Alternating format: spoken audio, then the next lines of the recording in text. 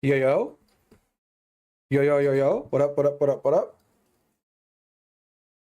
What's up, everybody? Welcome to the stream. Hello, hello, hello, hello. What's good, what's good, what's good? What up, what up, what up, baby? We're back. We are back. I left for like 1 day.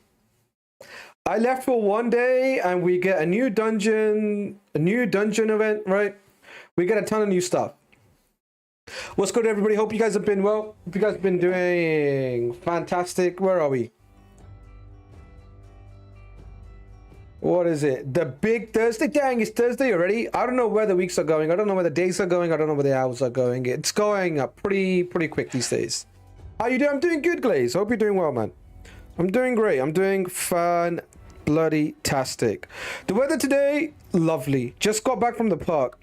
Mrs. Streamer had an appointment with a midwife, so we went to see the midwife, and after that I was like, yo, gotta visit the park today, can't be going straight home. So we popped down to the park, had a little bit of a walk around, let the boy play a bit, but it is low-key a little bit too hot for even the park.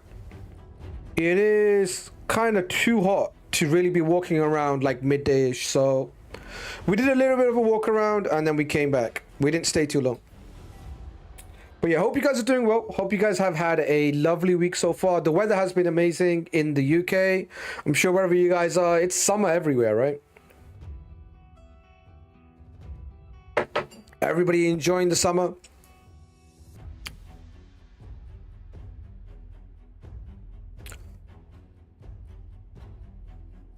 Came back from a little ride on my bike. Weather in Germany is great. That's awesome. That is awesome.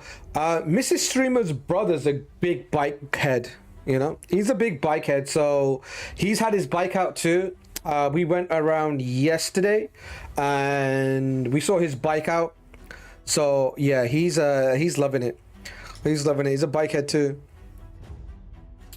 Haven't really spoken much to him about it. He kind of does it as like a hobby for himself, but yeah. A lot of people have got the rides out, the summer rides out, right? Got the roof down.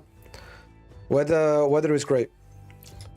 Also, I have been saying in Raid 2 that things do feel slow and do feel a little bit, you know, just calm at the moment, right? I was saying that. And I was saying it feels like something big is coming, and that big thing has dropped. We've got an interview with, I believe, Banana Jam, talking to Boza, Big Drock, and Palomas, right? Three of them conducted an interview in which Plarium obviously tell us about the upcoming plans and stuff. So we're going to be checking that out, see what Plarium are saying about that, right? About all the changes and everything else. We know Polara buff has been announced. Polara is being buffed, so that's pretty good news. Hopefully it's a really good buff. The new event dungeon is coming out with Pinpoint. Pinpoint's a bit of a shame, but there is that too. But we're going to get into the video as well. And also the new fusion has been announced that we're going to have to take a look at some point as well. But that's later on today.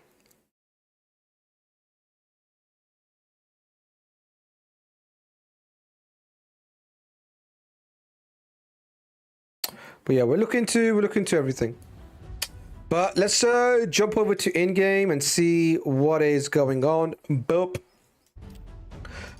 It is Fae rotation, so everybody is picking up their Fae stuff. Treasure tickets. Energy, 1 or 2? 1. Does it go to the inbox? It does go to the inbox. At least that's good. What are your thoughts on Python? I don't know if I should book him or Ninja first. Ninja first, definitely, but Python is quite good. A cleanse with a block debuff and also a AoE revive. Python's very good, but I would say prioritize Ninja first because he's going to be killing your bosses and getting you better rewards, right? For clan boss, he's going to get you better rewards. For Hydra, he'll be quite effective. Python's good for Hydra too, but yeah, that's what I would say. I'd say Ninja's priority. Unless, you know, you need Python for the block debuff. At that point, that's the only case I would make. If you're using Python as your Stun Cleanser and Block Debuffer. You could probably book his A2, but generally Ninja's a better shout. Ninja is incredible. Really, really good. Really, really good champion. Siege is done. I believe it was a W for Siege for us. Yeah, it's a tier 7 victory for us. So let's see what's inside. We're not going to get any mythical mats, unfortunately. No mythical mats, but we do get a ton of mythical stuff. And a primal shard, so we will take it. Yo, Insidious, what's good, man? Hope you're doing good. Welcome to the stream, everybody. Hello, hello, hello, hello. We're back. We were off yesterday. It was Eid yesterday, and it's still Eid today. So if you're celebrating Eid Mubarak to you guys. Hope you guys had a fantastic time, a fantastic day with your families. I spent a ton of time with my family. Saw a bunch of them yesterday. And yeah, it was nice. It was nice to see everybody all dressed up and, you know, celebrating the same day. It's always nice to see fam. We also won T7 Siege. Nice. Are you guys moving up to 8 now? I don't know what the ranking is, or how the promotions work, right? Who's gonna get promoted up or down? I don't know if we are. Yeah, I'm not really sure how the system, the promotion system works. In tier 8, we were in tier 8 for 14 separate sieges. It's kind of a wild system.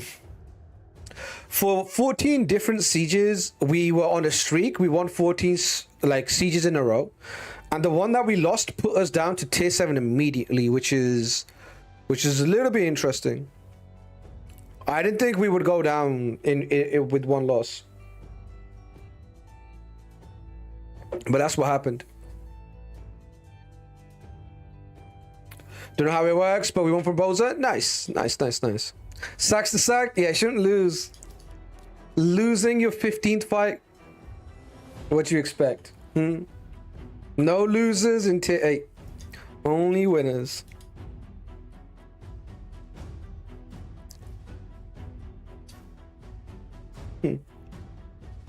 I mean, we should be back again, right? If it only takes one to get down, then it means one to get up. And also the system is quite strange too, right? Like the fact that you lose one and you go out feels super weird, because that makes me feel like even though we were on a 14 win streak, it's got nothing to do with the climb, right? Like the matchmaking doesn't really matter if we won 14 in a row.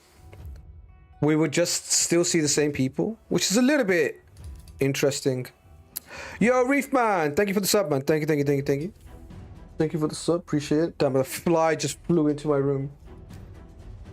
I do have an electric swatter for flies, but it's downstairs, and I'm not gonna go get it now. I do have an electric stunner. It doesn't really obviously kill them. It stuns them, and then I just pick them up and put them outside. But I've got one whizzing around in my room. It's kind of big boy too. It's a fucking dump truck on it. It's gone out now. Warrior Prince, what's good? Didn't try to just keep winning. Yeah, I mean, we try to just keep winning, but you know, no victory. All right, another thing that's quite surprised me is that it's 2x Sacred coming up. We had 2x Voids, and I know the system has been like thrown to a shit where we used to have ancient sacred voids, and in there was Sprinkle or Primal, right? But I feel like 2 weeks ago, a week and a half ago now, we had Voids 2x plus Tection 10x. So somebody asked me, when's Ancients coming out? I was like, don't worry, hold tight. I got you. It's going to be Ancients next. And now I see this, that it's Sacreds instead. Yo, Lucas, thanks so much for the sub, man. Thank you, thank you, thank you. I've given up on Live Arena after hitting 30-20. Feel free to give it a go if you want. I've seen so many CCs just be around like 1320. Like, I've seen so many CCs just be like, yeah, we can't get past 1320. I made it up to 1400, so I'm feeling pretty good about that now. I've made it up to 1400, which is pretty nice for me. But I am seeing a lot of people being stuck pretty low. It looks like if I want to stay top 500 though, I am going to have to push a little bit higher. But yeah, Lucas, we could take a look at your 1320. If anybody does want me to do some live arena fights, you guys let me know. I am doing 5 for 5, 5 wins for 5 gifted, you know, and do a little bit of a feedback too. Maybe build a champion or two as well at the same time. There's always 1 or 2 things I want to try out too, so there's always that as well. I'm not playing live arena at the moment since I got 1320. How come you guys aren't pushing? Are you guys... Because the system works, right? If you have a positive win rate, you will climb. Does it not feel fun? Or are you guys just a little bit burnt out? Is it burnout or is it not feeling fun? I guess same thing, really. Creative, what's good? Still burnt from the game? That's fair enough. That's fair enough. Use this time to kind of recoup, because I mean the event dungeon, right? We'll get into it. We'll get into the event dungeon. Let me see if there's any announcements I need to carry. The event dungeon is going to be Pinpoint, and I'm not gonna lie, Pinpoint's not really something that's going to excite people too much, right? Because we've got Pinpoint, we got Chronophage, and what else is there? Is that the only 2 sets there's been? Is there more? Is it only Pinpoint and Chronophage, chat? What's the other sets from the thing? Games and Fun, Comp Progression Arena, My Gear, Luck Sucks, No Speed Rolls, getting smoked by lower accounts with all worthy champions, can't be asked, no 1320 for me. Dang. Keck W. Tired of getting my cheeks spread by accounts like Crypto, but even other accounts just beat me with me having no chance. Your champion pool is very unique, Lucas. So I do see everybody's champion pool is unique, right? But I feel like later accounts that spend a bit, it can get a little bit dicey. With not having like the meta fusion champions, can be a little bit rough. But we could take a look at, goddamn, MK Tune.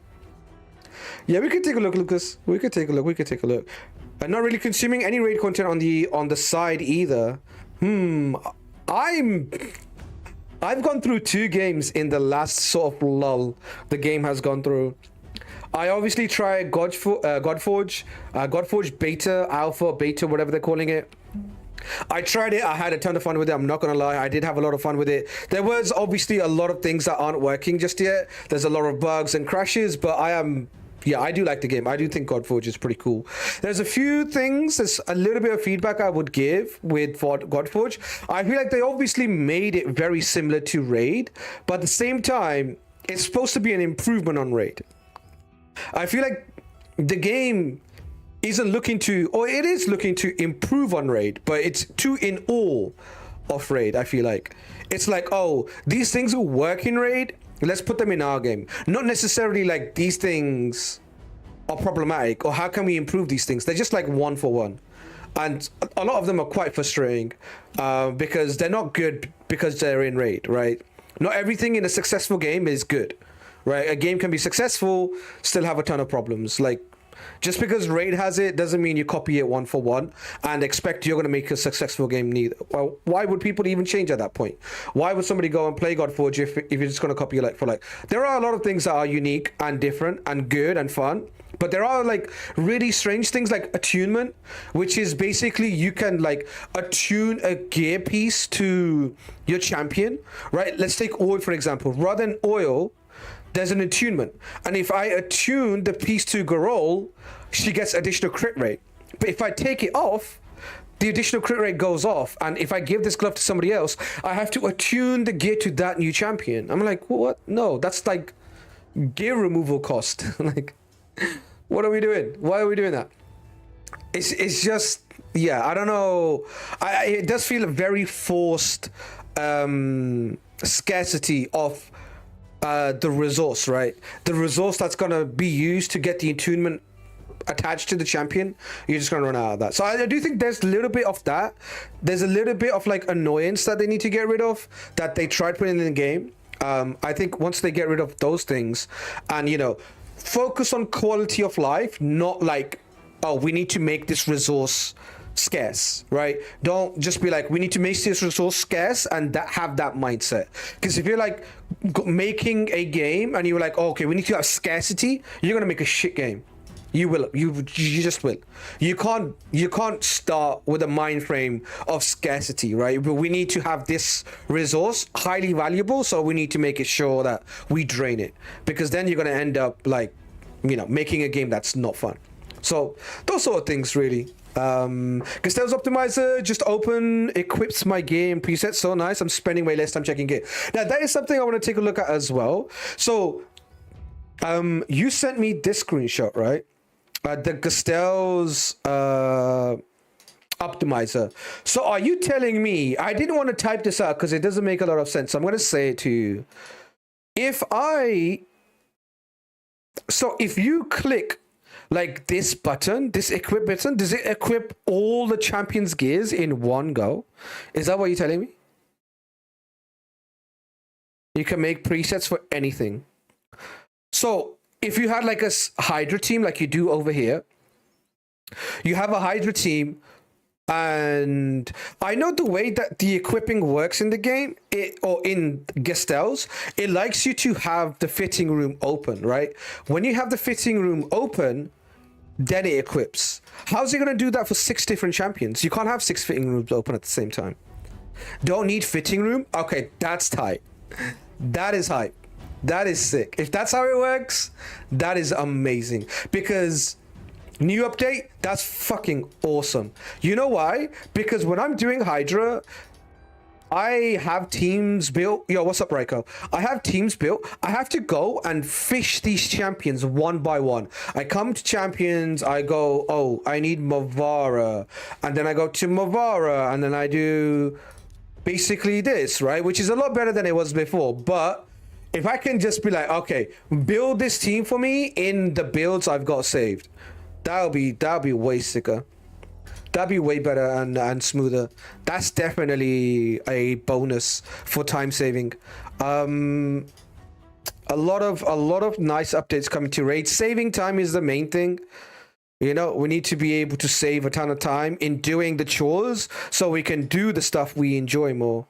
And we're not burnt out from the game. Because I do realize burnout is a massive problem in the game.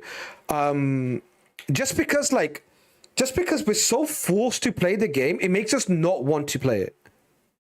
Like, there should be a point where everything is done and you have time to basically...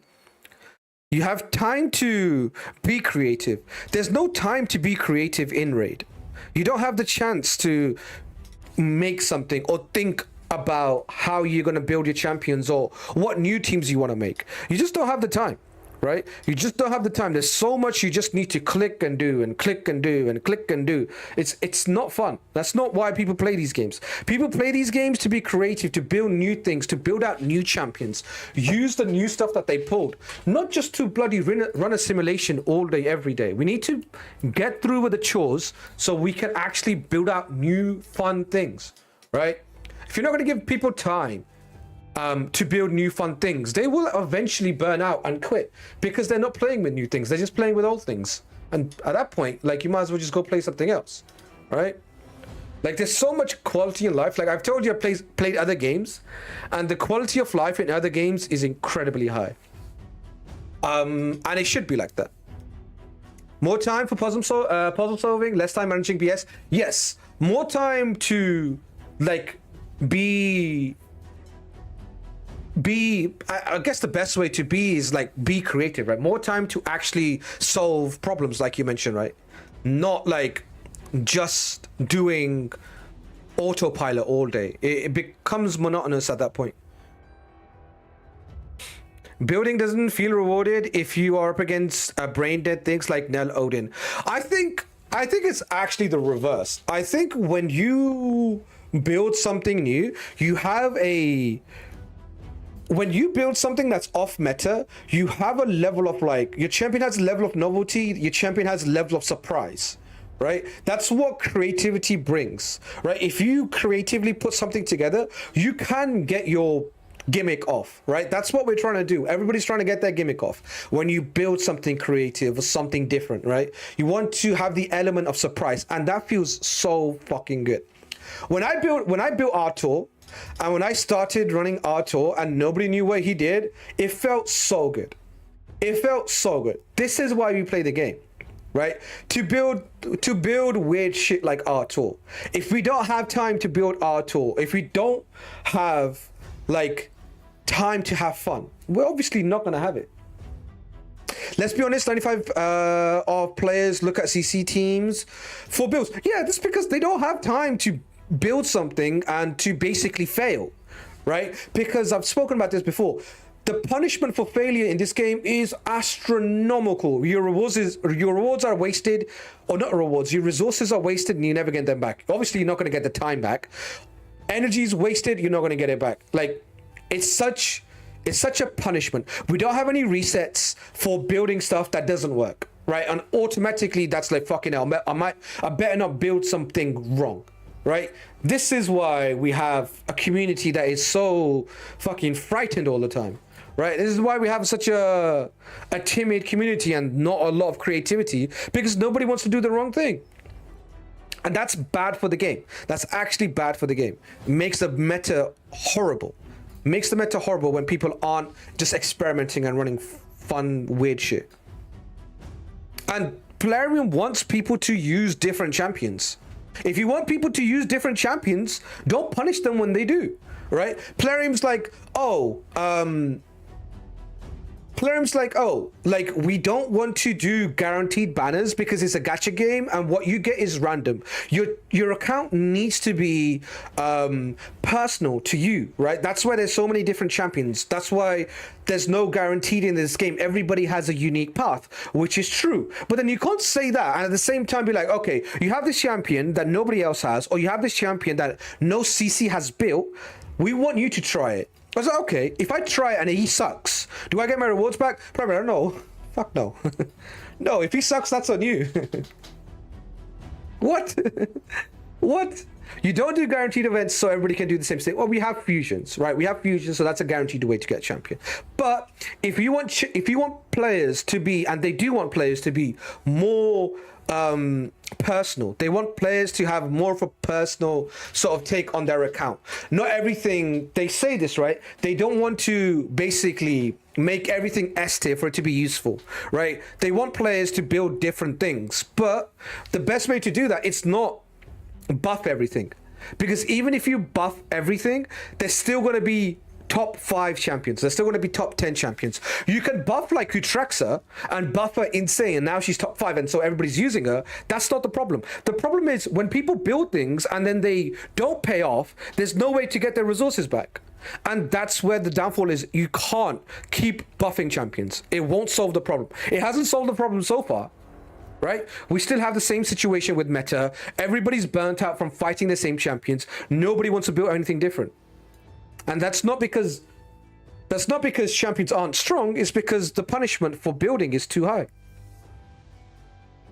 Normally they say skill issue. Plarium never says skill issue, that's what we say, but you know. 45 minutes into a hider run to get RNG fucked. It's fine if I don't have to spend 4 hours doing dailies before it. No, both of those are fucked. You shouldn't have to do either of those. You shouldn't have high RNG in a longer fight. And also, you shouldn't have to do 4-hour dailies. Like, those both suck dick. Can I get a Dio or a Gala Plarium? That's all it is. If you don't let people experiment with like non-meta support champions, everybody's just gonna want the best support champions, right? Like Raglan's already built, but what's a support champion that people could experiment with? Let me go legendaries because they're higher resource, even mythicals too. Mythicals that people don't build. I don't think I have mythicals that people don't build. I don't have mythicals that many, period. So a low-key dodge team. I bet you any money if this game wasn't as punishing on building stuff, we would have like dodge teams with low-key and everything else. You know? Try a Gamoran. But yeah, there's a ton of things people could try. Try a Skeletor, like my Skeletor. This is my second Skeletor, actually. This is a second Skeletor. I probably maxed out the first one because of points. What other legendaries could you be trying out? Nogdar? Nogdar fun? Furad? Yeah, Furad. Furad's a good example, actually. If Furad wasn't so punishing to build with all the mythical books, I feel like people would give him a go. And then just reset. Gamoran? Yeah, Gamoran's one of those too. Brogni versus Marius and Mercurial? Smile. Yeah. Brogni's another one of those, right? That people could try. He's a really good support, but people don't want to build him because they haven't seen other people build him as much. Brogni's a really good support champion. Very, very good. In this meta, he's really good too. He's got the block debuffs. He's got the reflect damage that can kill shit. Protected shield too. Brogni is neat. Very good HP pool too. Neato. Hey, what's good, Cobras? Back in the day, used 200 ancients and he was such useless brick. Dang. They did a 200 ancients Gamoran. That's crazy. Yeah, I don't know what the hell they were thinking with that one. That's crazy. If they did that, they should buff him. They should buff him. The fact he removes the Mercurial from Marius is funny. Yeah, he removes the Mercurial from all champions, right? If it's 3-turn Mercurial, he can reduce that with each reflect as well. I don't know. Maybe we use a bit of Brogni, a bit of Mavara. He does bring increased attack too. I mean, we were talking about the other day when Snackbox is here. There's not many champions that do increased attack that are that good, right? Not really champions that do a lot of increased attack. So Nukas that are meta kind of want to apply their own increased attack. Like Kutraxa, we have Kutraxa who does her own increased attack. We have Vestel who does her own increased attack. Attack-based Nukas need to be doing their own increased attacks. Pelops? Is Pelops damage based on attack? Is it really? Oh, he does it for the gang. Oh, he does it on HP. Okay. He gets smacked too, though. 50% ignore defense if the target is on HP burn. The damage inflicted by the skill is increased by 10% for every turn remaining on any debuffs on this champion. Okay. Yeah, he can hit pretty hard too. I've seen some people run him as their solo damage dealer in a...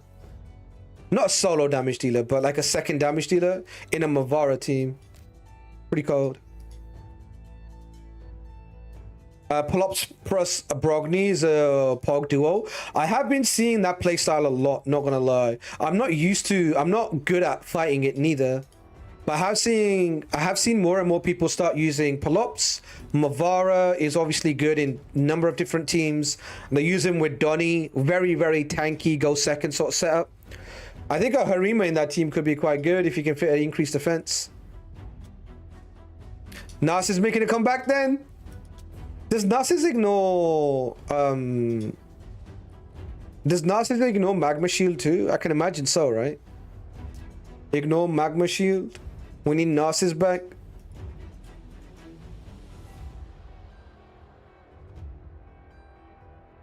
I think Narcissus really cooked in the Terishka meta, right? Terishka meta, Narcissus was eating good.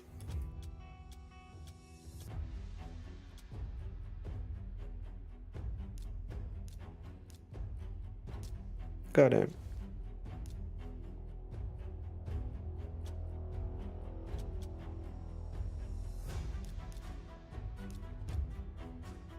Narcissus were made to counter Darushka. Yeah, he was basically just shoehorned to be a counter to Mariska Taras. The Mariska Taras did go on for a long time though. Mariska Taras did reign for a very long time. That meta was stale as hell.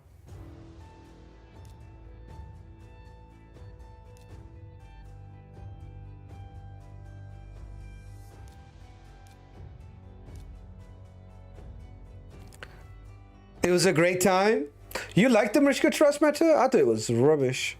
I did not like the Mariska Taras meta.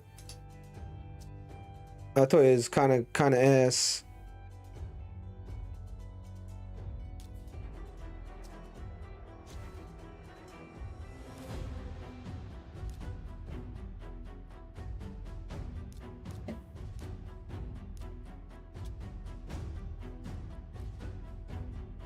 Even then, I was kicked hard when the meta ended or when it started.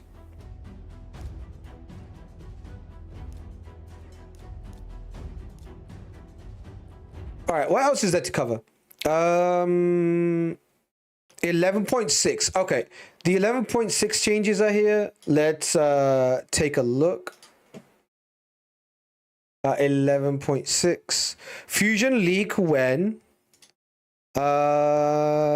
Let me see. When can I leak it? What do you guys know about it? I got two different embargoes. I've got one for 5 p.m. UTC. Oh no, okay. 5 p.m. UTC is 6 p.m. my time.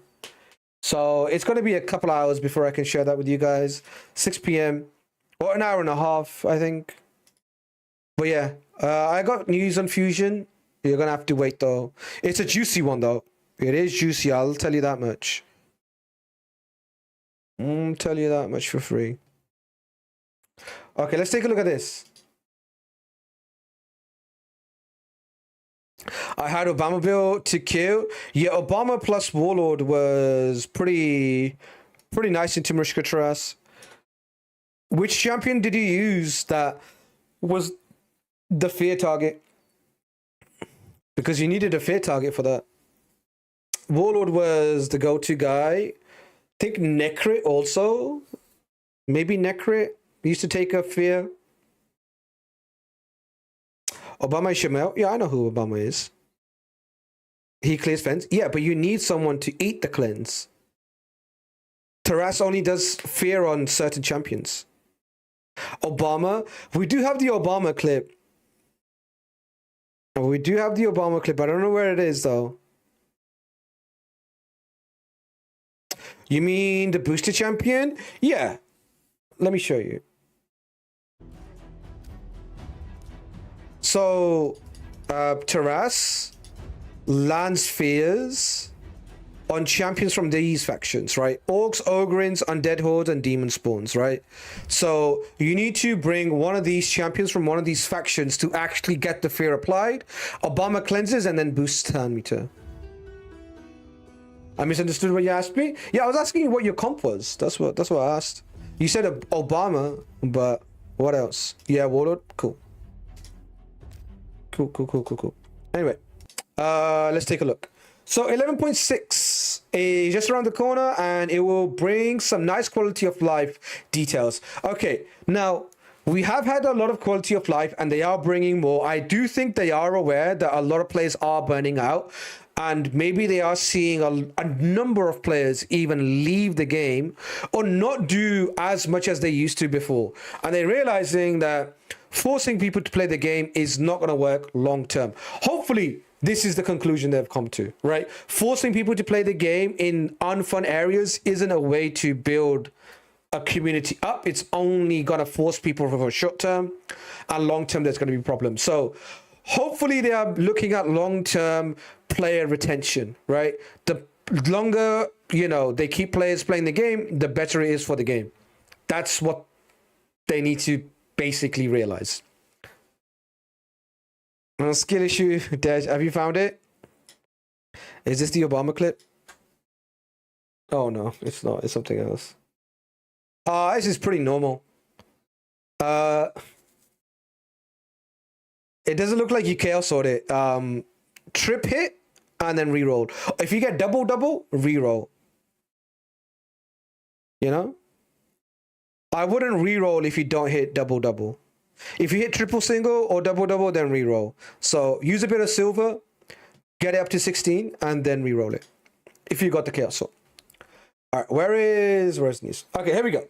So, background multi-battles. To make time management easier for raiders who have unlocked some of our biggest features, we'll introduce an improvement to background multi-battles.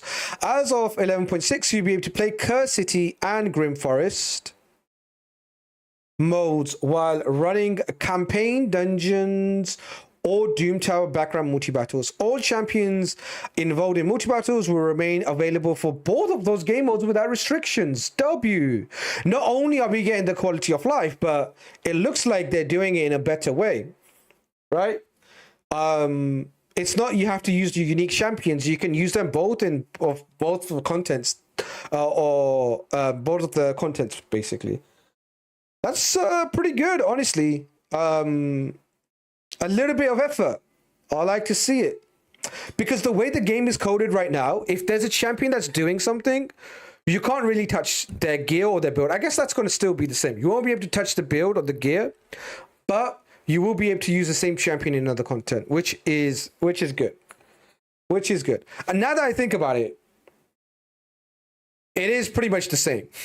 Because you can already use multi-battle champions in arenas, right? You just can't change the builds. So whatever your content you're doing, you have to use the same build in both contents. You can't have separate builds in the contents. So we'll take it. Nothing new, but we will take it. It's overdue, but we will take it.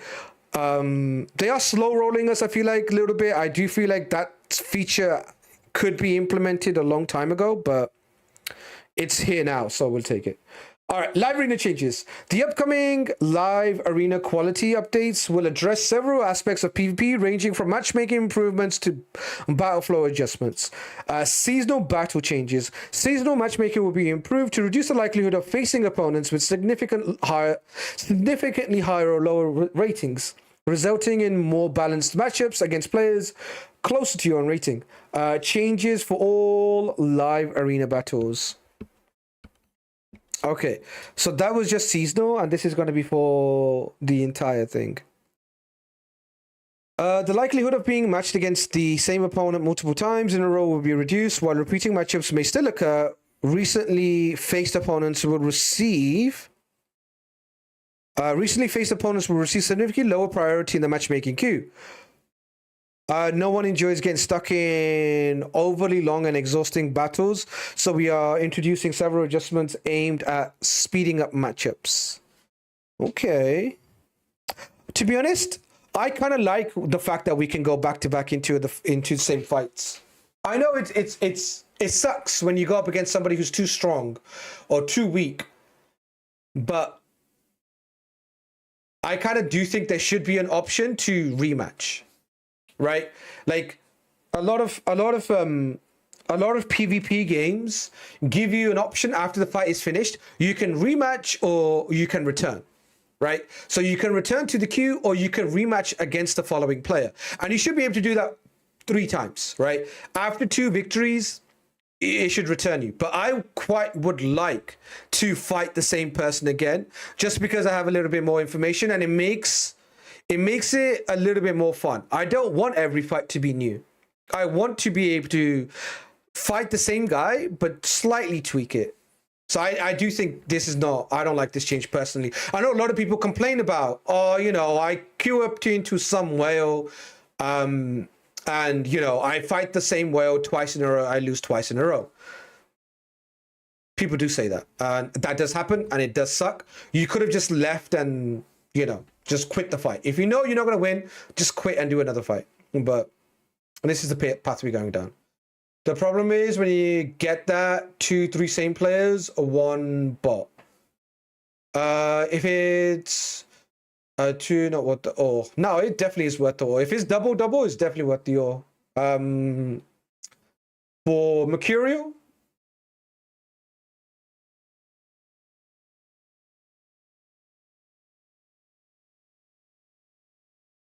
I think there should be a best 2 out of 3 options that you kind of enable if you want. Yes, that's what I want to see. I would love to fight people who are stronger than me. Like, I fight people who are stronger than me all the time. If I see a whale and he beats me, and I'm like, okay, I'm not gonna fight this whale. Guess who I'm gonna fight? A different fucking whale who's better than me.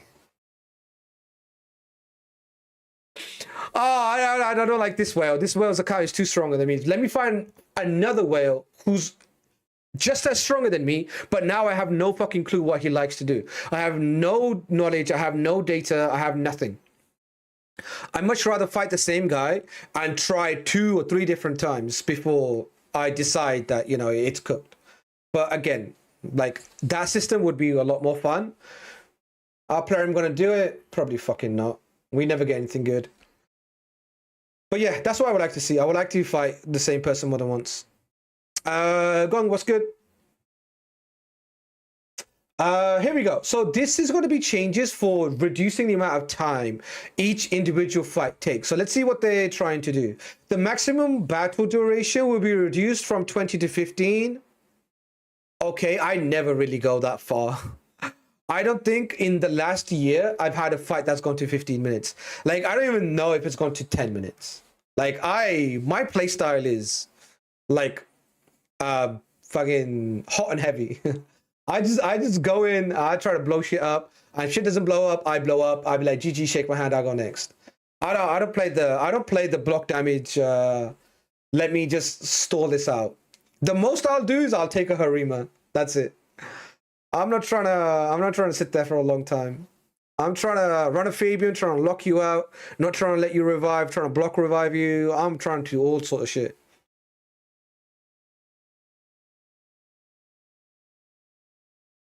My match is gonna go to 10 minutes sometimes. Yeah, if you really find 2 players who both like the War of Attrition, then you are going to get locked into like 10-minute plus flights quite regularly. I never do the War of Attrition, so it's either me versus another guy who wants fast fights, or it's me versus somebody who wants to do War of Attrition, and either he, stalls me enough to get in control, or I control him and I blast him. It never goes to like 10 minutes.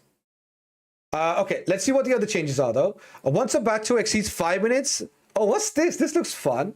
Oh, once you go past 5 minutes, time per turn will be reduced from 15 seconds to 10 seconds. And once it goes past 10 minutes, time per turn will further be reduced from 10 seconds to 8 seconds. That's interesting. That is interesting. To be honest, yeah, hear me out. I don't think we need more than 10 seconds. I would say 10 seconds is plenty for us to do our turn. But we do play on potato servers. Small indie company, small tiny potato servers. I don't want to advocate for asking for 10 seconds across the board, because I know what that's going to lead to. Everybody's going to click their champion to do something. It's not going to come out. Everybody's going to fucking shout at me.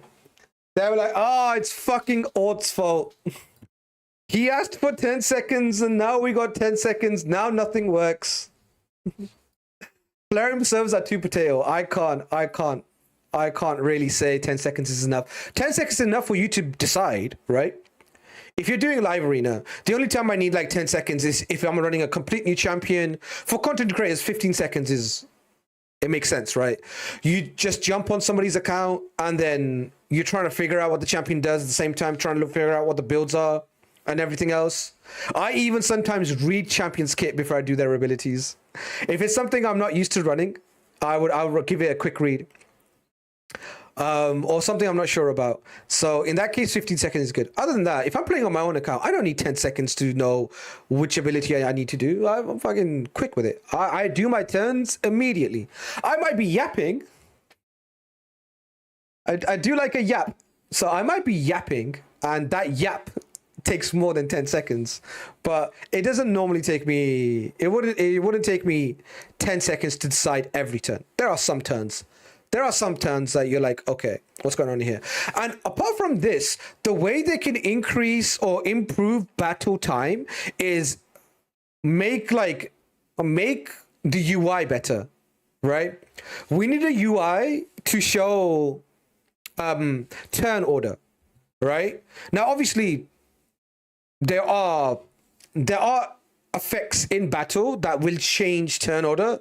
Nobody's saying there isn't, but there should be. If no turn meter moves, then the turn order is this, right? And if somebody boosts turn meter, then fair enough. But there should be a log of turn order. But to be honest, there's so many turn meter boosting mechanics in this game. It's insane. I mean, relics, masteries, passives, abilities, everything can boost turn meter.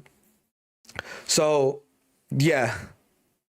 Like, even if we had a turn order, I don't think it would help much. I don't know. In some scenarios, it might help, but not most of the time. Most of the time, it wouldn't help. Yep, authentic gaming. 10 seconds over lag turn over. Yeah. And if you lag out, champion does A1. It doesn't even do their abilities. All right. What's it to end with? Miscellaneous separate team presets will be added to various standards, along with an option to save the current team preset. This one is pretty good. If you finish a fight, you can save it as a preset. You will still have to do the AIs, right? You will still have to do the AIs, but you would be able to save it. Worth reset worthy or rework worthy? You rolled a triple. I would say yes. This is a triple on a mythical chest. I would re-roll this personally. You can use it against Mercurial. Is good on everybody, but you're looking for speed, and even if it doesn't hit speed, you can see if you can find a good nuker. But yeah, I would re-roll it on a triple. I would use Chaos or mythical Chaos or on a 6-star triple. Yeah, this change is good. The preset change is good. The change team deck, this just doesn't work. The change team deck item in the Grim Forest mode will allow you to change champions even if they were rolled for a stage that you could not beat. Yeah, this is this was so stupid. This was so stupid. You can't really call this quality of life. This was just a bug. This was a bug that should have been fixed without waiting for 11.6. Like, the feature just doesn't work. Like, you can't add champions to your deck. Once you put them in, you put them in. It is what it is. Some people love stalling. That sounds rubbish. Who would? I mean, stalling for like competitive advantage is cringe as fuck.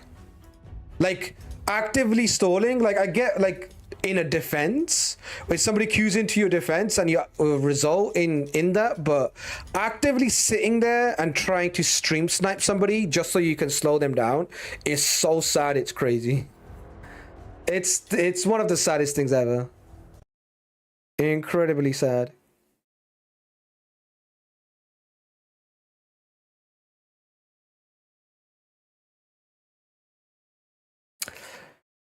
But yeah, those are the quality of lives that are coming in 11.6. Background battles are now going to let you do...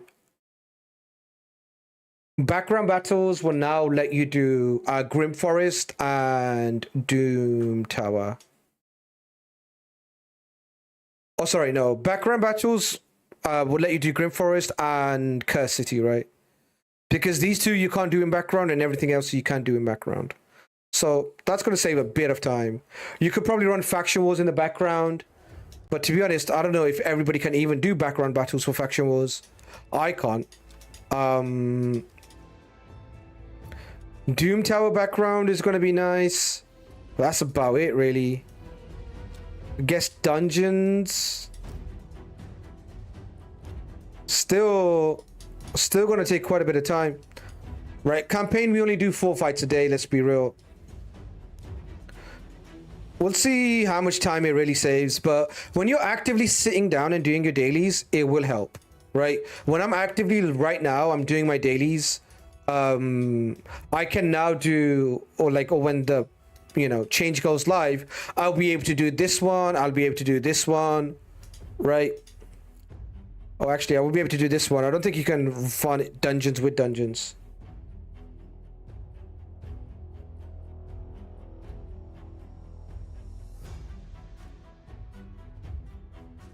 I could do factuals, some factuals, hard teams on full auto. Can I? No, I don't think so. Shadowkin I can do full on auto. That one's doable. Dwarves. The reflect damage is just so annoying. I mean, Shadowkin has it too, but I've got a lot of strippers that are really good.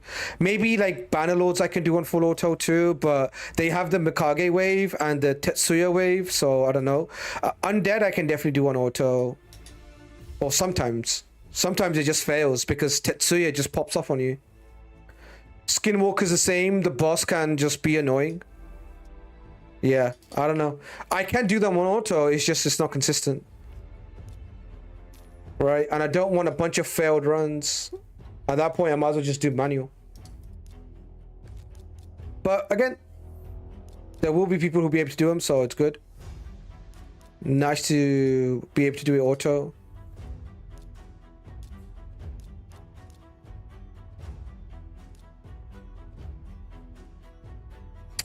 Single rolls, not for me. Brother, it's got a triple roll.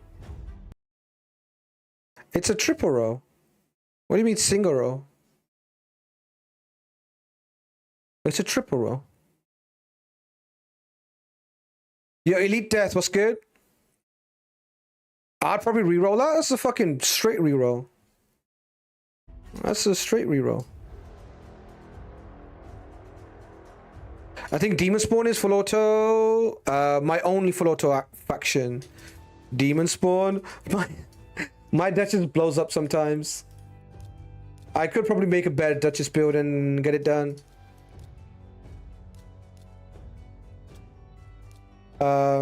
Yeah, that one's probably doable if I improve stuff.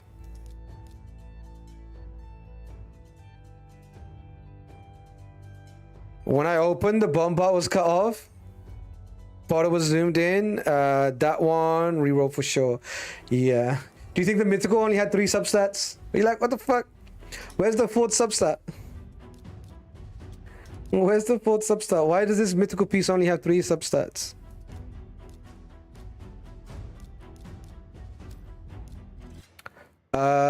This is the outcome. Please be good. Please be good. Please be good. Defense percentage, crit damage, no speed. That's a bit of a rip, not gonna lie. But again, worth the reroll. Outcome doesn't change that, right? Can't be confirmation bias. It is a bit of a rip, though. It is a bit of a rip. Mercurial damage dealers, you still want them quite a bit faster. You can keep it for now. I wouldn't sell it. I wouldn't sell it because a lot of Mercurial is going to end up using crit rate gloves. This is going to hit your crit damage, and if you can roll defense, you could be okay. You know, definitely keep it.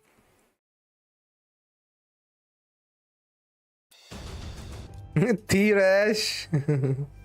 Unfortunate. It is unfortunate. Wait, what am I running? What the fuck is my team?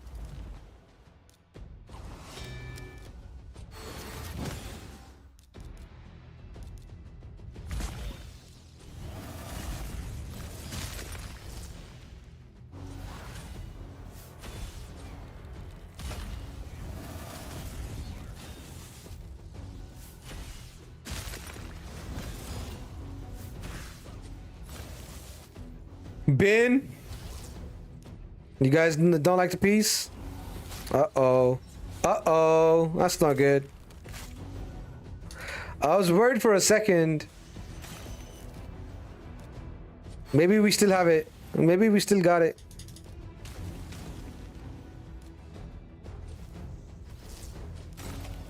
Let me just put it on auto. Why is she not locking? Twice in a row now she's not locked.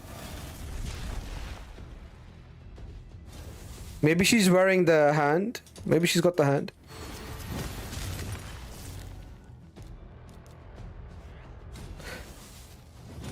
She's not locking. She's not freezing. She's not doing anything. Let me see if I can get her. Yeah. Boom.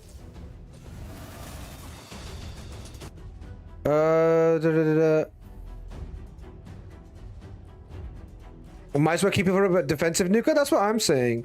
Or with Death Dealer, get more speed from other pieces.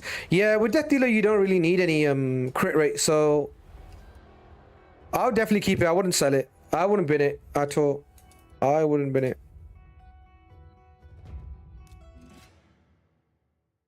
Save it for a UDK return. Yeah, 9-piece Makuro UDK. Nuke.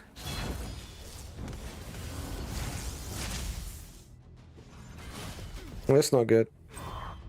Wow.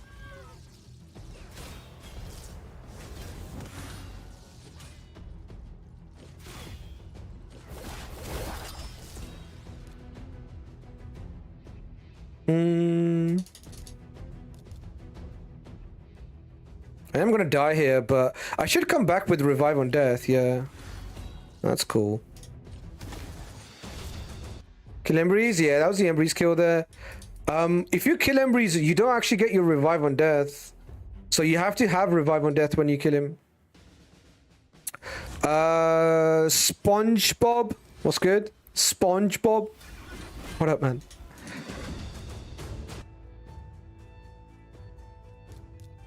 Oh, it's fine. We just lock passives there. Two-turn Stone Skin Harima, huh? Double turn Harima.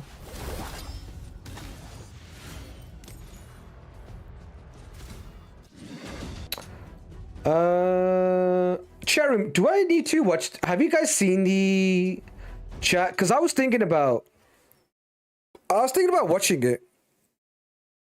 Have you guys seen it?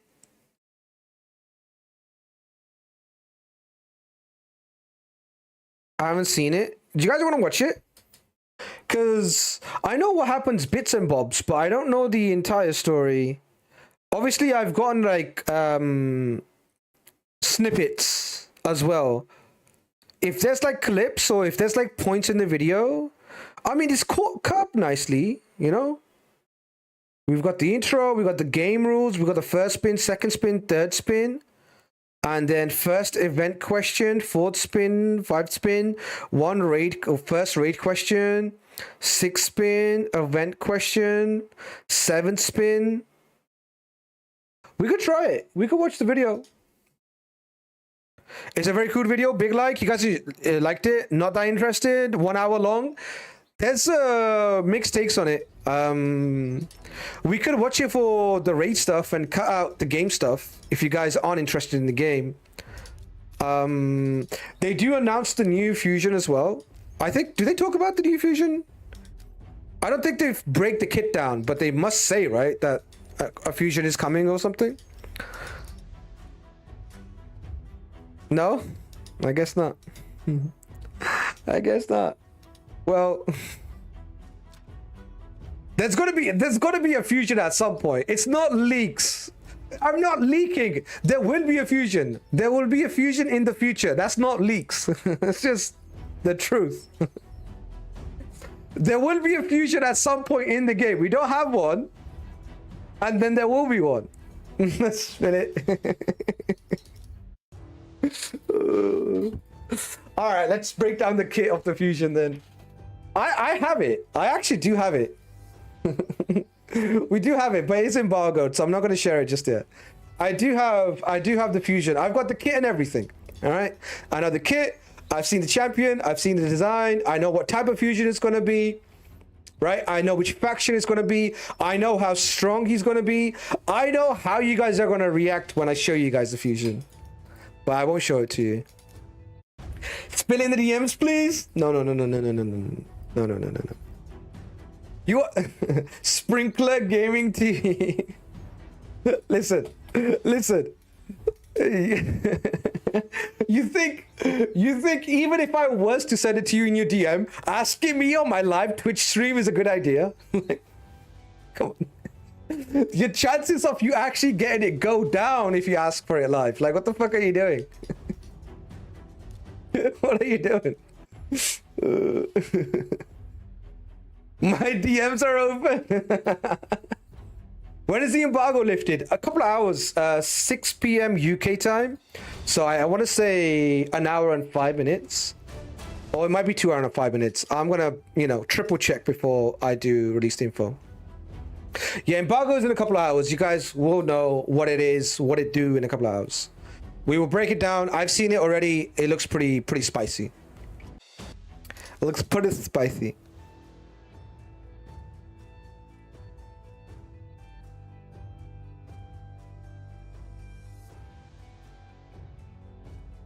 Probably super OP, so people will be pissed they can't trade tokens. I'm not saying nothing. Leak it? No leaks, no leaks. But I will tell you guys, it is exciting. It is definitely exciting. It's definitely... Can I say, is it a leak if I say I don't think it's a skip? If I can say I think the champion is good, I don't think that's a leak. Okay, we'll stop. We'll stop. The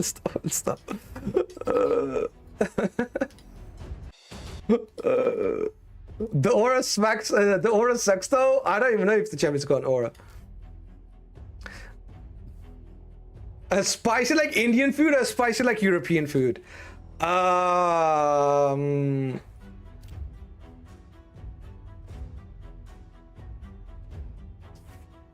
We'll see. We'll see live. We'll see live. It is spicy. What level of spice? We'll have to wait and see. Is it better than Fabian? Bro, that's like the best fusion in the game. Fabian's like the best fusion in the game, no? So, does it have to be better than Fabian? Right? It's not like it has to be better than Fabian. I'm not saying it's not. I'm just saying, does it have to be better than Fabian for it to be hot? Right? Fabian's a bad man. Fabian's a bad boy. Oh no? What is this? A new daily login. New free daily login? Where's my ad blocker? Oh, this is on Bing.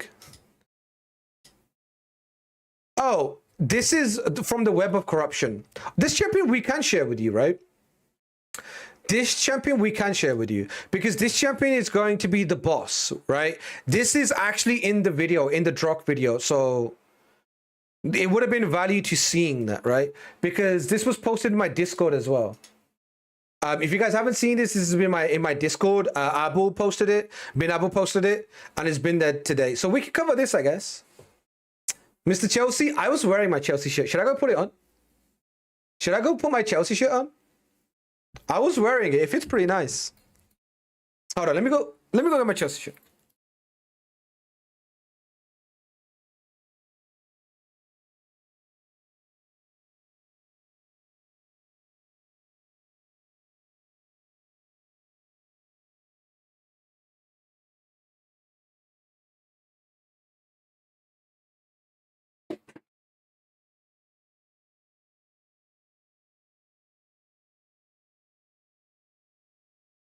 So what do you guys think? I can't actually turn and look at the camera. Is it too high? I'm probably too high. Let me put the camera on. Clean eye shirt. That's my Chelsea shirt. Well, this is one of my Chelsea shirts. I got 3 or 4, and I lost some too. But this is my Chelsea shirt.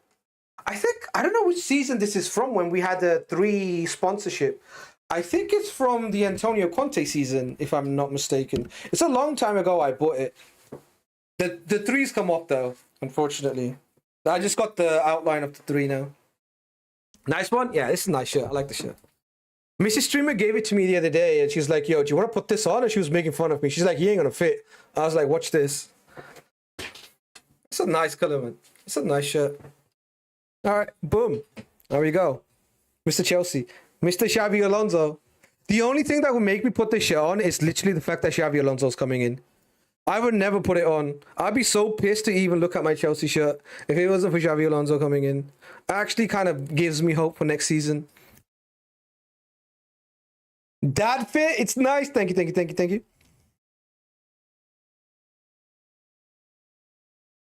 As an Arsenal fan, I low-key think you guys could have a really good season, Alonso. Seems like a really good appointment with no European football and one game a week. I think you'll be top four. Yeah, but I don't think top four should be the aspiration. I think they need to basically aim higher. They need to put a challenge together with no European competition and Xabi Alonso being able to, work so much with the team. I do think we need to basically try and put a challenge, right? We need to be more than just top four, right? That's my take. I know it sounds a little bit, over the top, but you can't. There's no point going into next season thinking about top four because top four it shouldn't even be like aim for the stars and you land on the moon type shit. That's where I'm at with it.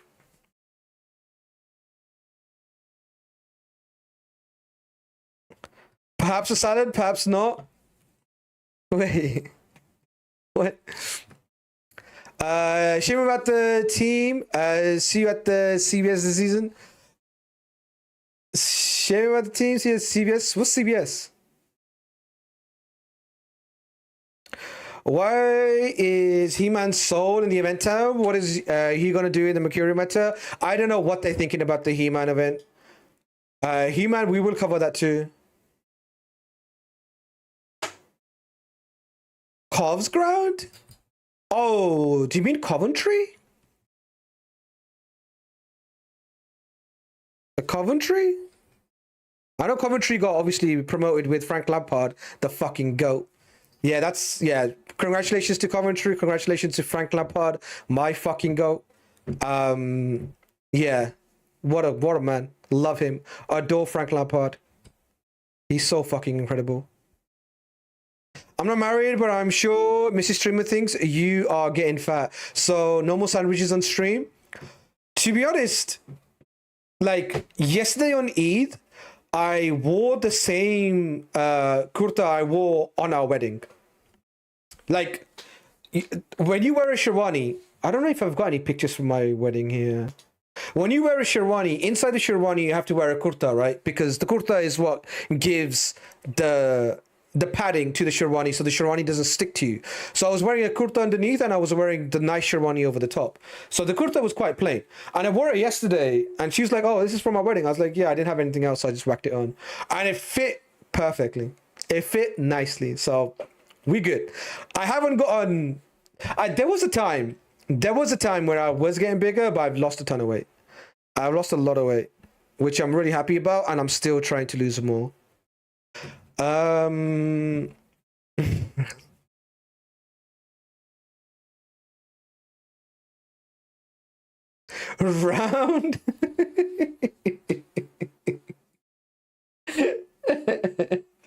round is also a shape. God damn, that's insane. When you say you're in good shape, do you mean a good circle? That shit is symmetrical. No. For real, I do feel good. There's still obviously, fitness goals to achieve. But I walk / run twice a day. So, I'm working on it. Also, a bit of an update. Literally yesterday, on the Eid day, I had a pre-op screening for the surgery that I'm going to get on my right knee, right? Well, my right knee has a ligament rupture and that's going to be reconstructed. One of the reasons why I've not been able to do as much sports as I would like to is because of the ruptured ligament, right? The reason why I'm wearing the Chelsea shirt and not playing for them is obviously because I got an ACL. If it wasn't for my ACL, I'd be starting next season, right? So I ruptured my ligament in my right knee. So I took an arrow to the knee type shit, right? So I am going to be getting the surgery. The surgery is very, very soon. Noam Chomsky. What's good, Noam? Yo, shout out Gnome, everybody. Go check him out. Streamer on Twitch for Raid. Make sure you guys show him some love. Can we get a shout out? Achilles knee. Achilles knee. Playing for Chelsea. Yeah. I did my knee ligament rupture whilst playing for Chelsea, and I obviously ended my career. You know, it is what it is. No big deal. Yeah, shout out No Man, go check them out. Yeah, I was saying, so yesterday I was there, and they did bloods, they did obviously any sort of like infection check, anything like that, asked me about any previous surgeries, anything, any metalworks and all that kind of stuff. So my surgery is super close. It's on the 9th of next month. It's literally in 10 days, and it's going to be massive. The surgery is going to be massive, but it's going to be huge for the channel as well, right? Because I don't know how I'm going to be able to kind of, you know, go for surgery because, yeah, I have a lot going on personally. Like, obviously, me, my kid, Mrs. Streamer, the streams, family commitments to them. And, yeah, Mrs. Streamer, a lot of you guys know, some of you guys don't know, Mrs. Streamer's entering her second trimester for our second child, so she's also pregnant. We had an appointment for her today, so things are happening in Streamer Man's life. Of course, we managed to put on a stream daily for you guys. I rarely take a day off, but I am super busy. I am really busy, so I am a little bit nervous about my recovery and how it's going to affect the streams. I will obviously try to stream wherever I can. Exciting times, super exciting times. So exciting that it's almost like nerve-wracking a little bit. But the good thing is, Mrs. Streamer's first trimester was super hard. She gets a lot of nausea, she gets a lot of sickness. Her appetite's ruined. There's only certain things she can eat. So I have to literally make sure she's eating, staying hydrated and all those things. She's not very good with those sort of things. She doesn't really do hydration at all. And, kind of pushing her to do that. Same time, making sure she's eating a lot and all that kind of stuff, right? Or eating enough healthy stuff. But it's now my turn. Roles are reversed. She's come out of the first trimester. She's starting to feel a bit better. And then now it's my turn to basically be taken care of, because the recovery for the ligament reconstruction is the first 4 weeks. I'm gonna struggle to walk. It's gonna be a pain. It is gonna be a pain. First month is tough. First 3 months, you get going, and then after that you're better. But yeah, it's not easy. It is not easy. So I'm a bit nervous about it. Crutches time. They do give you crutches. But they try to give you minimal support to walk because they want you to apply pressure on the knee that's been operated on. It's not because obviously they want you to fuck it up. It's more so for blood flow, right? It's good for blood flow. It's good not to develop clots by movement, by pressure, right? They're going to give me jabs for my stomach as well for thinning my blood so I don't develop blood clots. Because one of the biggest problems with these sort of surgeries or big surgeries is that you can develop blood clots, right? So it might be if the surgery is very successful, it could even be I don't need any crutches from day one, right? It really does depend on how your body reacts or how your leg reacts to the new graft, right? They put a graft, they extract a graft from your hamstring tendon and they replace the ACL, and they basically hold it in place with metal. That's basically what they're going to be doing, right? So they're going to be extracting a graft from my hamstring or my shin, right? They take it from either place. They can either take it from the hamstring or they take it from the shin. This is one of the reasons why I've been trying to get into better shape. This is why I've been taking it very serious, because I want to have good strength, good condition when I go into the surgery. I've lost 12 kg in the past 2-3 months.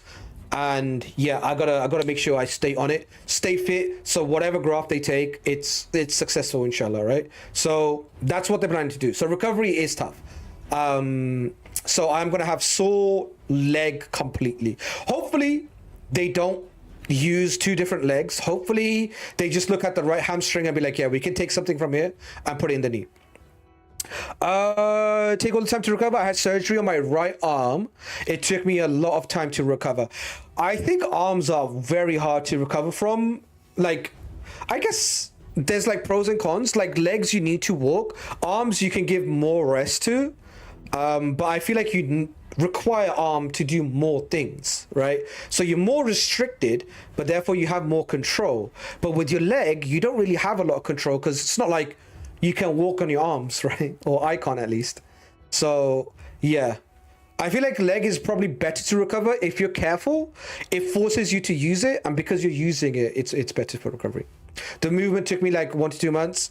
Rotation like another 1 month on top.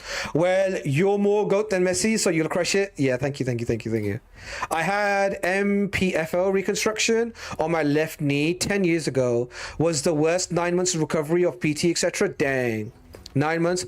What is MPFL? What is that? Is that different? I know there's ACL and then there's LCL, right? One's the cruciate and one is the other one. I don't know what the MPFO is.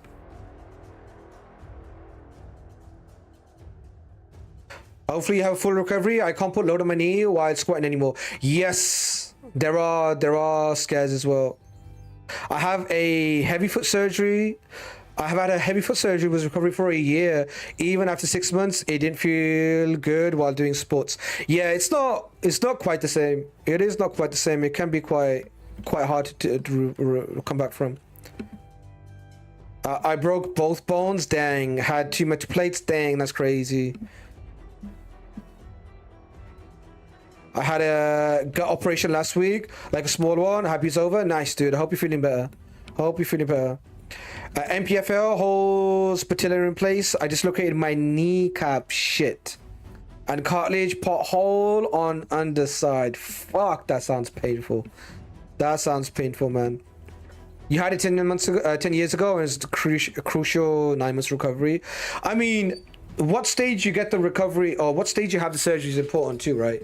I'm at Jesus's age. If you know, you know. I'm at Jesus's age, so you know, I'm hoping the recovery will be good. That's a joke somebody a doctor made to me yesterday. It was a doctor, and she goes she goes, back in my country, because all the doctors in the NHS, fucking shout out to them, all the doctors in the NHS are foreign, right? They're all from out the country. Like you rarely ever come across a doctor that's not from a different country. So fucking shout out to the education system in different countries, man. Honestly, saving the NHS, not gonna lie. But the doctor goes to me, you know, in my culture, when people come to your age, we call them, it's Jesus' age. 33? Yeah. Yeah, she goes, oh, you're Jesus' age. I was like, what do you mean? Because I didn't get it, right? I'm not Christian. She goes, I'm Catholic, and I'm from Poland. I was like, fuck yeah. And she goes, when somebody gets to your age, we'd be like, yeah, that's Jesus' age. W Jesus. Jesus is pretty cool. I don't mind Jesus. Jesus was awesome. So yeah, that was something I found out yesterday. She goes, in my culture, anybody gets to this age, we'd be like, yeah, it's Jesus' age. So yeah, she was fucking cool as anything. She did I think she did my swabs. W the Polish, man. W the Polish. I fell from a snowboard. It was almost similar age. Yep, that's Jesus' age. I mean, that's the age Jesus was basically the last year of Jesus' life, right? 33. So that's the joke. But yeah, I did not know that one. Who was apparently a carpenter. Carpenters are good with their hands, so you're welcome, Mr. Streamer. She got that W. Well, I just was, you know, a jack of all trades, or maybe a king of all trades is a bad term. Did a bit of everything. Yeah. Mr. Streamer is lucky for show. For show. Bless her. Bless her heart. No, I'm the lucky one. Mrs. Streamer is incredible.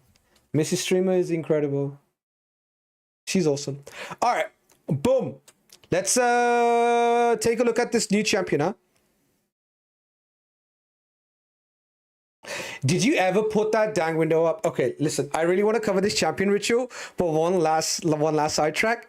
Mrs. Streamer was being so parasocial the other day. It was insane. Okay, let me catch you guys up. So a couple of streams ago, or 2 days ago, Mrs. Streamer was ringing me, and the phone was on the desk, right? The phone was on the desk and it was vibrating, but I've got a nice desk, right? So it doesn't really make a lot of rattling noise, right? You guys won't hear this. I'm banging on my desk, right? It's like noise proof. So it's ringing and I can't see it because it's upside down and it's vibrating, right? So Mrs. Streamer comes into my chat and says, yo, can you pick up the phone? And I'm doing live arena and I'm doing what I do, right? I'm just doing content. Right, I'm not reading chat. I'm doing content. Like, this is a fucking stream where sometimes I play the game, and I don't always just read chat all day. Right, I'm playing the game, and she's there, and you know what she goes to me? She goes, "You skipped my message and you read Ritual's message." So I said, he's not reading me. He's clearly ignoring me. Mrs. Streamer was like, he didn't read my message. He must be actively ignoring me because there's no way he didn't see my message.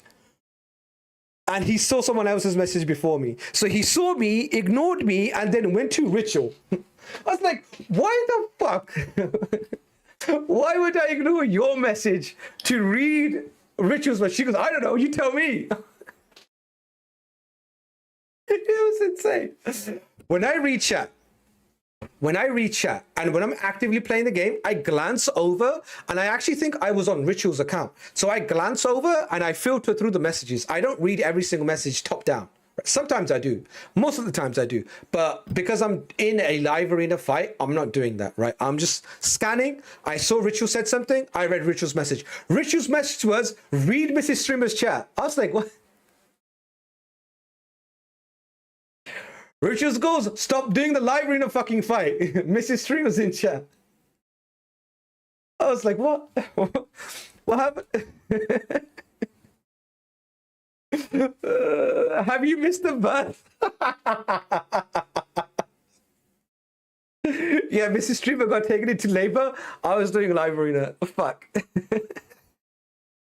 Fuck. No. She's like 13 weeks. It's not a skirt. She's 13 weeks. So she was actually pissed off the entire day. She's like, why didn't you reply to my message? Why did you read a message below my message and you didn't read mine? If you managed to read something below me, that means my message was there already. You could have seen it if you looked, but you didn't look on purpose. I was like, you're being incredibly parasocial right now. I was like, I'm gonna tell chat. I was like, yeah, you tell us. I was like, no. Chat isn't monolithic.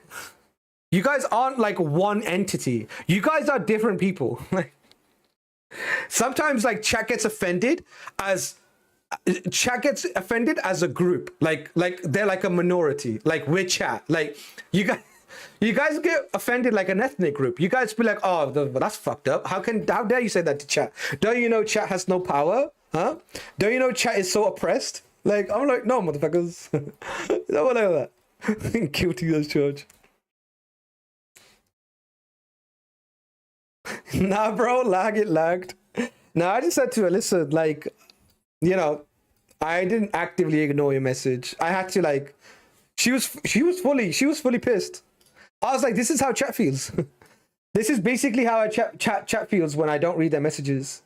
Chat's like, oh, he hates me. He read the message below mine. He didn't read mine. He clearly hates me. He clearly doesn't like me even slightly. He clearly hates me. Streamer man hates me. He didn't read my message. Mr. Streamer ignores me too sometimes. I'm a beautiful man. What can I say? Yeah.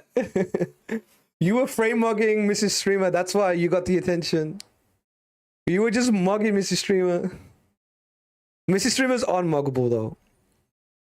I totally understand Mrs. Streamer. Raiko starts crying bloody murder. He starts screaming at me.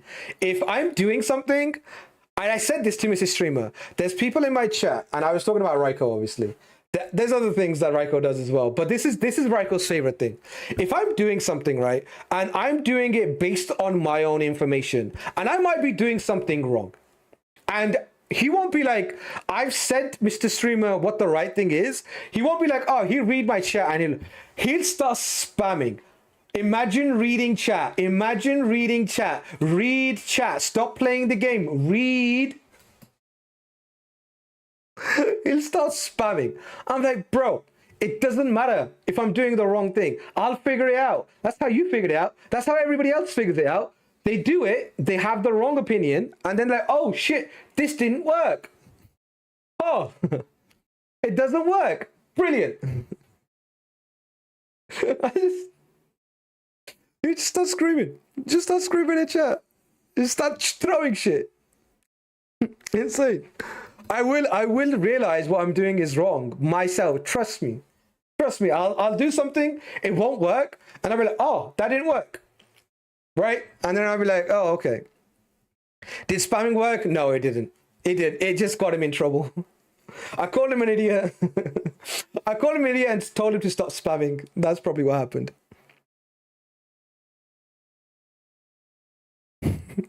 Maybe Mrs. Streamer needs to send you some bits, then you will notice. Yeah, Mrs. Streamer does a donation. Mrs. Streamer has my bank card too, so Mrs. Streamer just does like £1,000 donation, not £1,000. Mrs. Streamer does like £100 donation or £1 donation from my card, and she'd be like, "Yo, can you read messages, please?" I'm like, "Oh." Spam is popular in Hawaii and Korea. Give her my PayPal then. To stop her from spamming, give her your PayPal. So we're just spectating here. I mean, you guys are tuned in to enjoy the stream, you know? Like I say this, it's my job to figure out what it is that you guys enjoy watching. If I listen to you guys all the time and basically only did what you guys told me, nobody would be here, you know? It is my job to make this stream entertaining.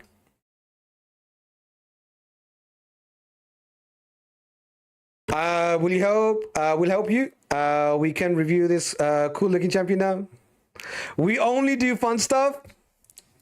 We do fun stuff and important stuff, you know. Sometimes it might not be fun, but we gotta do it anyway.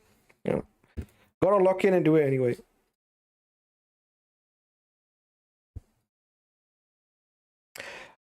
Champion. 25 Lego mats from Ticket. Did you get the reimbursement? They did give some rewards away for people missing. Anyway, let's look at this champion. Let's look at this champion. Enough storytelling. Back to the champion. How do you pronounce the name? Raya? Rai AI? What are we saying? Ray? Jimmy Dean? I don't know what we're calling her. Raya? Ray. I'm just gonna call her Raya. I'm gonna call her Raya. Raya. I'm just gonna call her Raya. Raya.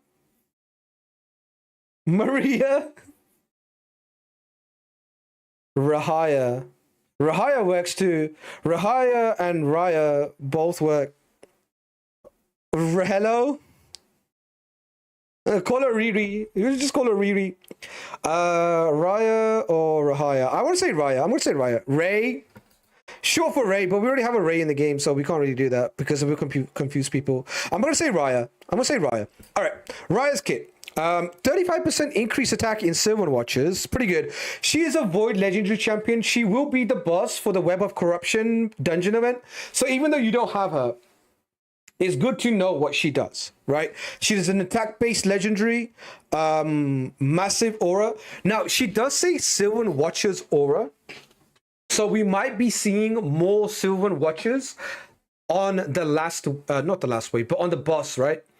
because the way these dungeons work in the event dungeon, there's only one wave, and the champion that's the boss has 4 champions next to them, and basically they all kind of have like boss passives, I want to say, right? Just like Grim Forest works.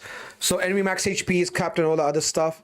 So it could be that because this is Sylvan Watcher, makes me feel like we're going to be facing more Sylvan Watchers. Hopefully they won't be mythical, because Nias is a pain in the ass. Nel's a pain in the ass. Well, Nel's not going to be that bad without Arachna Elixir. So Nell is going to be okay. I don't mind Nell too much, but Nias could be a pain. But whatever it is, we're going to find a way to deal with the dungeon. It's not going to be a big deal. Nias and Nell next to her, can't wait. Yeah, I think the biggest problem is going to be the fact that it's pinpoint. Okay, I asked a question earlier. I've been away for 9 months, chat. Someone answer me this. Is there only 2 sets from event dungeons? Pinpoint and Necrophage? Am I missing something? I can't remember. Is there a 3rd set? You said you're giving us some embargo details in an Irish. There is a embargo for later today, yes. Let me check where it is. There's an embargo for... Where is it going? You can share this info in 33 minutes. 33 minutes. Pinpoint and Chronophage. That's it? Just 2 sets. Okay. Okay, just 2 sets. I thought there was more, but just 2 sets. All right, let's read the passive. This champion deals 30% more damage while attacking while they're under 3 or more buffs. Okay. Pretty good. I'm going to review her as a champion and as a boss. So we're going to do both at the same time.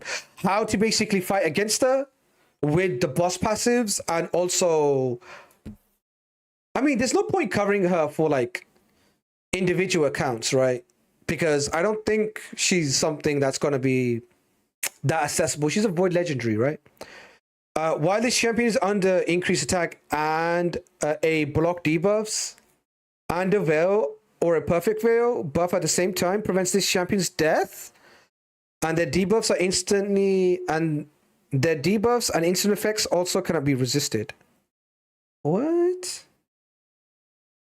Whilst under increased attack, block debuffs and veil. Damn, but Duchess. I was gonna say Buffis, and then I said Duffis. But Duchess, those are Duchess's buff, all 3 of them. Maybe this is how they're buffing Duchess, by adding another champion in the game. The Duchess buff. So when she has all 3 of those buffs, prevents this champion's death, and the debuffs and instant effects cannot be resisted. That's insane. You're telling me, as long as you have those buffs, you can't die? That's crazy. That's insane. That is actually insane. Also, the champions... Yeah, pretty crazy. Pretty crazy. All right, let's keep going. You can also put her in... you can also give her... lens and go increase attack and block debuffs and be chilling. All right, let's read the A3. A 3-turn cooldown. AoE triple hit. God damn. AoE triple hit before attacking. Increase attack on this champion for 2 turns. That's nasty. Mercurial Stripper and big damage into Mercurial with increased attack as well. Each hit has a 100% chance to steal 1 random buff from each enemy. God damn. Steal Stone Skin, triple chance. Oh, that's insane. That's crazy. Fills the champion's damage by 10% for each buff stolen. Fuck, that's good. That's insane. What a A3. Triple hit, increase attack, steal on each hit. Not even buff duration decrease, straight steal. Nerdy mode. Nerdy mode. That's insane. That's so good. Lens plus Pharaoh and increase attack self buff. Yeah, there you go. Lens plus Pharaoh with increased attack self buff. But for that, she would need to take a turn. But still could be moving. You're right, it could work. Okay, A2. Both are 3-turn cooldowns. Legacy of Despair. Attacks one enemy 2 times before attacking. 100% chance of landing a weakened debuff for 2 turns. Will ignore 50% of the target's defense. And any block damage buffs will also ignore an additional 5% of the target's defense for each buff on this champion. Stacks up to 35% ignore defense. God damn, that's insane. That is insane. Reduces the cooldown of this champion's... Oh my god. Discordant Fury by 1 turn and places a stun debuff on all enemies for 1 turn. If this champion kills the target, this debuff cannot be resisted or blocked. Okay, I mean, you're gonna want to lock this champion, kind of like Marius, right? She's like Marius on steroids. She's Marius on steroids. God damn, this champion makes Marius look average. I know I am kind of taken aback by this kit, but it is really that good. It really is that good. Like, I don't want you guys to be like, oh, I'm being over the top. I sincerely feel like this is leagues ahead of Marius. And Marius is I put Marius in like the best tier of champion. I think Marius is, after probably like a few champions or alongside a few champions, the best champion in the game. This champion makes Marius look average. This is insane what she's doing.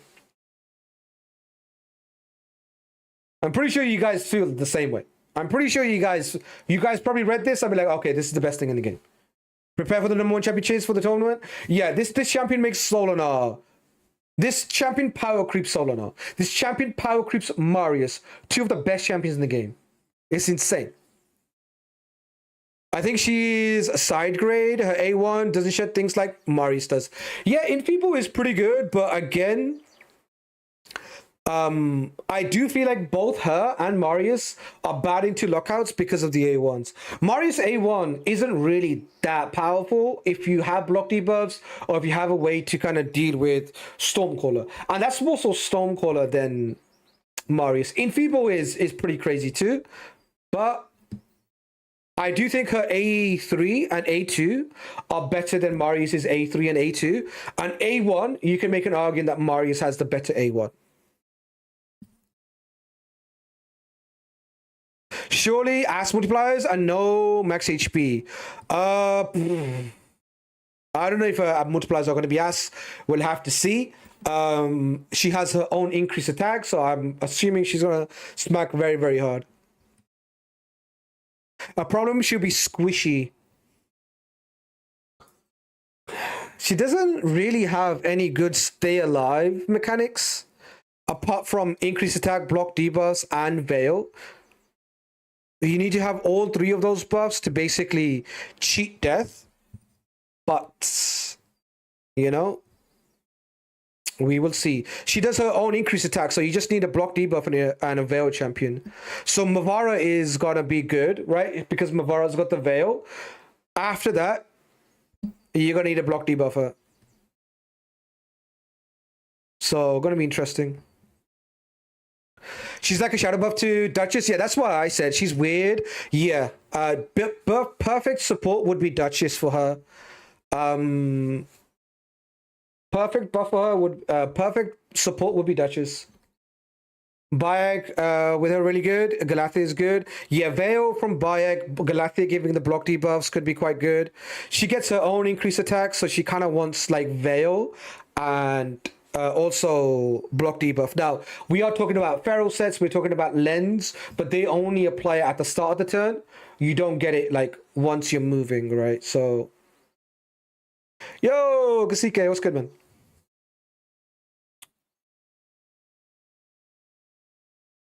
I do think her survivability is a problem, Elite Death. I do think Elite Death, and if you guys are all right.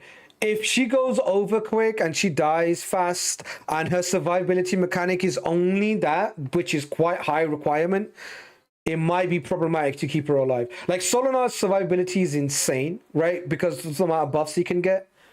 So we'll have to see. And even though he's a bit annoying, we can still find a way around him. So we'll have to see.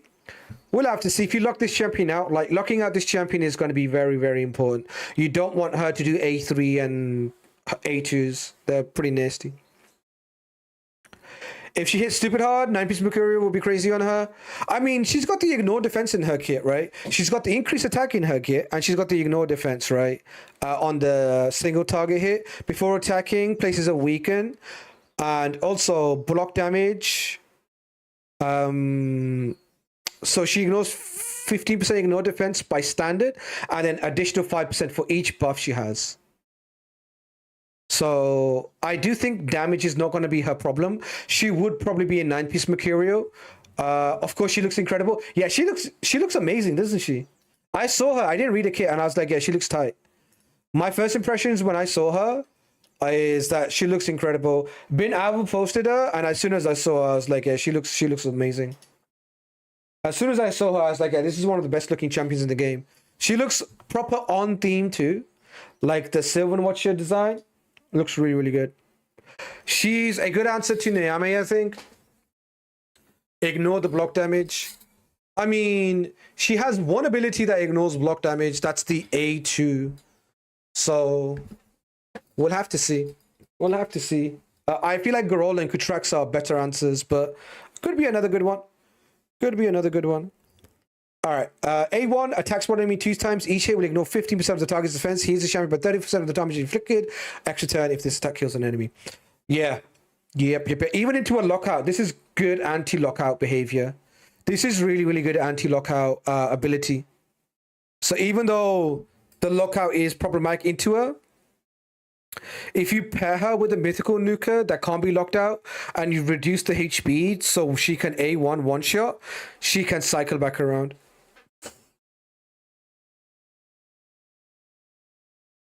9-piece Mercurial. With the amount of ignore defense they given her, I don't think she's going to be... Ignore defense and increased attack, I don't see her not slapping hard. So, yeah, I think 9-piece Mercurial on her is going to be incredibly strong. I have 34 Sacreds and 39 Voids. We in. She's a good answer to Nyame. That's her bread and butter. Just wait for it. We'll see. Nyame is very, very good. So we full send it right? Ooh, that's a great question. Does this champion change the Void Chase? Number 1 Void Chase with Tection. Does this champion change it?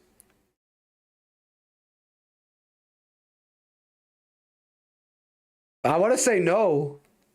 I want to say Tection is better champ, but what do you guys think? Me personally, I would say Tection. Like, she's better than...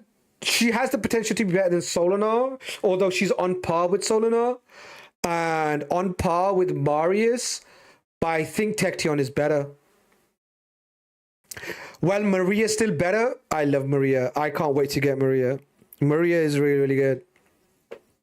I would take Tection or Solinar before her. Too small chance anyways. I mean, it's true. It is true that the chance of it happening is not very likely, but it's still the intention, right?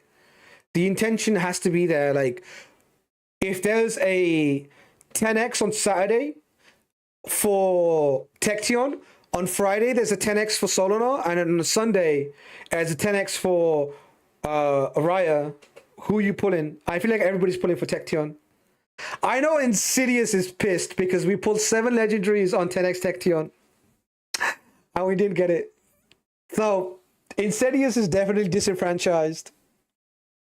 We put a lot of legendaries, but we couldn't get it. I'm sorry, man. I am sorry. We did pull a ton of legendaries. We just couldn't get it across the line. Third right now, Trectronad or Solinar. Don't even talk about the Primals. Primals rough as well. You have rough Primals too?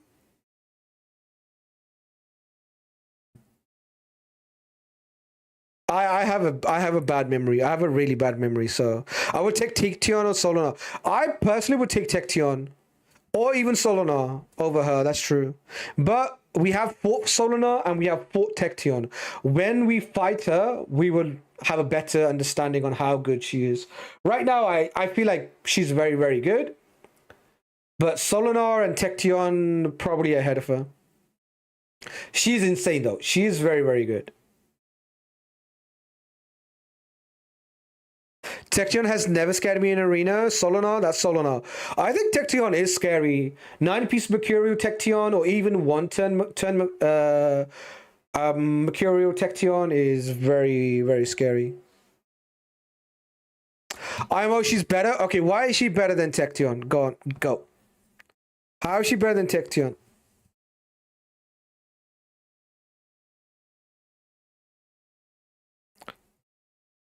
Because I feel like everyone at this point is basically saying Tection over her. Prettier? She is prettier than Tection. Although, my guy Tection is a looker too. My boy Tection is a looker too. Look at that guy. It's not a face you wanna, you know? Couldn't you just kiss him? You know?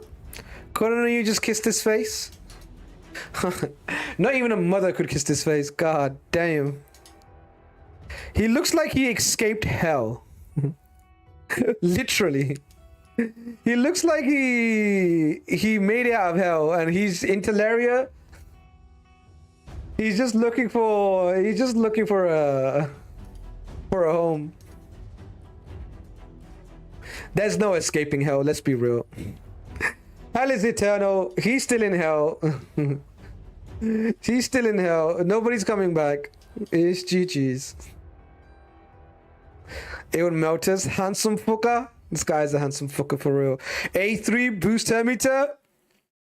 A3 boost meter. Are you trying to say she's better than Marius because she boost meter? I mean, Tection A3 does extra, or one of his abilities is extra turn, right? Tection A3 does turn meter. Tection A3 does extra turn, so actually better than boosting turn meter.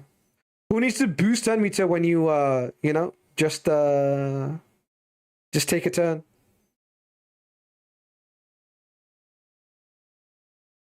But yeah, Raya looks pretty good.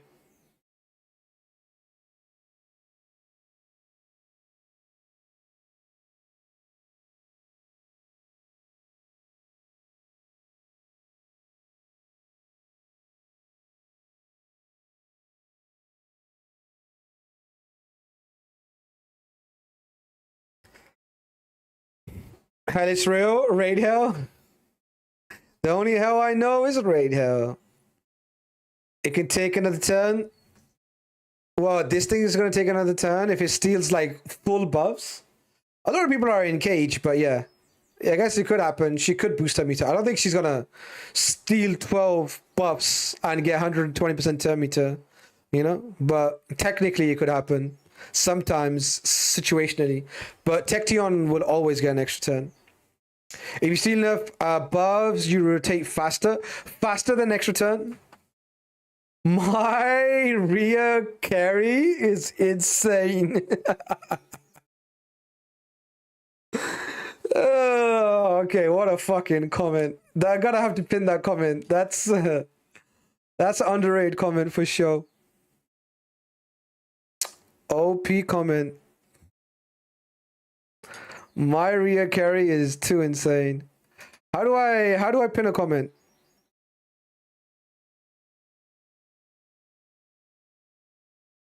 Open thread, that's not it. Do I need mod view? I don't know. Maybe I need to do it over on Twitch. My Rhea carry is insane. Let me see if I go here, if I can do it.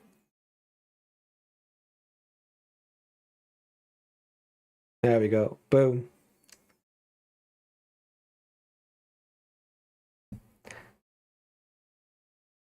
She looks good aside from the faction aura.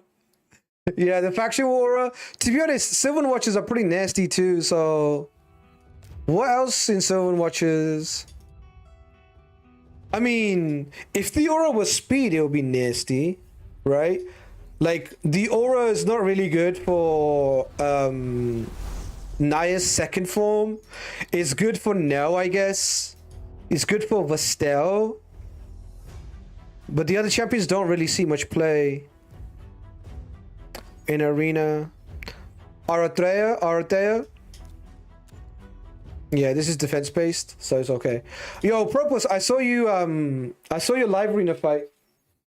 I was watching a certain streamer, and I saw you do a live arena fight. You did pretty well. Good shit. Good shit.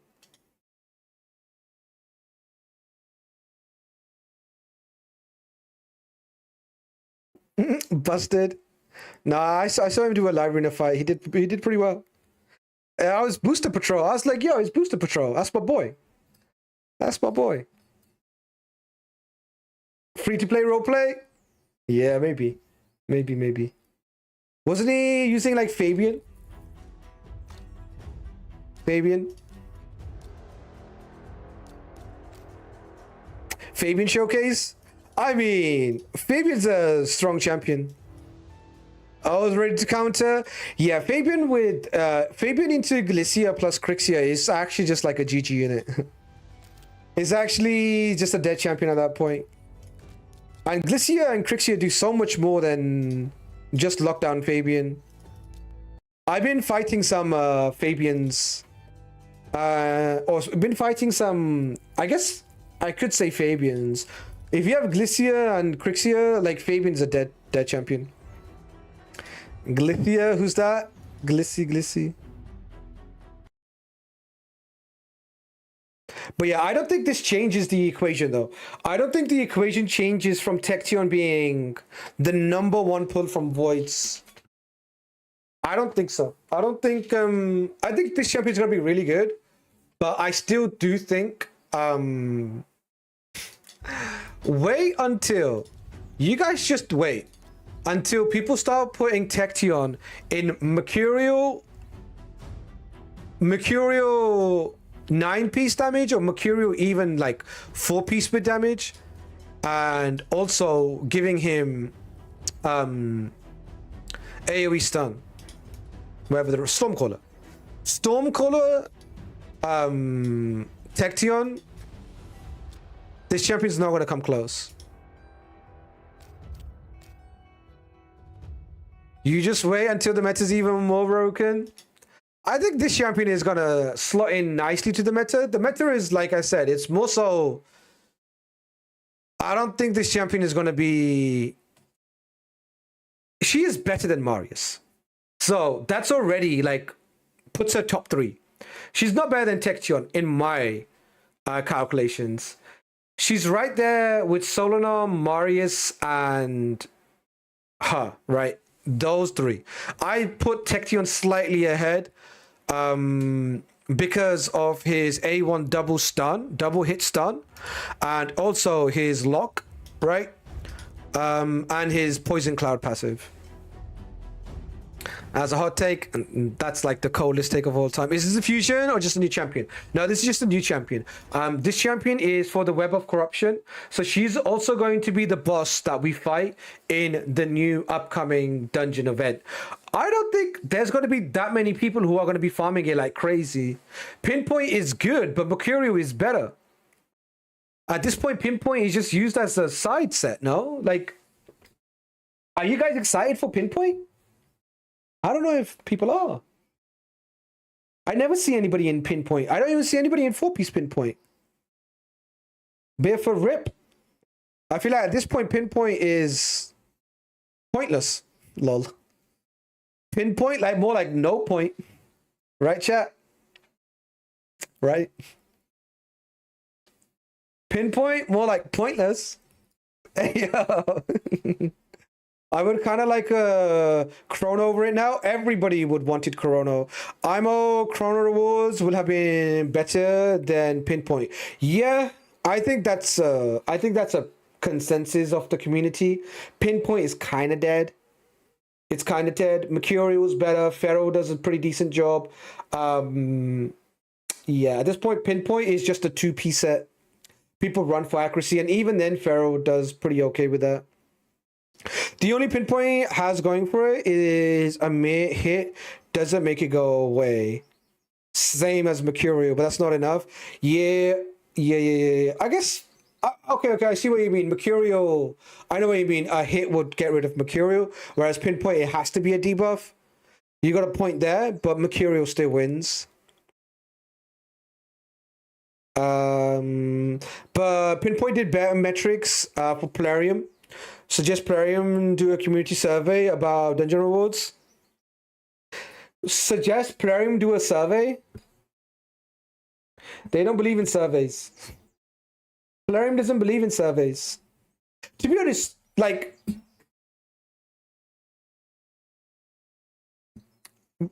surveys are only effective if people think you're being sincere. You know, if there's no sincerity in the survey, then they won't really react to it properly. This would be a good survey, though. I do agree with this survey. Although most of the time, I do believe people hate Plarium so much that like they won't give them a straight answer. But this case, I do think Plarium should do a survey, because if they said which one would you rather, pinpoint or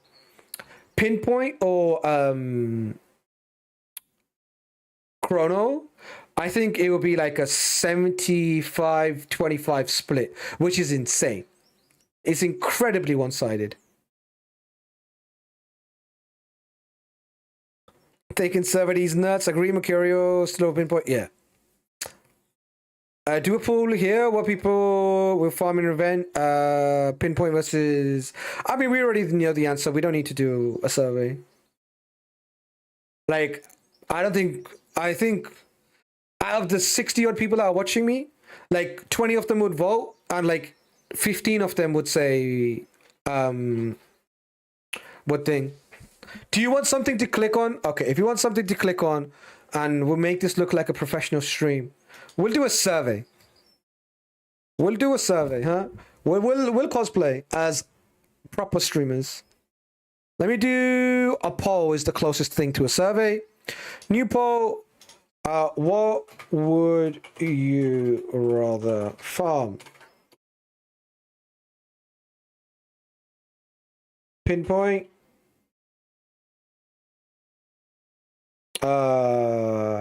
Chrono. Beige. I think that's how it's spelled, right? Allow additional votes? No, just one vote each. We'll give you a bit. We'll give you like 3 minutes. Boom. There we go. Get your votes in. Democracy, baby. Democracy would entail that I would follow up and make it. So this is just a survey. This is just a tester. This is more so surveillance than it is democracy.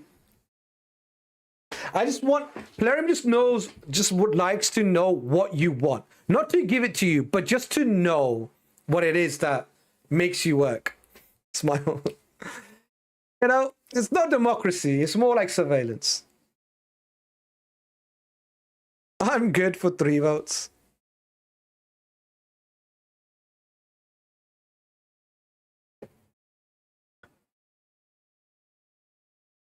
And they would then give you pinpoint. Yeah, it will be a 75-25 split, and then they will give you pinpoint anyway.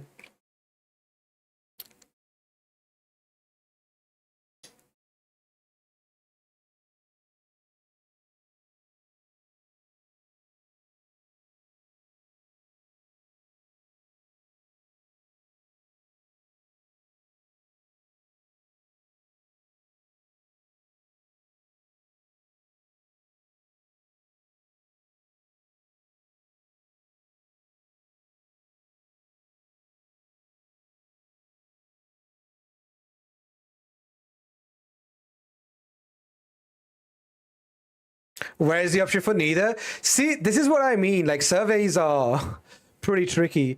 You can't have a meme answer in a survey, because if you have a meme answer in the survey, like, everybody's gonna, you know, do the meme answer. Never leave a meme answer unless you're like unserious. If you're unserious, then fair enough. But if you're doing a proper survey, you gotta keep it on course.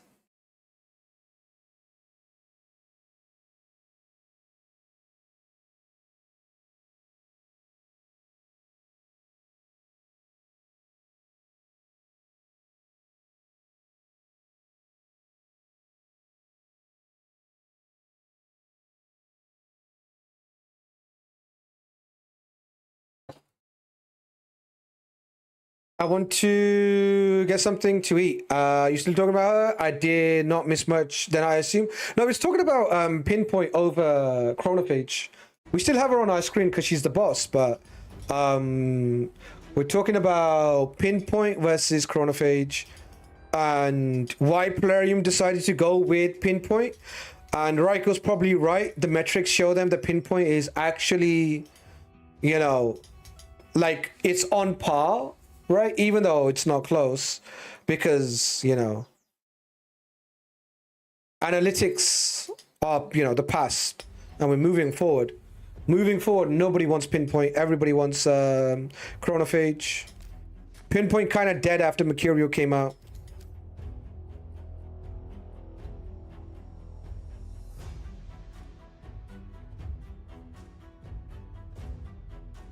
This is why Plarium don't do surveys? No, Plarium don't do surveys because they are not very smart. That's why Plarium don't do surveys. Like, surveillance, even just for surveillance, like, knowing how your community feels is such a boon. Like, being in touch with your community, or just knowing, even if you don't want to use that for the benefit of the community to better the life of the community, but just being in the know of like what the community's talking about, what do they want, what do they not want, right? It's so good. It's actually so good. Even if you're the biggest piece of shit in the world, you would still pay. If you are the biggest piece of shit in the world, you pay more for surveillance and to have an indication of human behavior, right? Like knowing how people react to extreme environments, or not even extreme environments, let's just keep it to raid, right? Knowing how people react when there's a bad 10x or 15x, or when somebody gets unlucky or this, that, and the other is super beneficial. Plarium, yeah, Plarium are unique in that they're like, no, we don't want to listen to anybody actually. We don't want to do any polls. We don't need to talk to anybody. Why are you counter-attacking me? Did they buff Maneater? What's his problem? Why is he counter-attacking me?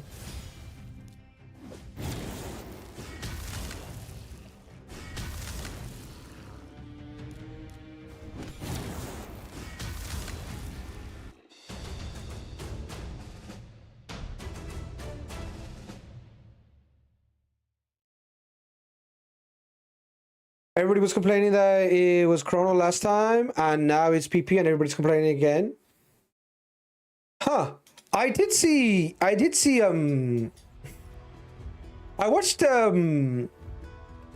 Slackbox's video, and Slackbox mentioned in there that people originally thought that the set was not good, and that's because the buff duration could be decreased, right? It's because it was a removable buff, like, I'm assuming, and now Mercurial's out, things have changed.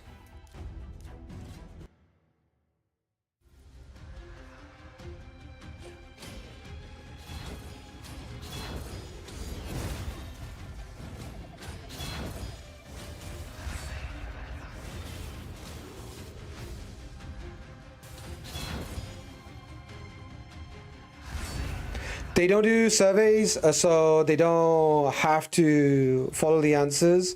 That's, yeah, absolutely. They don't do surveys because they don't want to do what the community thinks is right, right? They want to do what they think is right. And if they start doing surveys, then all of a sudden they have to, you know, follow up on those surveys. So fucking Arc is 100% right. If you ask somebody something and they give you an answer, you can't then be like, oh, I don't know. League time? Yes, thank you for the reminder. W chatter. Let me go get the leak. Right, where is it? Okay, boom. We have the new fusion, boys and girls. It's here. Get excited, get hyped, go fucking crazy. It's time. There it is. There it is. The embargo, is it? This is your new Fusion champion, boys and girls. He's a Sylvan Watcher. This is Sylvan Watcher week. There's a lot of Sylvan Watcher love going around. This is the icon for the champion. Looks kind of cold. Let me show you guys his turnaround video. If you guys, you know, have a turnaround fetish, here it is. He's a single winged sort of Sephiroth type champion, looks like. This is what he looks like. He looks kind of cool. I don't really like his weapon personally. I feel like he's got a tiny mace. Not impressed. Not impressed. I thought he would be wielding a much better, bigger, stronger, more daunting weapon. The mace, not gonna lie, that low-key looks like a war crime. That doesn't look like that weapon would pass the Geneva Convention. I think that weapon is too bloody. What if he can throw his mace? Let's take a look at his kit. Here's his kit. Your Fusion, ladies and gentlemen. Here it is. Fresh champion for you guys. You guys were here first. You guys saw it first. Bring it to you live. This guy's name, nice and simple. Folan Silverheart. Spirit Affinity. Now, Spirit Affinity has been getting a lot of love lately. A lot of the strong champions are being released as Spirit Affinities. This is a resurgence. This is a correction Plarium have done. Some say 3 years too late. Some say better late than never, right? But we are making the pivot into Spirit Affinity champions, and we are making them stronger. Thank the Lord, right? Strong Spirit Affinity champions. Yes, please. Make those red champions less good, right? Again, blue champions are winning even more. But it is what it is. It's a 3 affinity game, or it's a 4 affinity game, not a 2 affinity game. Right, let's take a look. Let's take a look at this guy's kit.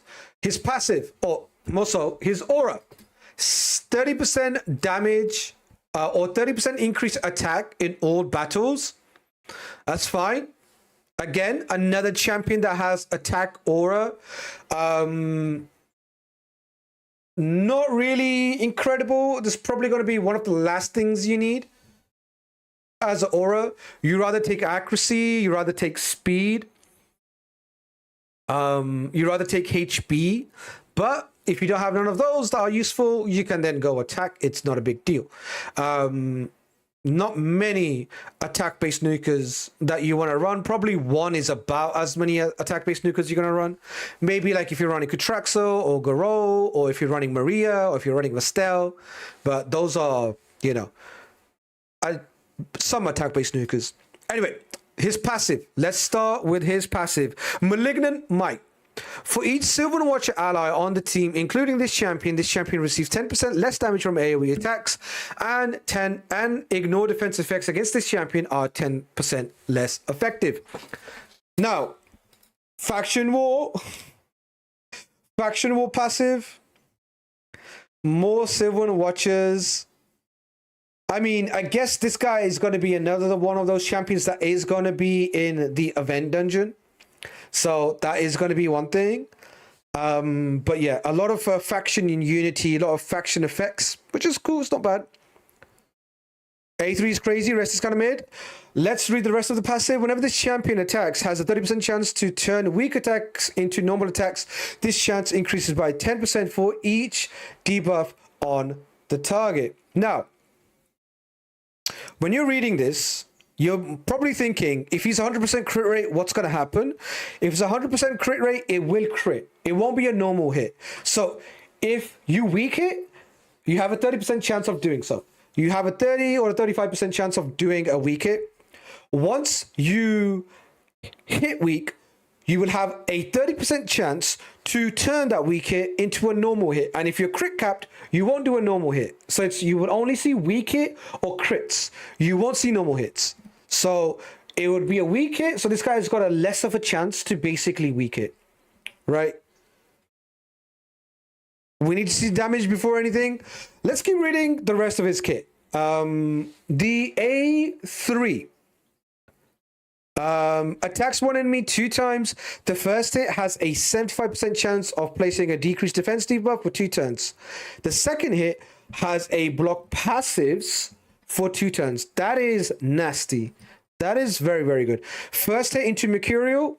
Second hit, block passives. Very, very good. If obviously they don't have Mercurial, then you get the decreased defense and the block passives. Lethargy, thank you for the follow. What up? Nice name. Then applies debuff spread. So after landing the debuffs, he will spread the debuffs, taking all debuffs from the target and placing them on all enemies. That is insane. And then finally attacks all enemies 1 time. His attack will ignore 20% of the target's defense. That is insane. What? That is insane. Mercurial tick, right? And then block passives. If they're 3-turn Mercurial, one champion loses all of their Mercurial ticks. One champion loses 3 of them. One champion loses all of the Mercurial, and the other 3 lose 1 of the Mercurial. If you do the A3, very, very good. Oh god damn, the A2 is double hit too. Yeah, the A3 is nutty. A3 is very, very good. Decrease defense, block passives, then spread debuffs, then an extra hit on all of the enemies, and will ignore 20% of the target's defense. Very, very good. Everybody's going to be able to get their hands on this champion because this champion will be a fusion.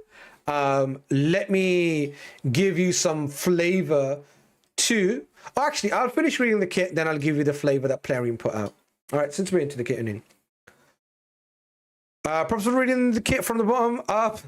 Does debuff spread decrease total guard with the Mercurial? No. Unless you have him in deflection set, it won't.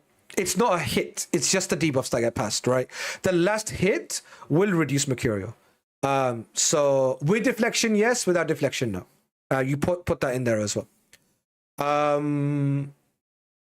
Chronophage potential. Put him in Chrono so he doesn't get locked. Let's take a look at the A2. Attacks all enemies 2 times. Another really good hit into Mercurial. Strip 1 Mercurial into Nuke. Or just strip 2 Mercurial from everybody. Very, very good.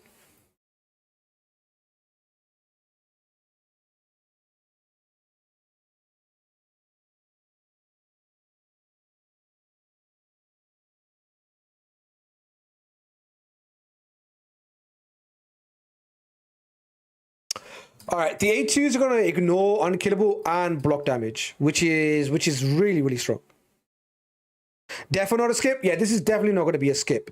So the A2 unkillable and block damage ignore, double AoE hit, deals 10% more damage to each enemy for each debuff on them. Again, we are seeing a resurgence of debuffs, so yeah. You kind of want to see more debuff champions add more debuffers. Carnage has always been good with debuffs, and now it's coming more and more. So, you know, could see more debuffers. And A1 is triple hit. Triple hit is very, very good. I think Lucas said, right, his A3 is very good. The rest of meh. I think you're overlooking how good these multi-hits are into Mercurials, right? Mercurial AoE double hit is insane. Very, very good. And then A1 is triple hit. Each hit has a 30% chance of increasing duration of a random debuff on the target by 1 turn.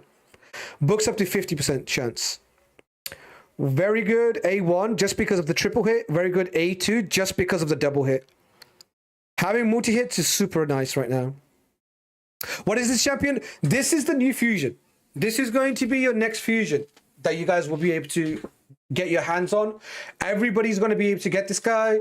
And he is the next fusion. Like I said, I did tell you so. It does feel very quiet. The next fusion is going to be insane. I did say that shit. You know, I just want you guys to know. It has been quite slow. And I did call that it's going to be pretty big. I wasn't the only one. A few CCs did also say the same thing. That something is cooking. Plarium are cooking something. Now, here's the wording. This is really important. So this is going to tell you what type of fusion it's going to be, right? So it's a champion fragment event, which means you can't actually get any tokens or even trade this guy in. The good thing is he's not somebody you want to trade anyway, right? So it's a champion fragment. So it means that you're going to be able to pick up the fragments for him. It also means that it's going to be an easier fusion than the classic type fusions. The classic fusion is harder to do. This one's easy to do. Yay or nay? For me, yay, for sure. Shinny, what's good, Shinny? Yeah, shout out Shinny, everybody. Make sure you guys check him out. I think his kit's incredible. I think his kit is really, really good. His passive is whatever, his aura's whatever.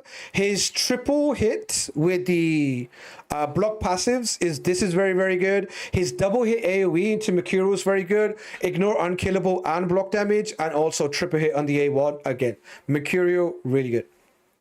So for me, he's a definite get. A definite get. Downsides, Spirit Affinity is making a resurgence, but it's still not the best thing to run. Still, Nias is nasty, so, you know, it's pretty tough. Nias is still going to be blue.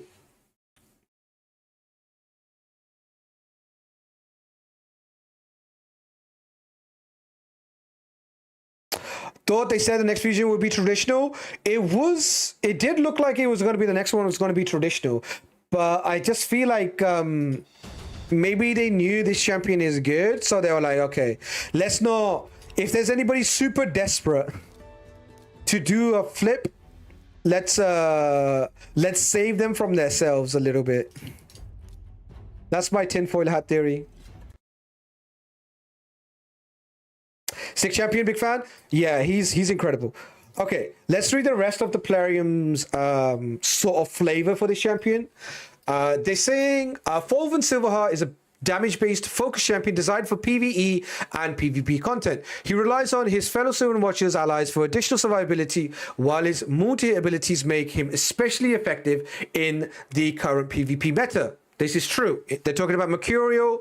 They're not really talking about Stone Skin because he doesn't really have any buff removal, right? Unless I missed something. Yeah, he doesn't really have buff removal. So they are talking about Mercurial when they're talking meta, which is, you know, about right. His kit revolves around debuff synergy. He places decreased defense and block passives, spreads them across the enemy team, and deals increased damage to debuff targets. To furthermore reinforce his offensive pressure, he can also ignore block damage and unkillable buffs to deliver devastating blows to opponents. Now, they didn't mention one thing in here that just occurred to me that's really, really good as well, is I've mentioned Spirit Affinity and the fact that weak hitting is quite annoying. They did put a little bit in there to make it so weak hitting isn't as punishing, or not it's still as punishing, but it isn't as likely as some of the other Spirit champions, right? Because of his passive. Was this passive? Yeah, his passive. Whenever the champion attacks, has a 30% chance to turn a weak hit into a normal hit. And as I explained, normal hits will be crits if you're crit capped. They will never be normal. So, yeah. Into Nias, you still have high punishment for weak hitting, but you have less likelihood of weak hitting. So hopefully you can still run him. You can still run him quite effectively into Nias. So if you're thinking Spirit Affinity, I don't like the fact that Nias is going to get a weak hit. This guy is your best bet, you know? I wouldn't put him in Death Dealer. I would just run him into a Nias. You've got a pretty good chance to not weak it. So this fusion is get the champion or nothing. We can't use other tokens. That's correct. You will not be able to switch this champion. You will not be able to switch this champion. This champion is a fragment fusion. You can't flip fragment fusions. They have to be pure old school, right? If they're like hybrid fusions, you can't switch them. And if they're fragment fusions, you can't switch them. But if they're old school, do champions, and then put those champions into champions to put into champions, that's the flip you can do.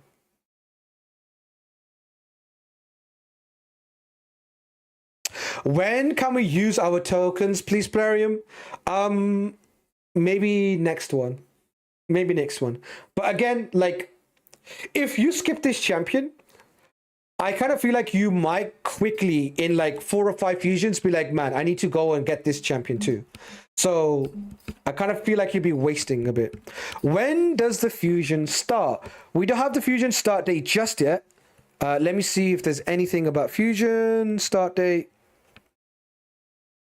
Oh, 4th of June. The fusion is the 4th of June, is Thursday coming up. So it's going to be in exactly a week's time. Next Thursday, you will be able to get him. Can't skip, need the token. I'll do it, but I don't see myself using him that much, if at all. Damn, you don't see yourself using him?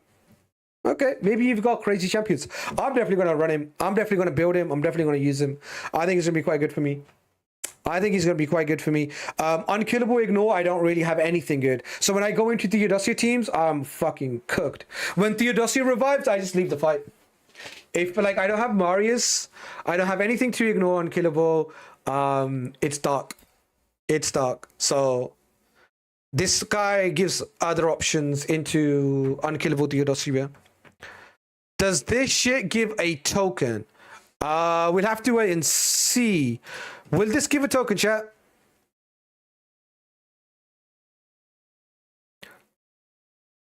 I'm not sure if you're going to be able to get a token from this. Since it's a fragment fusion. Okay. What's Shinny saying? What is Shinny saying?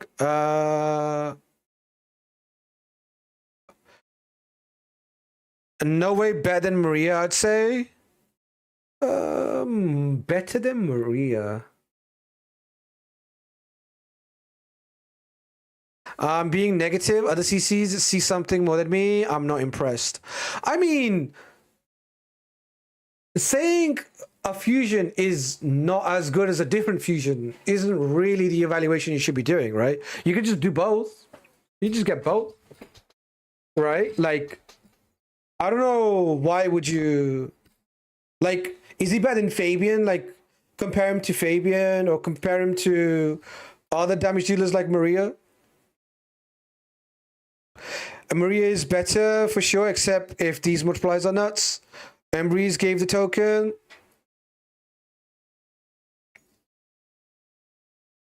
But yeah, I think the fusion is definitely very good, and I wouldn't say anybody should skip her. Is Maria better? Yes. But I don't think that should make you not do this fusion. Right? Like, what are we saying? Does every fusion have to be better than the last one? I don't know. I don't know what we do with the argument. If it's a fragment, then no, it is a fragment, so no. It's a fragment fusion, champion fragment event, so no. Thank you so much, Insidious. Thank you for sharing. I'm 100% not skipping, but I would build him, probably not. That's fair enough. I would recommend you pick him up, and if you don't want to try him, that's perfectly fine, right? But I would definitely say pick him up. Do not skip him. Do not be like, oh, I have a Maria, so I won't do him. You know? Definitely not a skip. As the rate saying goes, if you're fusing, you ain't losing. Block passive is always worth it, and 3 AoE hits easy. I mean, like, Maria has the single hit that ignores block damage, right? Let's compare it with Maria. Obviously, we're massive fans of Maria, right? Let's compare it to him to Maria. She has this thing, right? If you do this on the third turn, will ignore 33%, or sorry, 99% of the target's defense. Block damage. She doesn't actually ignore Unkillable, I just see. She doesn't ignore Unkillable. So he does have that. And she needs to do this on the third turn. So it's kind of RNG that you get it, right? If you do the A1 and the A1, it's a pretty good chance that you get it. But again, you can not get it and lose. The A3, before attacking, removes all buffs from all enemies. This effect cannot be resisted by enemies with a number of buffs that is divisible by 3. will attack all remaining enemies with less than 66% HP. Grants an extra turn if this champion is under a number of buffs that is divisible by 3. So I guess she has a removal of unkillable, but she doesn't have unkillable with ignore, right? And it's a little bit janky. She only removes the buffs if they the buff count is 3, 6, 9, right? You can't have more than 9. And she gets the extra turn. Actually, before remove buffs, okay, no, the remove buffs has got nothing to do. The remove buffs has got nothing to do with the that. It's only irresistible if they have 3 buffs. I heard it may start on the 4th. Yes, that is correct. It will start the 4th of next month. If you look at this from a mathematical point, it's bad wording since you divide 1 by 3 as well. Yeah, it's bad wording, but I don't think they should really play for that wording. Because then, like, you have to add more in, and then that's just more reading at that point. I want less reading. I want clarity too. That is definitely true, but I don't think it really adds to clarity much, and it adds more reading. But I guess they could add 1 more sentence in. But you are being actually at that point, Lucas. It's a bit nerdy to fixate on that one, but you are right. You are right. You know, in the argument of clarity, you are right. Smile. Yeah, smile. Yeah, Maria AoE buff removal can't be resisted with a number of buffs divisible by 3. You can build it with accuracy and use it as a stripper, but again, cage protected buffs problematic. This guy ignores straight up. I don't know, man. I don't know if he's worse than Maria. I don't think it's that crazy. I don't think the difference between him and Maria is that big. We haven't used him yet, right? So Maria has devastated us. So Maria definitely has that going for her. But I don't think this champion is millions miles off Maria. I think his power level is right up there with her. Is he better? Is she better? We'll have to play test them and find out. But I don't think this champion is much weaker than Maria at all. He's technically right, which is the best kind of right. No, that's the worst kind of right. He looks like a poor man's Carnage. What, him or his kid? Poor man's Carnage. He's actually a better Carnage, though. He's better than Carnage in first form. No? Am I crazy? Carnage has got the passive. The passive is super annoying. Carnage's block passive pass around is a little bit inconsistent. This guy's got a consistent block passive pass around. I think though that Maria, Garol, Gutraxa, etc. all have survivability and guaranteed ways to take turns. I don't think they all can be played around, don't know, right? Maria's Mercuria can get stripped and she can get CC'd. Garol, same. Gutraxa, same. No champion survivability is guaranteed. You can ally attack all 3 of those champions in Mercurial, and you would have a good chance at killing them, or at least CCing them. No champion is guaranteed to take a turn. His survivability, I guess, is worse than Maria's for sure. This is just run off the mill squishy attack Anuka. A 1 skill ignores unkillable. I bet we will get more unkillables in future to cause Theodosia just running rampant too much. I bet we will get more unkillable ignores, I think you mean. To cause Theodosia running rampant too much. I think they don't mind mythical... one of the best mythicals to be one of the best mythicals. I don't think they mind Maria running rampant. Right? You're right. She would run rampant, and she is running rampant. I fight so many people who know I don't have a way to strip and ignore unkillable. They actively get their champions killed so they can use the unkillable. So many people just want their champions to die so they can go unkillable. She's insane. Theodosia is such a pain in the ass. So many times I'm just like, man, I wish I don't kill anything because the team's gonna come back with unkillable. Then nothing's gonna die. I'm always trying to kill Theodosia first, but she's like in Mercurial, and then she's got the tower helm. She's got ignore defense reduction, and she's got bolster defense. It's just fucking long. And then she's got the stone skin, and she ain't dying. Block passives can be cleansed. That's true. That is true. Block passives from this guy can be cleansed. Carnages cannot be cleansed.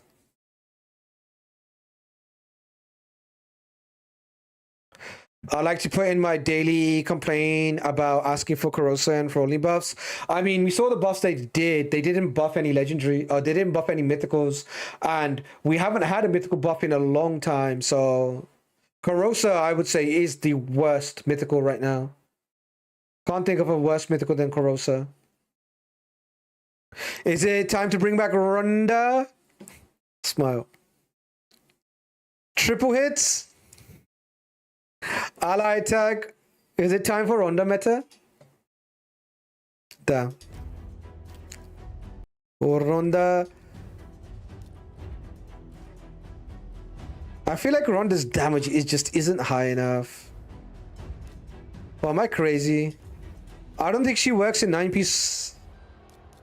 I don't think she'll work in 9-piece Mercurial. Attack on him 2 times. Damage increases by 30% if this champion has 50% or more HP. Immune to term meter reduction. When this skill is not on cooldown, decreases all term meter reduction effects from enemies used against this champion by 50% when this skill is on cooldown. Triple hit. Ignore. Shield. And 30% of target's defense.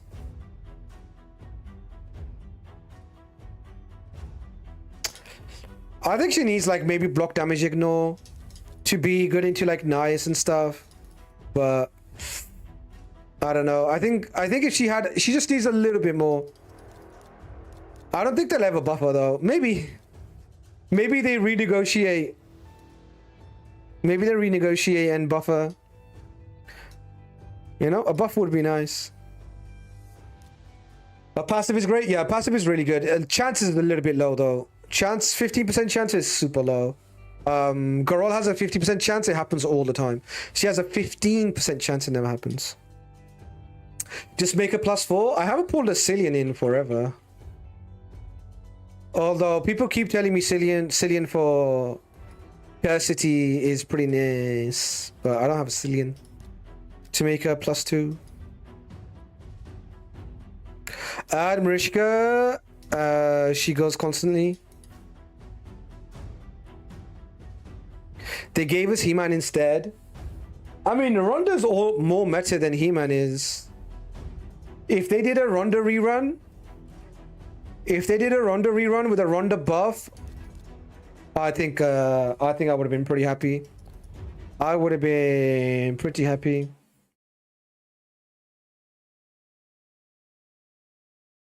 People still using block damage and unkillable with 9-piece Mercurial. People still running block damage and unkillable with 9-piece Mercurial. What do you mean? You think people aren't running champions with those buffs? They're everywhere. They're everywhere. Block damage is everywhere. Unkillable is fairly common too. Theodosia being the main culprit for that one.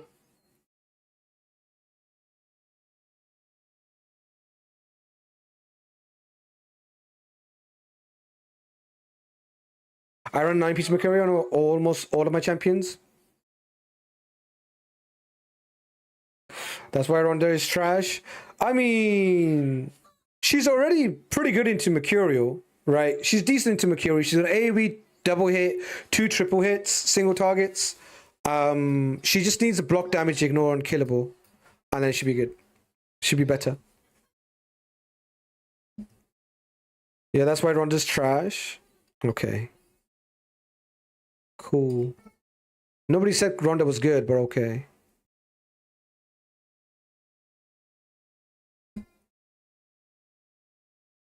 Mercurial on almost all champions.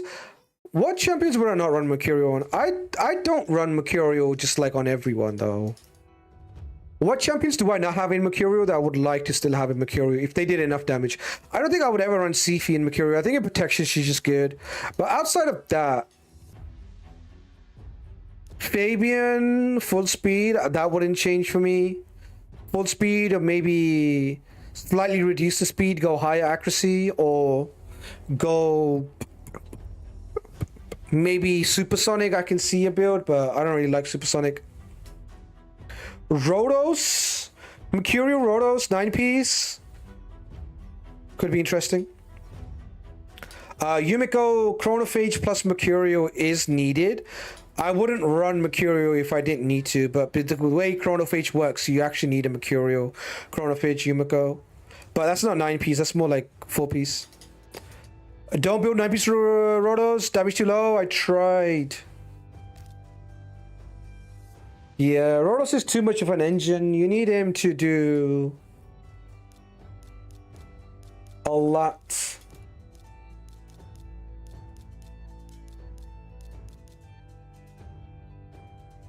He needs the ignore defense. Yeah, his A3 has big ignore defense, but the ability that increases his damage and increases his HP doesn't have any ignore defense. So at that point, you're a little bit cooked. I think it's a skippable champion. I think it's skippable. Fair enough. The biggest issue I have with Ronda is that they made her kit revolve around punching, which is very weak, and only 2 knockouts with punches, and only technically. You bring up a fair point. The law on Ronda is not correct. Shinny, these are the things that keep me up at night as well. How come they made Ronda a puncher and not a grappler? This is true.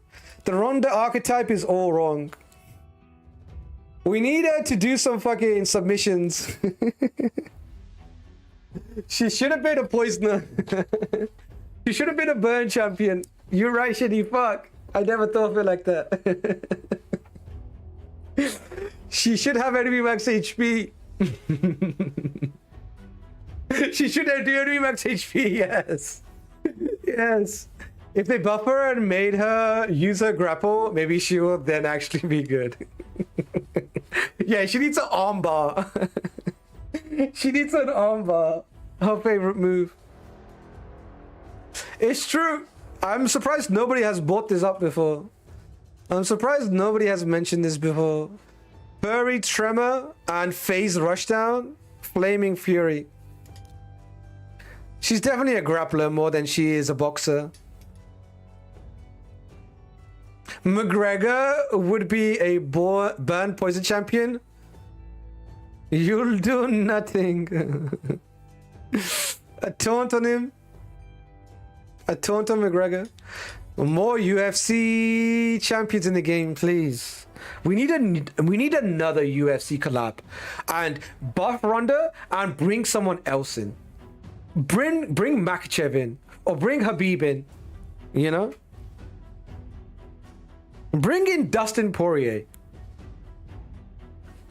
Bring in the goats. Anderson Silva.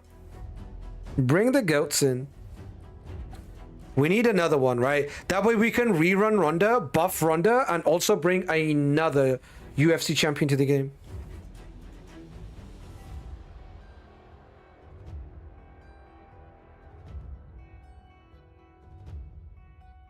Shinny Law channel next? Yeah, Shinny needs to do a law video.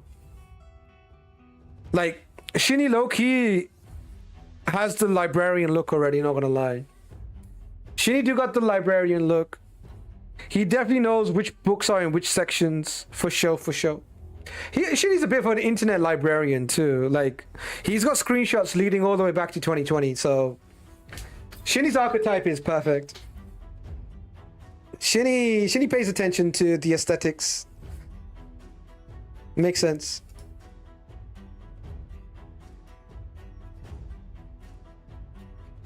%, skippable? Yeah, I don't think this champion is skippable. I think this champion is incredibly strong. Very, very good. I would say he's like Maria level, Nuka. Maybe Maria slightly above, but I don't think Maria is like million miles away from this champion. You know, there are situations where you run him over Maria. There's situations where you run Maria over him. But I think he's very, very good. If you skip this fusion, it's going to be a situation where you're going to be like, oh man, I need to do tokens to do this fusion again. I would pick him up. I think he's great. Really, really good. If Gaethje beats Topuria, he deserves to be in raid. Justin Gaethje, my boy. Yeah, get him in. Bring more UFC guys into the game, honestly. And, you know, UFC seems to be cool with doing raid collabs, and raid seems to be able to reach out to them. So why not, right? Like we've done it before, we'll do it again. We'll rerun Ronda, right? We rerun Ronda and Buffer, and then we'll do another.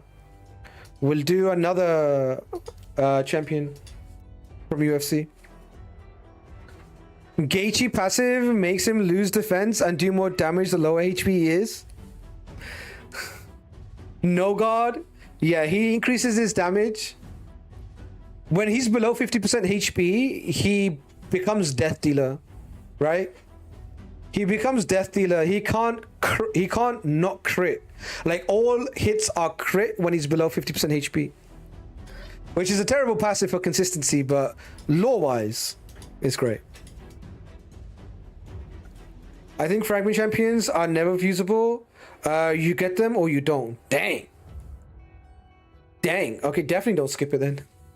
If you're not going to be able to get this guy again, I wouldn't skip it. I wouldn't skip it even if you could get this guy again, but definitely not if you can't get him again. You know? Definitely not if you can't get him again.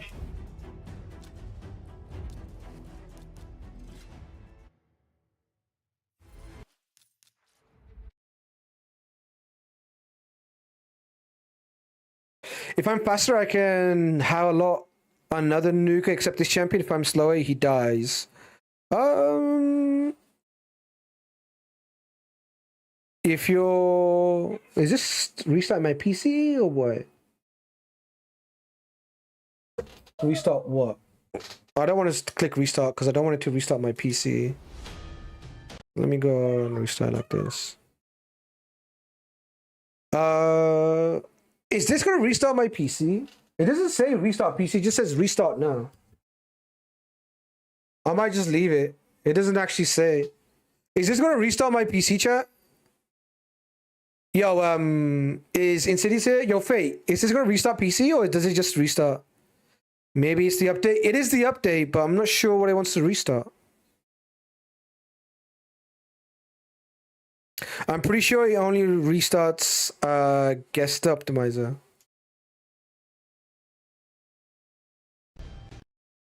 Okay. Thank God. I was worried for a second. Alright, boom. So team presets, huh? Create your first team. Preset. Let me call this Ogrin FW. No champions in this team yet. Add champion. What's this? Why is it like this? Oh, is this all my presets? No. Is this all my champions? It's probably all my champions. Okay. So if I filter for just Ogrins, and then I pick my team, which is that. One more. Is it Claude? Who's the last champion? Oh, Yuko. Okay. No, Yuko. Sorry, Yugo. Right. Add them to the preset. And then... Do I equip them for the first time and then save the preset? Is that what I need to do? Apps only restart programs. Oh, would the app not restart my PC? I feel like some apps be like restart PC. Save gear after setting them up. All right. Go bang, bang, bang. Yeah. I feel like he's supposed to be in a stun set. He is. This set.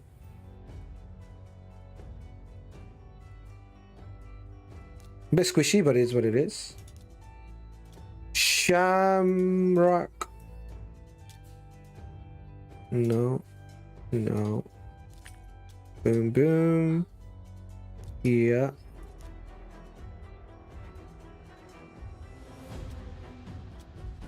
Oh well. You go. Bang. And then skrank. Bang. Alright, so all my champions are now built. Let me take a refresh.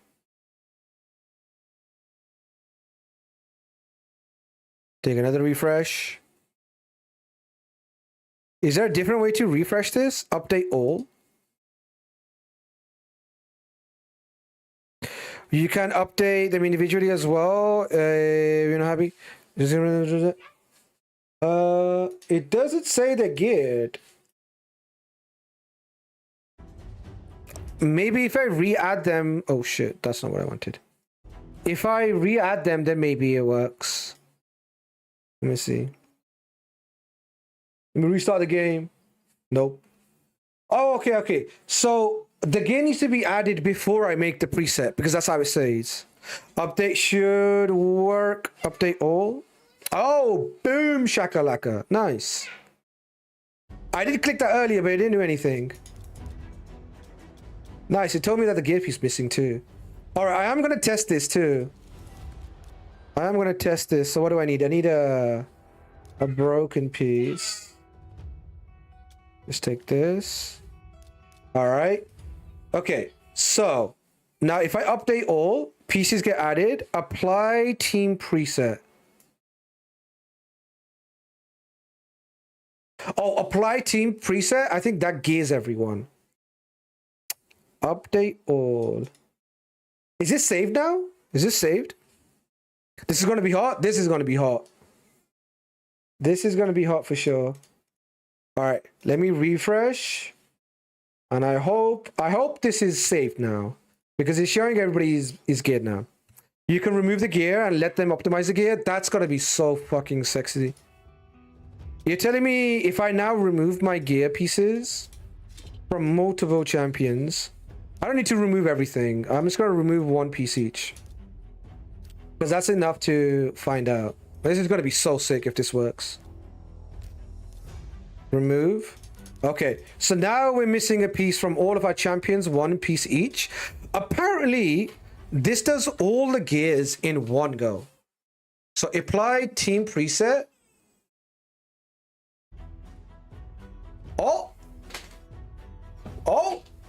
Oh, that's sick. That's hot. That's hot. Go, Opti, go. Is it done? That was pretty quick too. God damn, all my gear is back. Let's fucking go. That's insane. That is so good. That is so good. That is so good. That is so nice. Being able to do that is going to save so much time. Being able to do that for every single faction, for all my Hydra runs, even my Chimera teams at this point have a structure to them. That is super nice. This is awesome. I can also make like a preset, right? I can make a preset for Forest, right? All the champions I use and all the unique builds they run, I could just make those and put them in. And that way, if I'm going to do my energy in Forest, I can just click the preset and then just put it in. What's the biggest preset you can make? So make a new preset. How many champions can you put in? Surely there's got to be a cap at some point, right? So let me just click random champions. Who else comes? See if he comes. This comes. Wait. Does it let you just keep adding? Stop. Wait. I can have as many preset champions as I want. This is one preset. This is one preset. That's incredible. 33 champions in one preset. Okay. Okay. This is sick. This is amazing. Yo, GG's. Gustavo Optimizer, GG's. This is awesome. As many as you want. This is crazy. Like, you could have your entire live arena setup as a preset, right? And when you do different contents in the game, you can just have one live arena preset. All your champions are tagged. And before you go into live arena, boom, you just put your preset for live arena in, update all your gear, apply all the presets, all your champions are fixed. Incredible. Incredible stuff. So if I need to basically put gear on all 12 of these champions, I just make a preset for it. That is awesome. That is really, really good. There's a lot of uses for what's going on in here. There's a lot of good uses. Essentially, you don't need presets anymore in the game. I wouldn't go that far, but you wouldn't. Yeah, the only thing that you use presets for is AI now. For in-game AI. But yeah, in-game AI is still controlled by that. But the fact that you can do this is pretty hot. And to be honest, I don't think this is too much of a departure from what the HH Extractor does, right?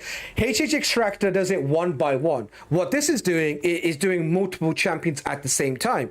The reason why I mentioned that is important because will Plarium allow this, and what's Plarium's stance going to be on this, right?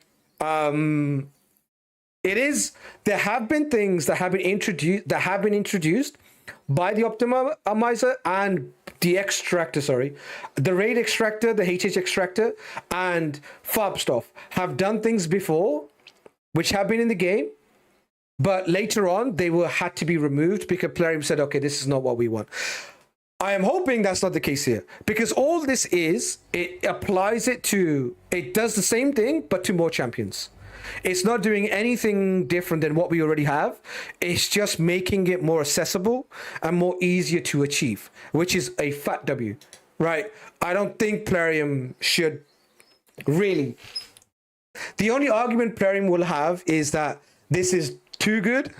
I know that's a ridiculous argument, but the only argument here would be that this is too good and it saves too much time off the players. Other than that, there's not really much that this is doing that hasn't been done before.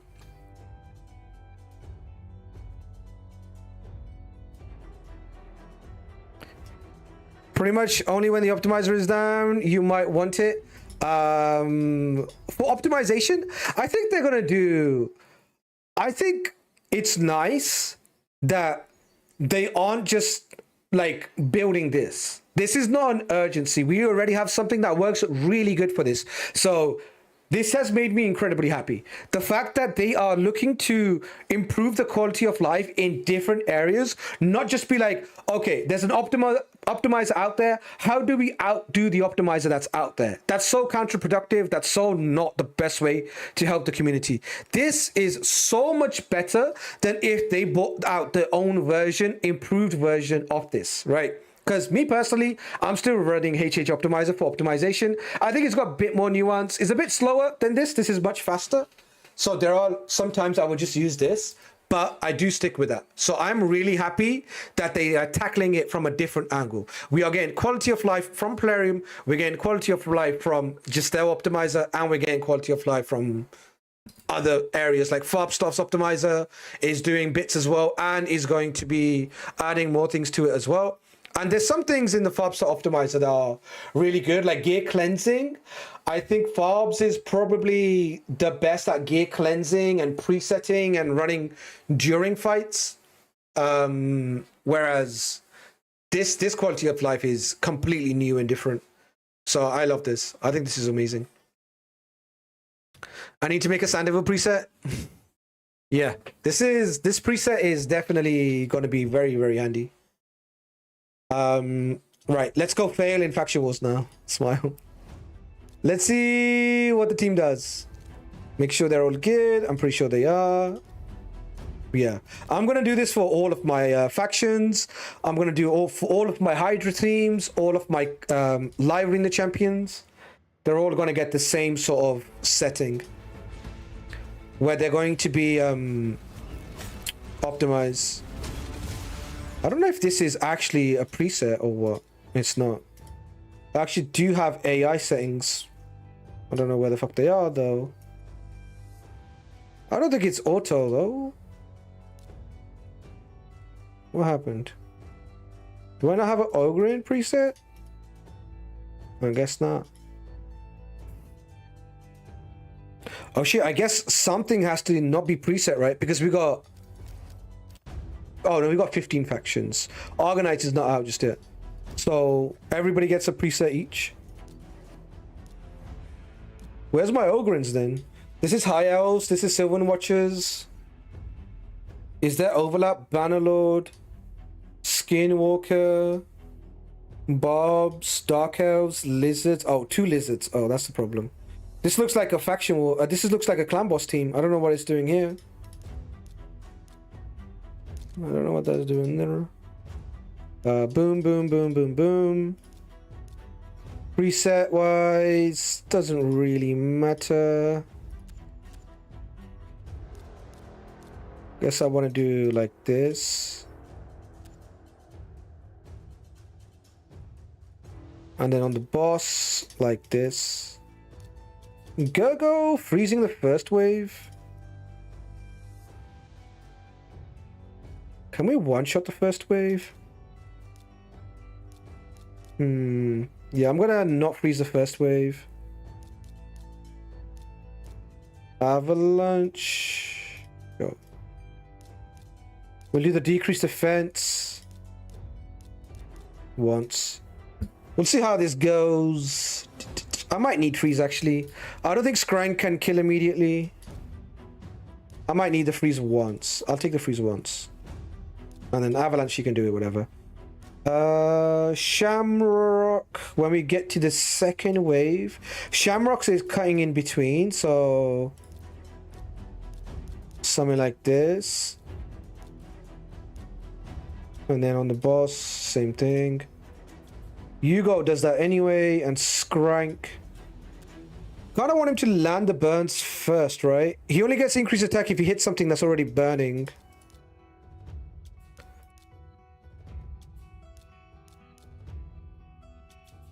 Alright, boom. Gurgo has missing crit rate. Oh, is it just control? No, he's just full control. He's full control. Crit capping him would be kind of good though, actually. But he's just control. He is slow enough to be able to build him for damage. Nice.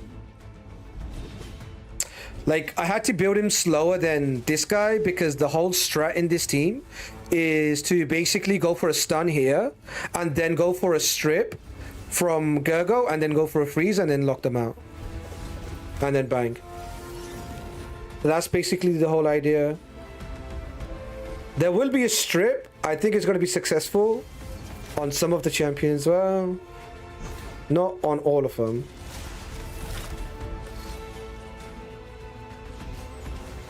Revive on death, block buff, steal turn meter, freeze, didn't work. We had decreased accuracy, so we didn't land. Is this Skrank gonna go? Yeah. He nuked. I can't die because, as you can see, I don't actually have a reviver. So dying is not okay. No deaths, please. Change of forms. Going for the stun. Gets it. I'm worried. Skrank might be going down. Ooh, he lived. 6-star Skrank. Decent survivability. 6-star Skrank is living. Here I do click on the boss. I need the increased resistance. There it is. Oh, the increased accuracy came out from dude. That's not good. Increased accuracy is bad. I need block buffs. This is bad. They're getting their shit off on us. Increased accuracy is bad too. Strip. I'm not going to strip with increased resistance, but I guess I freeze the two side guys. Oh, we did strip. That's nice. Land increased resistance. Okay, it's just auto. I just freaked out. Okay. Back on auto we go. Boom. Where's my increased resistance gone?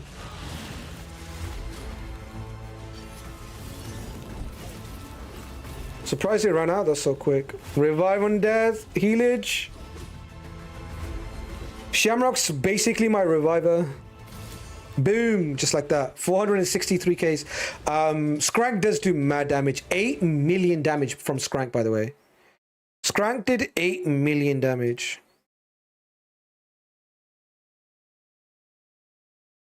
Go. Yeah, let's go put it on. Skrank shoosh, yeah, Skrank be cranking the damage. Skrank be cranking. Optimizing thingy in Gastells real quick. Top builds. Select a champion. Go.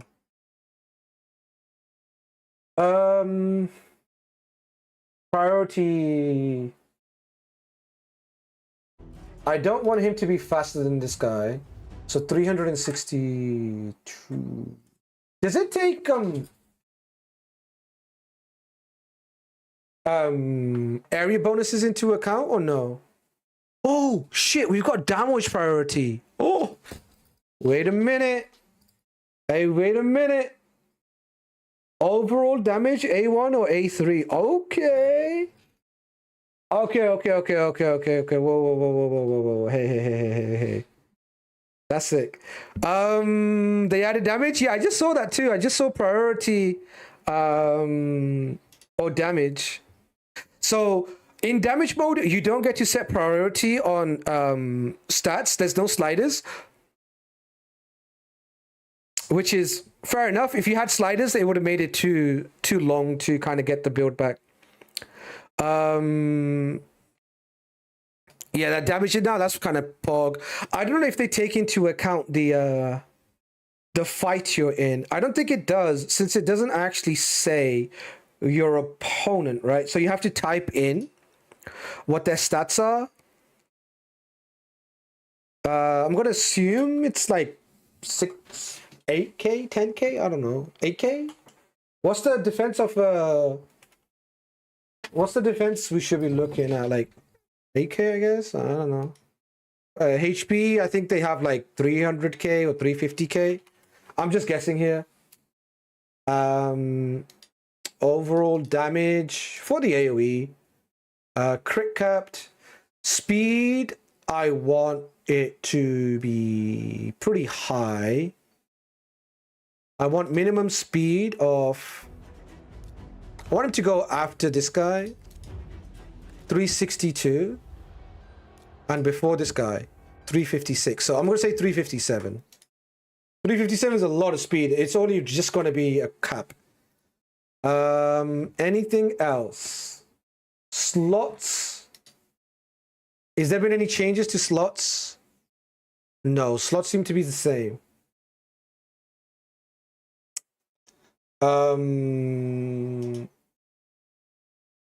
There was one thing about the just how optimizer that wasn't quite ideal.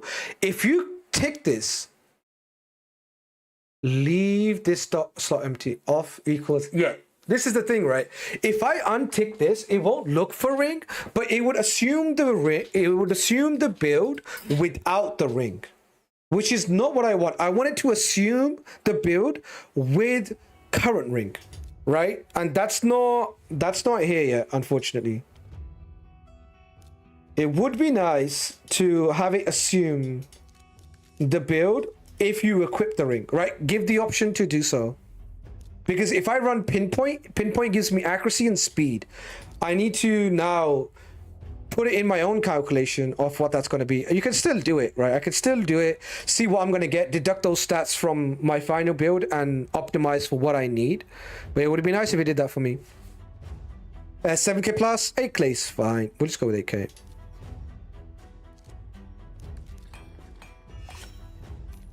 You can add reaction in the gear slots. Do you mean like sets?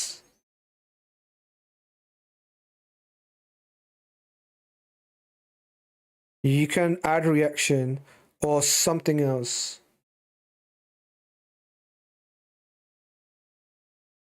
Huh.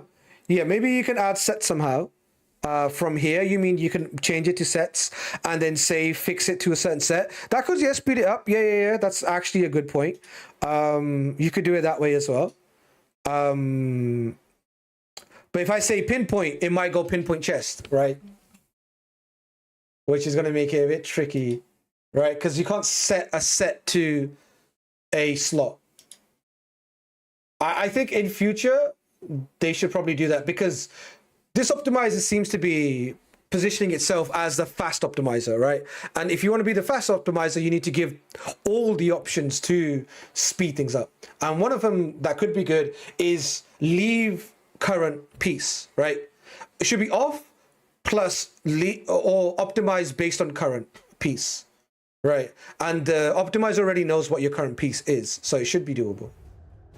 Shouldn't be too tough. I was expecting them half to kind of put it in, but it's not here yet. But maybe in the next one. What stats do I get? I get 10 speed, 20 accuracy. So what I can just do is just say, rather than having 356 speed, I can say I want 347 speed. And I can now also drop 20 accuracy, which is a goal of mine that I need like 450, I think we need for this content. And also there's 20, there's more accuracy that we're going to get from area bonuses, which is 80. So I go 385 just to be safe. 385 minus 20 will be 365. That'll be our stats that we'll go for. And now we can turn off this and we can turn off this. Right, that'll speed things up. Sets, I don't really mind. You can run whatever set you want. Let's see. This should still take a decent amount of time. I'm expecting this to be taking like around about 5 to 6 minutes. I don't expect this to be instant. Maybe I can help it out with what I'm looking for. Like something like this. Gloves, crit rate, crit damage, pretty much. Banner, something like this. Oh, I do still want 300 resistance, but I think we should be able to get that. The more I put in, the harder it's going to become. So I'm just going to leave it. Slots. And boots are going to be speed, obviously, so we'll do it like that. All right, let's see. Sets. I don't really think there's any set I really want. You can also choose CPU instead now of GPU. Wouldn't my GPU be better than my CPU for optimizing? Oh, that's pretty quick. It's goddamn. It's like 20 seconds. That is 20 seconds.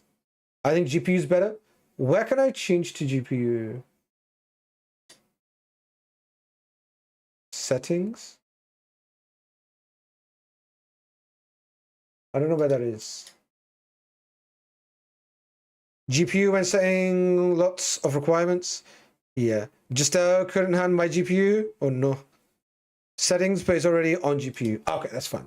GPU is good. All right, this is pretty surprisingly quick or pleasantly quick, whichever one.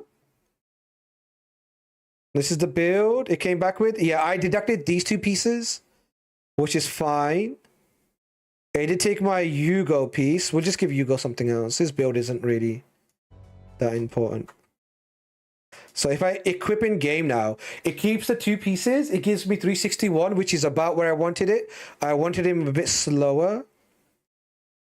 And it gave me 423. And 423, is that too much? I guess that's just what it comes up to. Is there any other builds that it found with much low accuracy? 368. Yeah, this is what I wanted. I wanted closer to 365, right? But because the pieces worked out the way they worked out, more damage, better stats, I wanted to run about... Yeah, I still feel like my accuracy is a little bit higher than what it should be. Little bit higher. I'm wondering if it's actually taken into account. I don't know if it is. This says 360, but then when I go over here, it says 400. Why is it doing that? Oh, my relic? No, no relic. Why is it doing that? Maybe because of the artifacts, the 20 more. It's more than 20 more, I feel like. Right? It's more than 20 more. The fuck? Oh. So the build is saying I'll be 390. Oh, okay, that's fine. Yeah, it is because of the extra pinpoint. And obviously I have the Laura Steel, which adding a little bit more accuracy. Right, okay. So that makes sense. That does make sense. 390, so this should be similar, sort of like 420-ish mark. Yeah, 424. Okay. Okay. Yeah, the build just comes out like that. The stats are just better like this. The damage is just higher. Honestly, this is much faster than HH. It is quite a bit faster. It's not actually close. Again, it is a newer system. It has way less bloat as well. So it is to be expected. Fine-tuning wise, are we missing anything? Like, I do say it has more nuances on the HH optimizer. What are we missing? We have the stats. We've got the damage calculation. I mean, it still looks at the skill, so that's there too. You get to put in the very important thing. I'm glad they put it here because it's super easy not to miss. A lot of people don't emphasize on this and they get really bad builds, right? A lot of people get really bad builds because the raid HH optimizer sets it to 2k and nobody's 2k. No one in PvE is 2k and nobody in PvP is 2k. PvP probably 4.5k and PvE much higher defenses. So it's nice that they have it here, you know, to emphasize how important this is. Stats wise, stats are the same on both sides. There's not much difference there.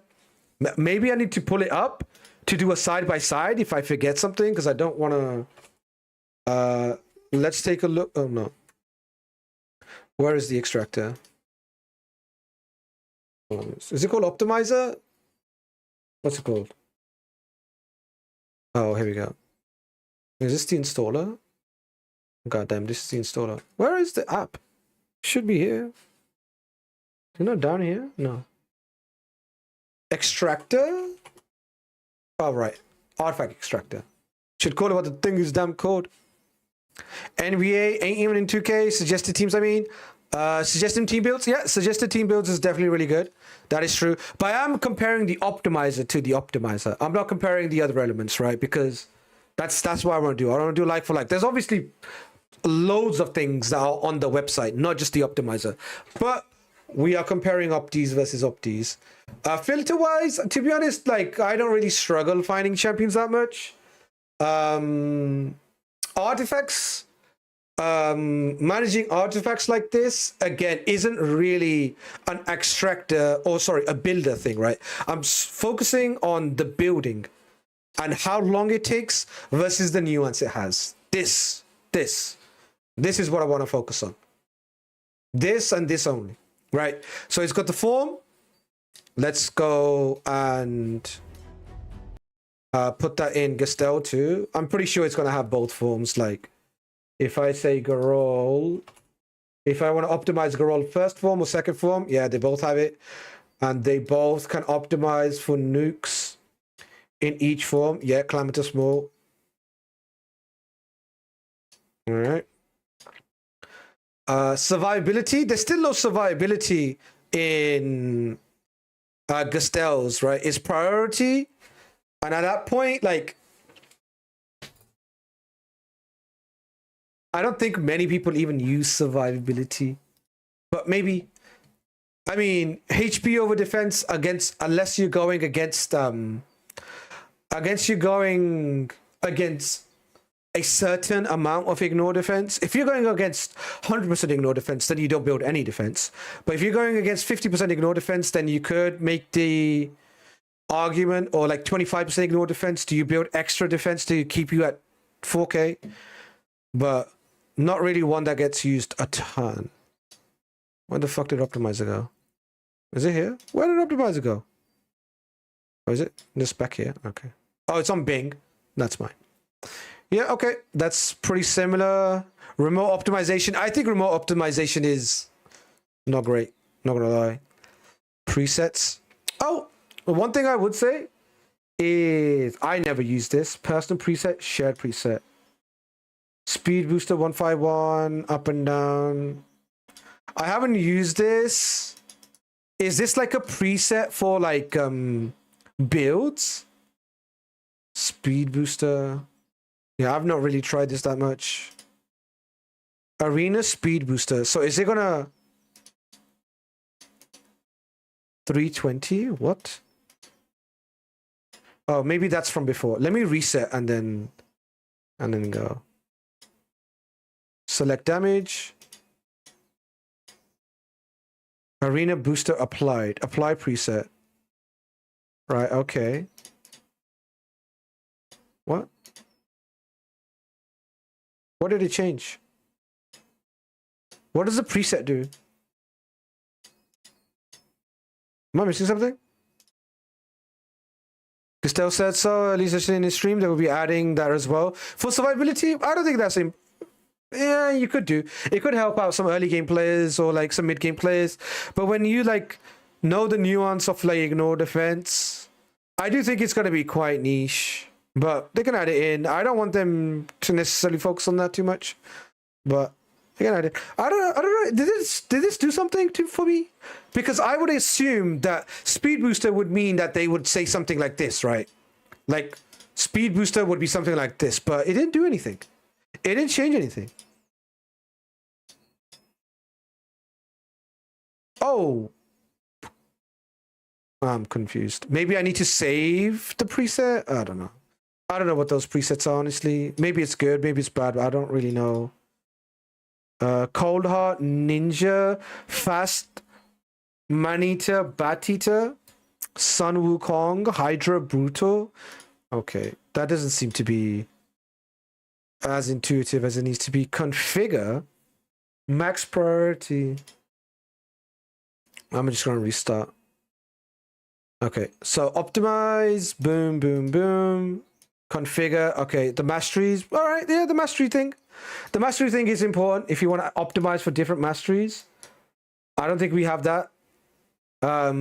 If you want to change the masteries and see what the build will look like with the different masteries, like with resistance, you can still calculate it in your mind, but again, it has that. Lock artifacts, that's still doable on both sides. Battle. Speed priority, this is the same on both sides. Slot wise, again, I mentioned the thing about Gastell's slot thing. Could be slightly better. Sets, both the same. Glyphs, both the same. So pretty identical. Pretty close already. And the amount of time that you can save using the Gastell one is pretty crazy. How quickly I've been able to find this damage build when I'm not even like optimizing for a certain set is very, very good. I mean, normally you set the masteries prior to the build. Don't think it matters that much. The only time it does matter is if you are building for like Hydra or Chimera and you want to know if you go the resistance mastery, can you actually achieve the build or not? But you can do that by just saying, how much resistance will I be able to get? And if I add 50 more, do I hit the threshold, right? At that point, you can do a little bit of like jiggling yourself. Honestly, like, I know we'd be like, why don't we just make it easier and more easier to understand? But the more things you add, the slower you're gonna make it. So don't add stuff that can be manualed, right? We want quality of life, but we don't want it over just sitting for ages waiting for our builds to finish. So whenever you're gonna add quality of life, whenever you're gonna realize, if you add bloat, you're gonna become the problem you're trying to fix. Because we are trying to get away from long waiting time. We are trying to get away from like 10 minutes on builds, right? So whatever you're gonna add, make sure the priority is we can do it quickly, right? Things can get done quickly. Speed kills. What's the most important stat in raid? Speed. That's because nobody's got time to do anything, because raid takes too long. Next time Plarium asks me what's the most important stat, I was like, yeah, I got no time, so time equals speed, so give me more speed, I guess. But yeah, again, W update for the optimizer. I think the optimizer, Gustel optimizer is incredible. I think those are some really good changes. I didn't have to do all of that if I just had the optimizer. You saw me do like a minute of re-gearing my champions. I could have avoided that if I had a preset, which I'm gonna make. All right, let's go to presets. Let me delete this preset and make a new preset. Call it live arena, right? Boom. And in here, I'm gonna drop all my live arena champions. Bang, bang, bang. Let me see if I'm picking first. I am not picking first. I'm picking second. Let me go this. All right. Sifi, Marius, this, and this. Fabian, Kutraxa. How many champions is that? Have I selected? Does it say? Doesn't say. But I have like 12 champions I run. What's that? I think I'm missing maybe one or two. Maybe it's even less than 12. Oh, it's R2. Smile. Sometimes I run R2, I guess. How many is that? I think I missed a few. 1, 2, 3, 4, 5, 6, 7, 8, 9, 10. Oh, Harima and so. Oh, sorry. Who did I miss? UDK I don't use, so that's 11. Who did I miss? Harima's here. 3, 4, 5, 6, 7, 8, 9, 10. You can add later as well. So just go back. This is the live arena. These are the champions. Oh, I can just add more later on. Bro, this thing is so clean. This thing is pretty clean. It does take my champions gears as what they were before. Do I need to do a refresh? I think it's locked in the builds. I think it locked in the builds. I wonder when will they add area bonuses too? Now the optimizer is not taking into consideration the area bonuses. Yeah, the area bonuses aren't being considered on the Gustel side. Could be nice too, because it is important to know the area bonuses to figure out how much damage you're gonna do. You can't optimize for damage without knowing how much ignored defense you have. So that is important. It is important. So, yeah. Unless there was a way you can add ignore defense, but you can't actually add 20% ignore defense. So that is definitely something they need to look into.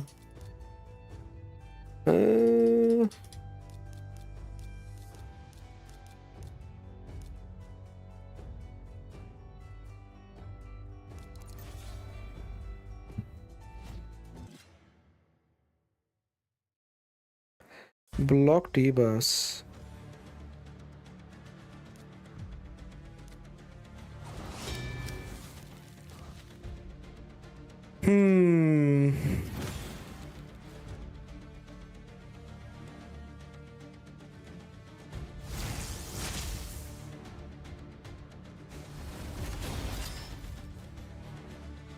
Okay.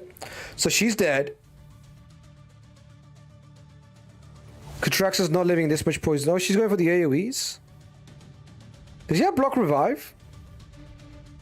I don't think so.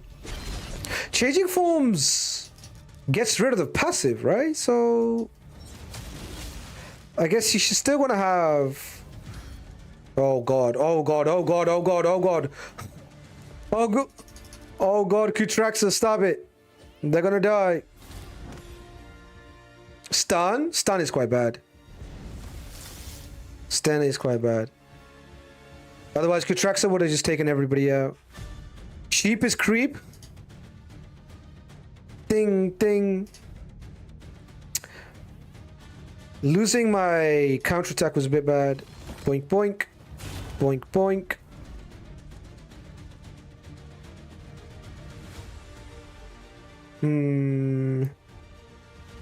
The A1.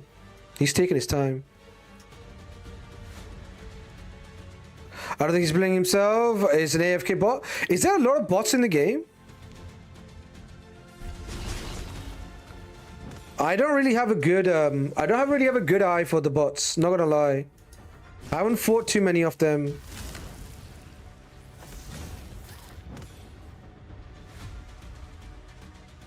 Yeah, why to try to do block actives if they have block debuffs on them? His first form is locked and he's roping every single turn, so I guess he is botting.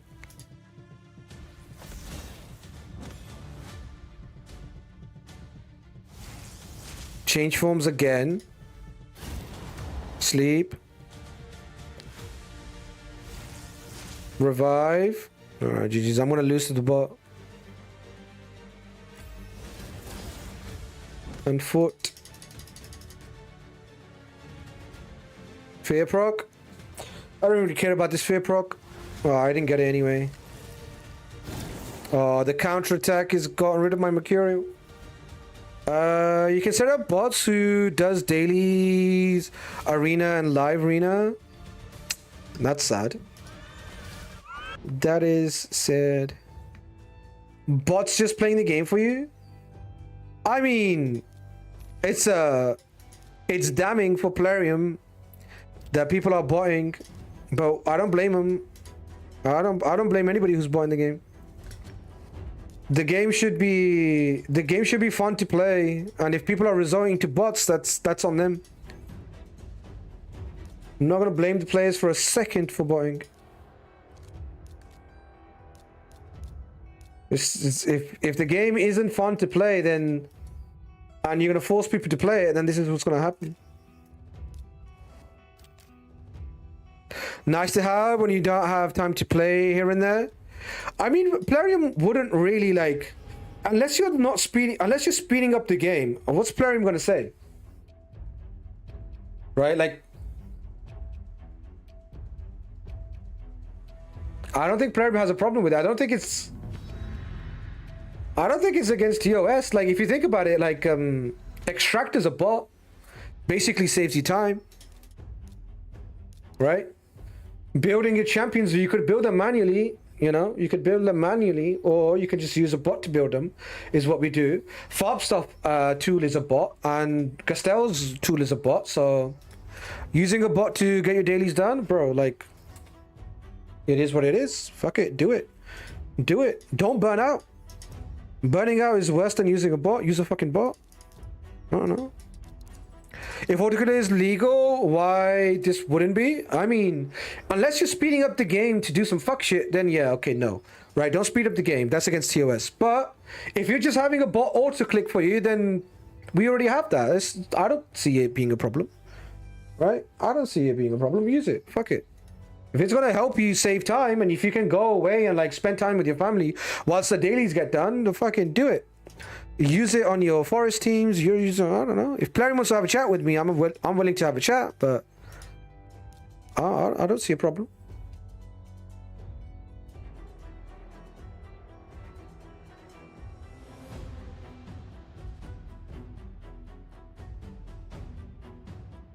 It would be a shame if the game was full of bots, but I don't think that's the player's fault. I think that's Plarium's fault.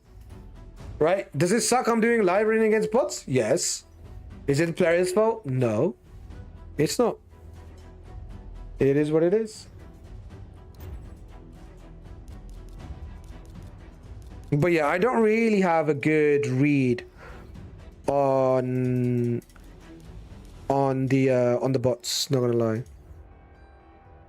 Can't really see. I guess if they're roping hard and if they do like super sus shit, then yeah.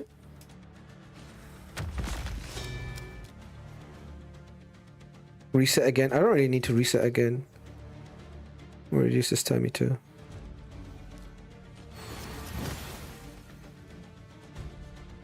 Plarium uses bots in live arena. Every thread loss you get a bot. Exactly. Exactly.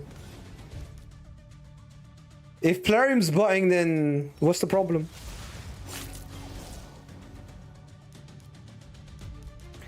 Can't have a double standard now, can we?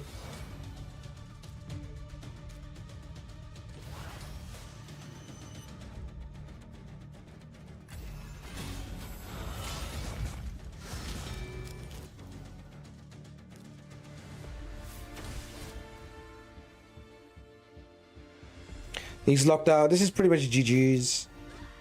It is pretty much GG's. Oh, I should have hit over here, but I'm checked out from this fight.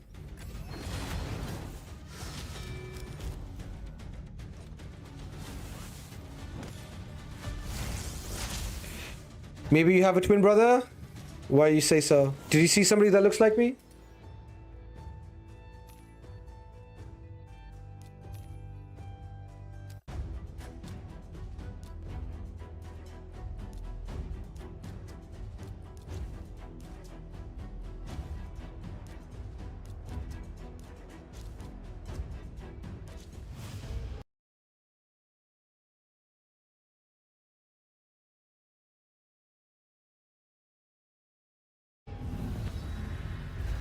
On TV, yeah, my twin brother is TV famous. He's a celebrity. You got me.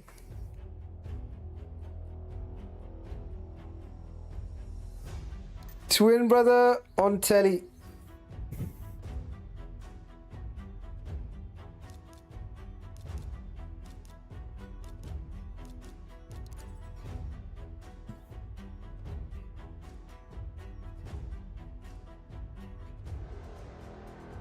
First pick Crixia, incoming Solana. Kratos 11. First pick Crixia is pretty crazy, but maybe he thinks I have a Crixia. Maybe he thinks I have one. God damn.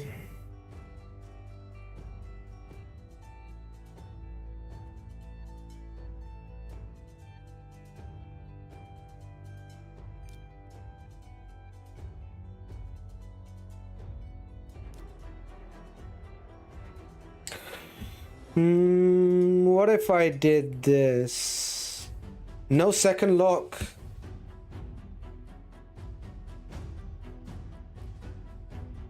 I feel like that Fabian definitely gets banned. Yeah, I'm thinking maybe I can beat him no lockout for no lockout. He's might be looking at Harima too. Yeah. Okay. Ban for ban, I think I got this.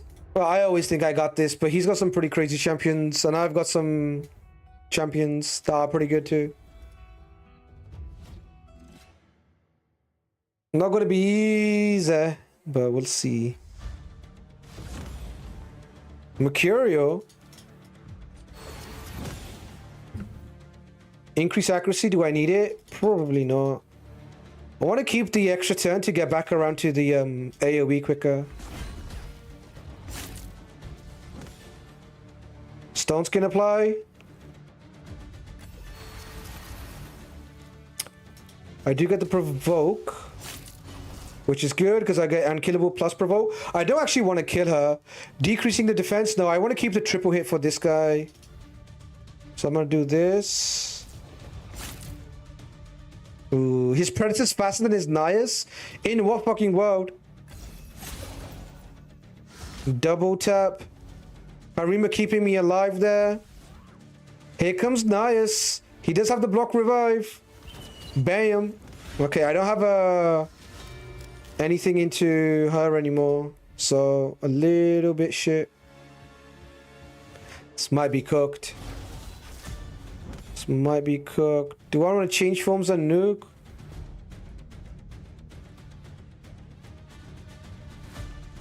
Or chill?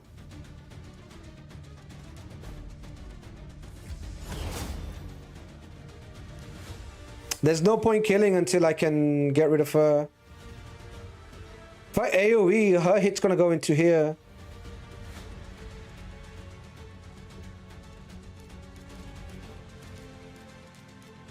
And her Termite gonna go crazy. Let me AoE. Didn't do enough here. It's got an A1 here. I would love Sifi to move before Kutraxa, but I don't think she... That was a counterattack. Alright, we survived. Damn, he had the double back-to-back? Oh, that's bad. That is not good. I need to keep Garol in this form. Because this form has the chance to reduce buff duration. What does the A1 do? Remove all buffs before attacking. I could probably strip here, right? And kill her?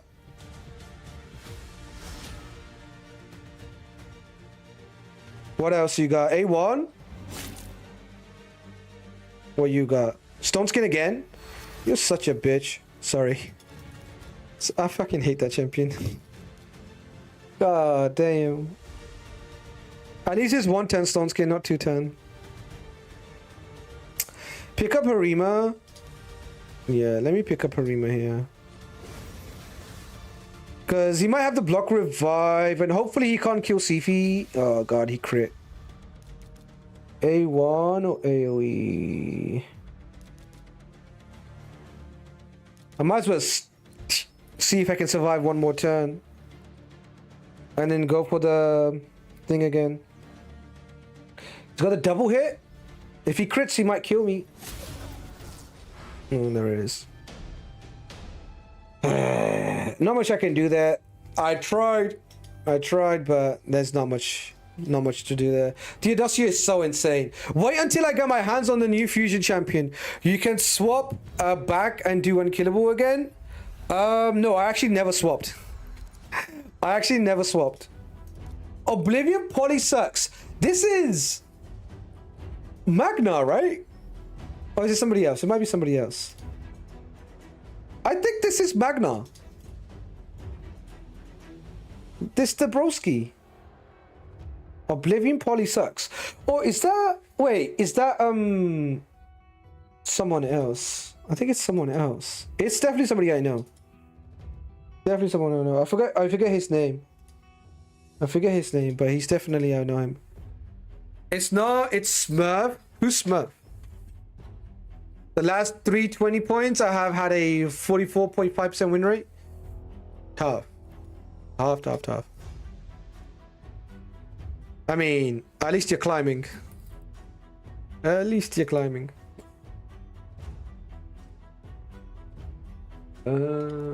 Sifi, Gayrol. Should I take Kutraxa here? I'm gonna take... I really don't like running Kutraxa. Solo Nuka Kutraxa. With double lock. What if he doubles down on the block revive? Then I might be cooked. Let me go lock. I already have one lock. Let me go grow. I already have one lock. I'm not gonna double down on lock this early. Magna quit raid. He enjoying life now? You can do both. You can play raid and enjoy life. Trust me. I do it. I do both. It is possible. I know it doesn't sound possible, but it is. There is a way you can do both.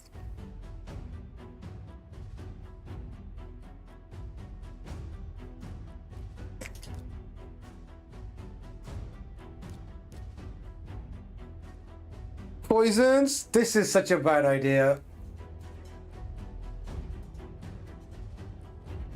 Sabro. Yeah, I got a feeling his Sabro might be in fastest gear, but at the same time, I'm thinking maybe she's in Stone Skin. This is definitely Stone Skin. Nobody runs Cage without running Stone Skin, so I'm gonna ban this. Oh god, they're both Stone Skin. I'm cooked. That was a bad idea. It should have been a Yumiko. Sabro, don't be Mercurial. Don't be Stone Skin. Be just Rago. Oh, Stone Skin. God damn, that's not good. Damn, I got a spare too. Well, that's what we call a GG's. That is a GG. We can back out right now. Yeah, we can back out. Cheese. Yeah, I should have run Yumiko. I tried to get cute with it. If I run Yumiko there, I probably outspeed. I'd lose the aura. I do lose the speed aura at that point, which makes it harder to outspeed his Galathea. Would be interesting to see though.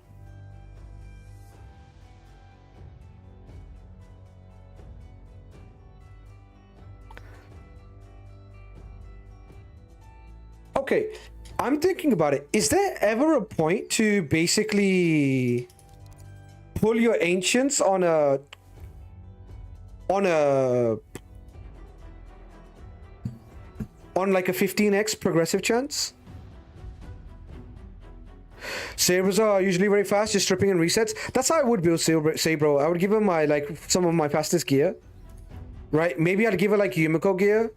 Make her second fastest after Fabian, because Fabian's got the, you know, faction guardians, and he's got the blessing 6-star stats. But my question is, do I ever pull my shards for Glycia? I did pull for Vestel.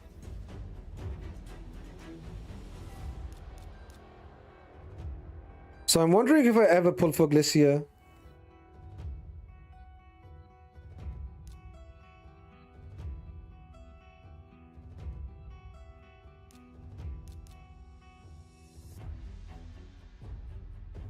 He's probably holding a Glycia back. I don't think he will pull for Glycia.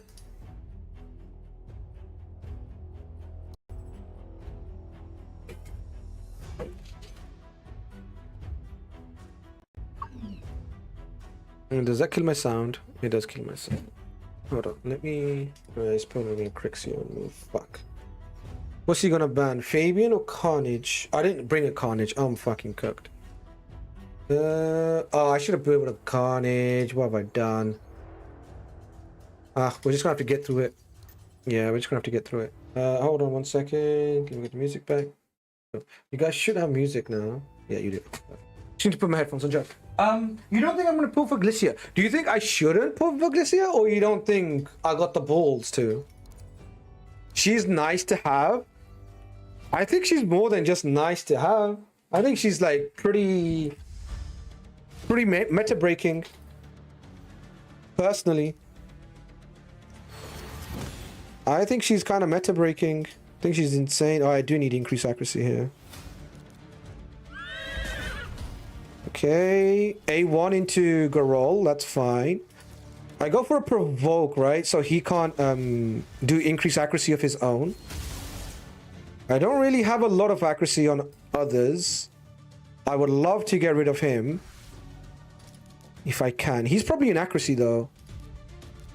Decreasing his defense could be good. I actually think I got this. Actually, another provoke would be nice. Oh, crit over here. It's nice. What you got? He's got damage. He could go AoE, but I've got increased defense.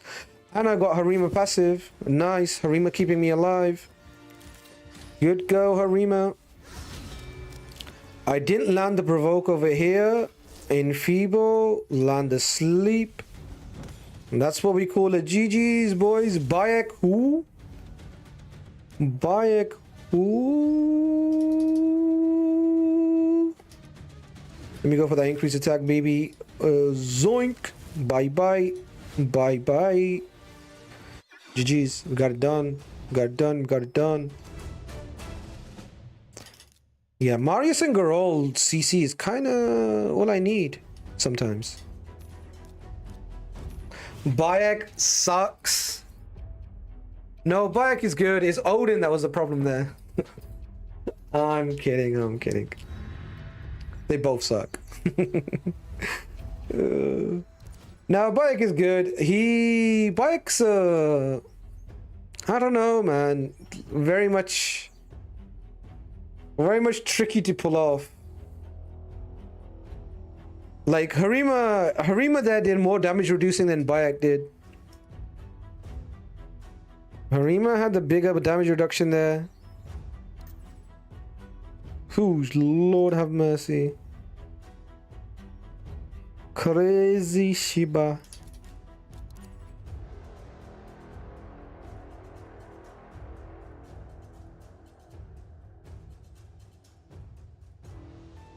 She's not bad, too bad. If I do say so myself, she's pretty good in my 2C. Do you mean in Chrono Cube? If I use Glycia, I'm getting locked out more than not. And then she's just not fulfilling her purpose. To be honest, Glycia, even when one of your champions on your team gets locked, she still does pretty well. She still does pretty good with her block debuffs, her CC, her strip. She's quite good. Chrono Cube does make her insanely good though. This guy is gearing up to run a Glycia on me, innit? Because this is looking kind of dark. This is the team. This guy's gearing up to run a Glycia on me, ain't he?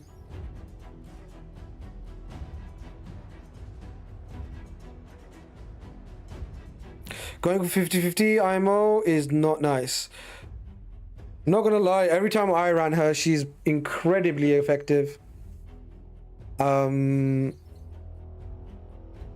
I do think running a 50-50 offense chance is not great. Better than 100% reset. I mean, Fate's got a point. Like, taking a 50-50 isn't great, but I kind of feel like her chance isn't 50-50. I feel like her chances of not getting locked out is like 70-80%. And that's just maybe me, like, you know, tinfoil hatting a little bit. But it does feel very powerful. I'm gonna ban Bayek here. Okay, GG's. I lost. GG's, we lost. Yeah, I can't beat this. Look at this shit.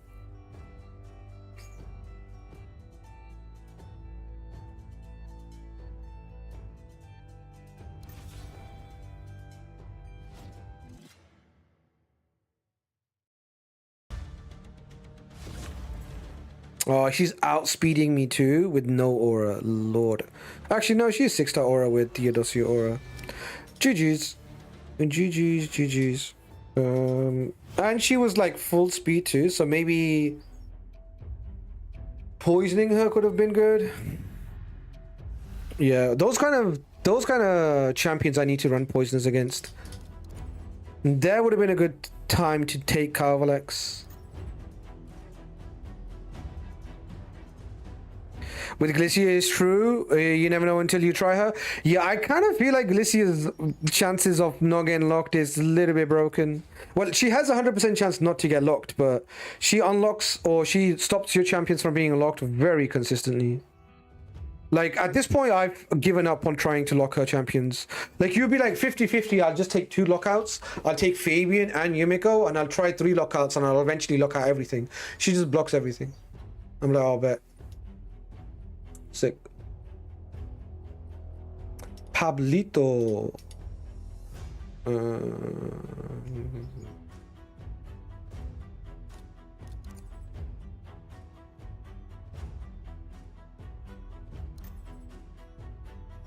No, Pablito. Okay. Ban on the Kutraxa makes sense. Ban on the Kutraxa makes sense.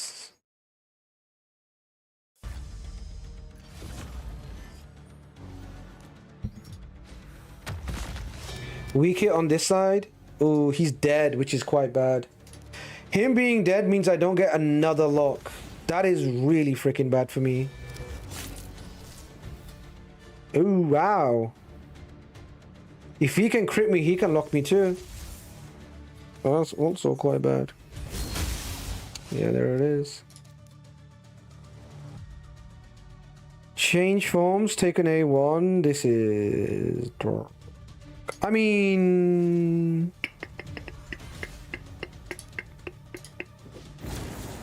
This means he doesn't have any abilities.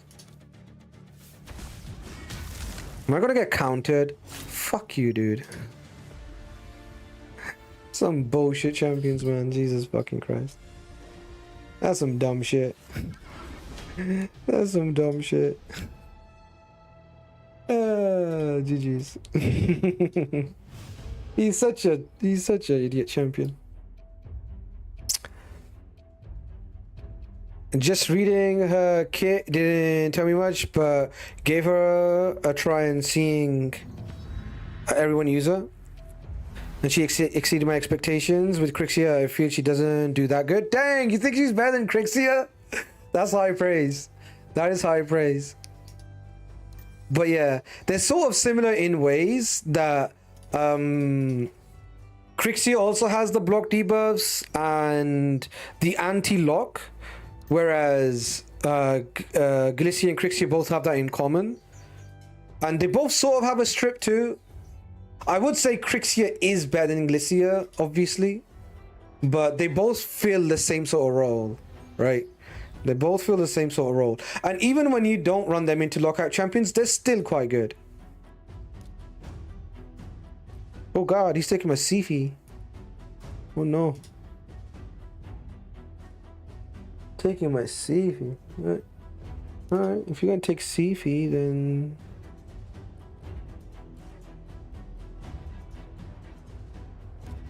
you leave me no choice.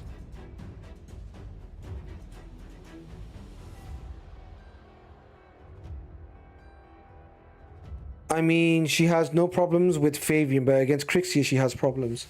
With Crixia, I feel she doesn't do that good. Oh, are you saying that she's got a higher chance to not get locked versus Fabian, but Crixia always locks her? Is that is that what we're saying? I kind of feel like her just not being locked is quite consistent. She quite consistently doesn't eat a lock. What do I do here?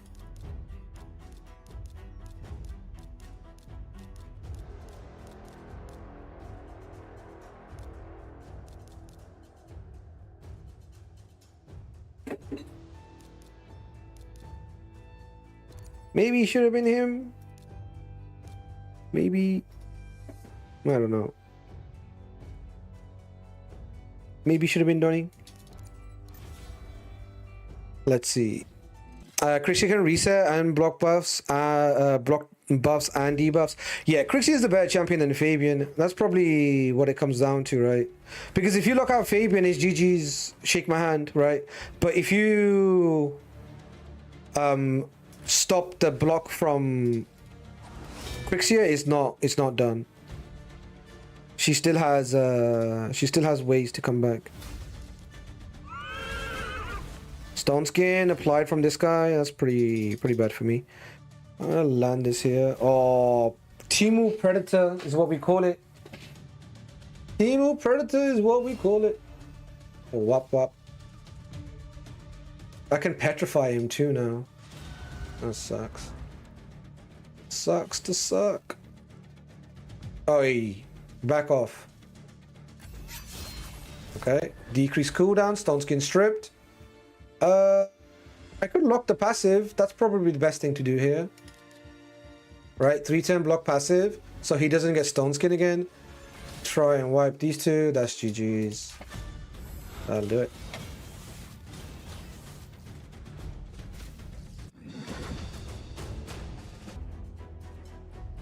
If you get bored, you're welcome to run mine as well. Let me do 2 more fights and then we'll come and do yours.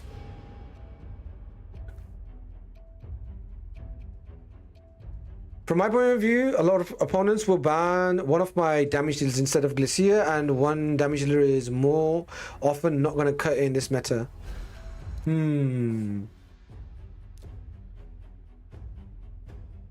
mean, most of the time you're going to be taking Glacier into their lockout, right? So it kind of gives you an extra ban.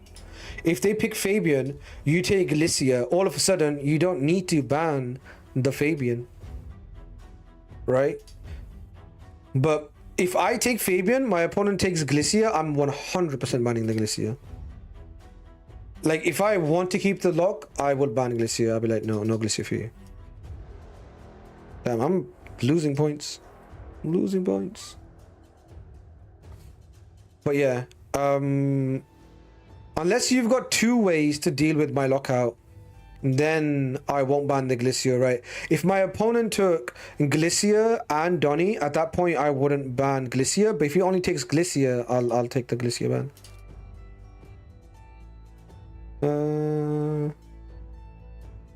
Here I kind of want to take this. I want to take Utrexa, but there's double block revive. Maybe. I know, but I need to pick Glacier. They have an extra spot ammo. I need to pick Glacier. They have an extra spot. I feel like you're missing a word in there. She's a strong champion. No. Yeah, a lot of people are telling me they run Glacier even without having to face lockouts. They just straight up take Glacier. Straight up just take Glacier and use her for block debuffs, use her for buff steal even. She can steal Stone Skin. She also has a CC with a freeze too. She's got the A1 too, but her buff was very good. She received one of those Uber buffs, right? There's different tiers of buffs. Glacier received that good buff, you know? The buff that really moves the needle. I'm gonna double in on a lock here. Ban the Predator or ban the Nias. Honestly, I kind of feel like he's worried about the Kutraxa killing the Nias, so he's probably gonna ban Nias. And since I doubled up on the lock, I don't think he can get away from the lock. So Kutraxa is his biggest threat. Yeah, I mean Kutraxa is better killing this and killing this. I'm gonna ban Nias here.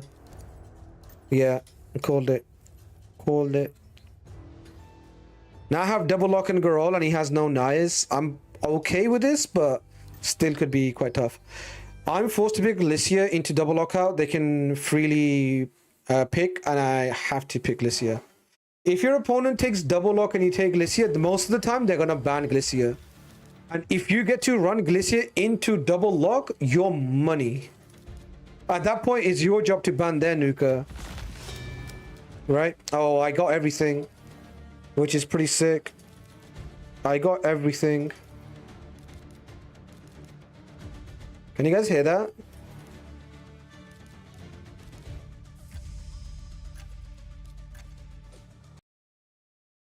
Is my mic picking that up or no?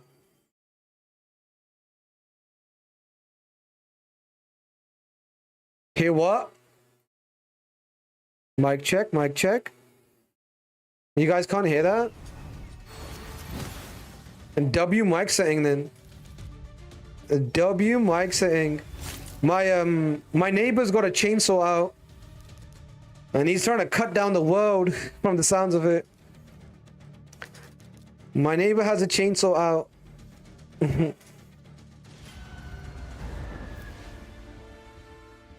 At work, so a lot of noises around. Yeah. I'm happy though that you guys can't hear it. Mic settings on point, professional streamer. Go for another lock here. Extra turn. Increase cooldown. I just increased the cooldown, so let's hope she's nowhere near. A1. No extra turn from what I can see. Yeah, okay, good. Boost again. Yeah, let's boost again. No need to lock. Change forms and blast. Yeah. Stormcaller? He might live. Good. That's actually good. Oh, the relic. Nice. He's running the Forge Pass relic. I was like, what's she doing here? Hold on. Right. That's pretty funny. Lock again. Garol, wakey, wakey. I need Garol to wake up. I'm gonna need Garol to wake up. Glad you're back. Hope all is well. I really dislike PvP. It's refreshing to see people not lose all the time like I do in Live Arena. Yeah, Live Arena is pretty rough, man. It is pretty rough. Honestly, my win rate is my win rate isn't the greatest. And a lot of people are surprised. I don't know. I guess people are surprised by my win rate because like they maybe expect me to win a little bit more than I do, but yeah, my account isn't the greatest, and on top of that, like, you know, there's a lot of really strong accounts out there. But more so, I kind of feel like I talk about the small things in fights. I don't necessarily fixate on winning or losing. I just like doing certain things in the fights, right? It's not always about winning or losing. This chick is gonna kill me here.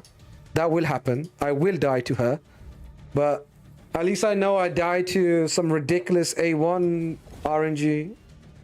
Here we go. Here she comes. She's gonna try to wipe me. But I've got Aspect of Cyros, so maybe I can survive something. It's tough for her though.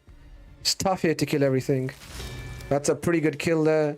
But between my CCs here, I think I might be okay. Yeah. Sleep her off. Lock her down. Bring back a roll, finish the fight.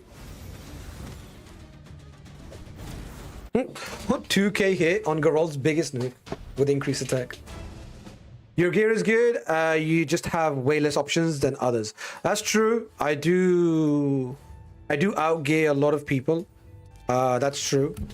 And my options are, yeah, you're right about my options too. My options aren't plenty, but there's a fusion champion coming up that's going to be pretty interesting. There's also Maria that I can pick up, so my next two fusions could be a good nuker into a good nuker, which is quite nice. I would like to get an OP support champion, right? But upcoming is going to be good nuker into good nuker. The next fusion is going to be pretty good. The new fusion that's been announced is going to be pretty good.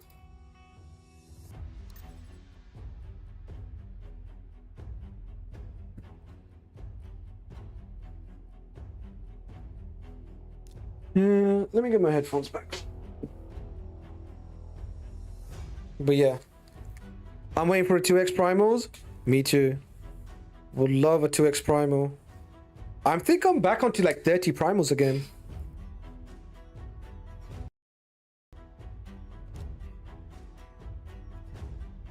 Do I take a lock here? No, I don't show him the lock until late, I say. I mean, Kutraxa? No, Harima into this guy. If he takes a Yumiko, I'm so cooked. Do you still want to try and suffer on my account?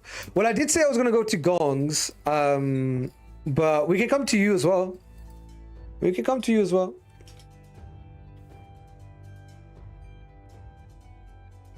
Help out the broskies to pick up points.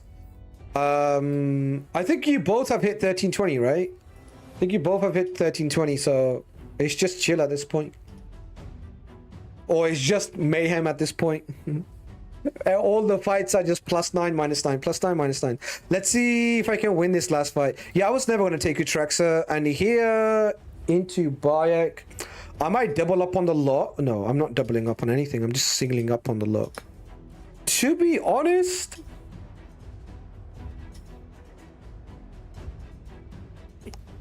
I will have increased accuracy.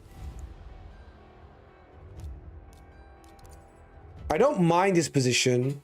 I do have increased accuracy and take defense for more damage. I normally take HP, but I'm going to take defense for more Marius damage because he's the one that's going to be able to crit. I get increased speed and increased turn meter. Even though he has the aura, I still should be able to go before him when it comes to my nukas. So let's see. Oh, goddamn. I don't think he can kill me, but still, jeez. Oh, well, I am moving first. Increased accuracy is needed. I'm gonna go whop, whop, whop. Okay. I crit over here because I have big accuracy on my dude. I am gonna CC because this is so nice for me. Oh, he cleansed. All right, all right. Okay, he's moving. He's pretty quick. I don't have any easy targets for him though. He could come for Marius with the A1 and he might be able to get it. Oh, if he changes forms, he's gonna die. Oh, he could have done fears, right? I don't know if that was the play. Is he a bot too? Pretty sad if he'd be a bot as well. Because he would have done fears there, right? He wasn't locked out or anything. Goddamn bots everywhere. Bots everywhere. Bots all over the shops. Yo, Gong, are you good? EGG lols? Yeah, we'll take it. Are you good, Gong, for me to log on? Yeah, alright, coming through. Boom.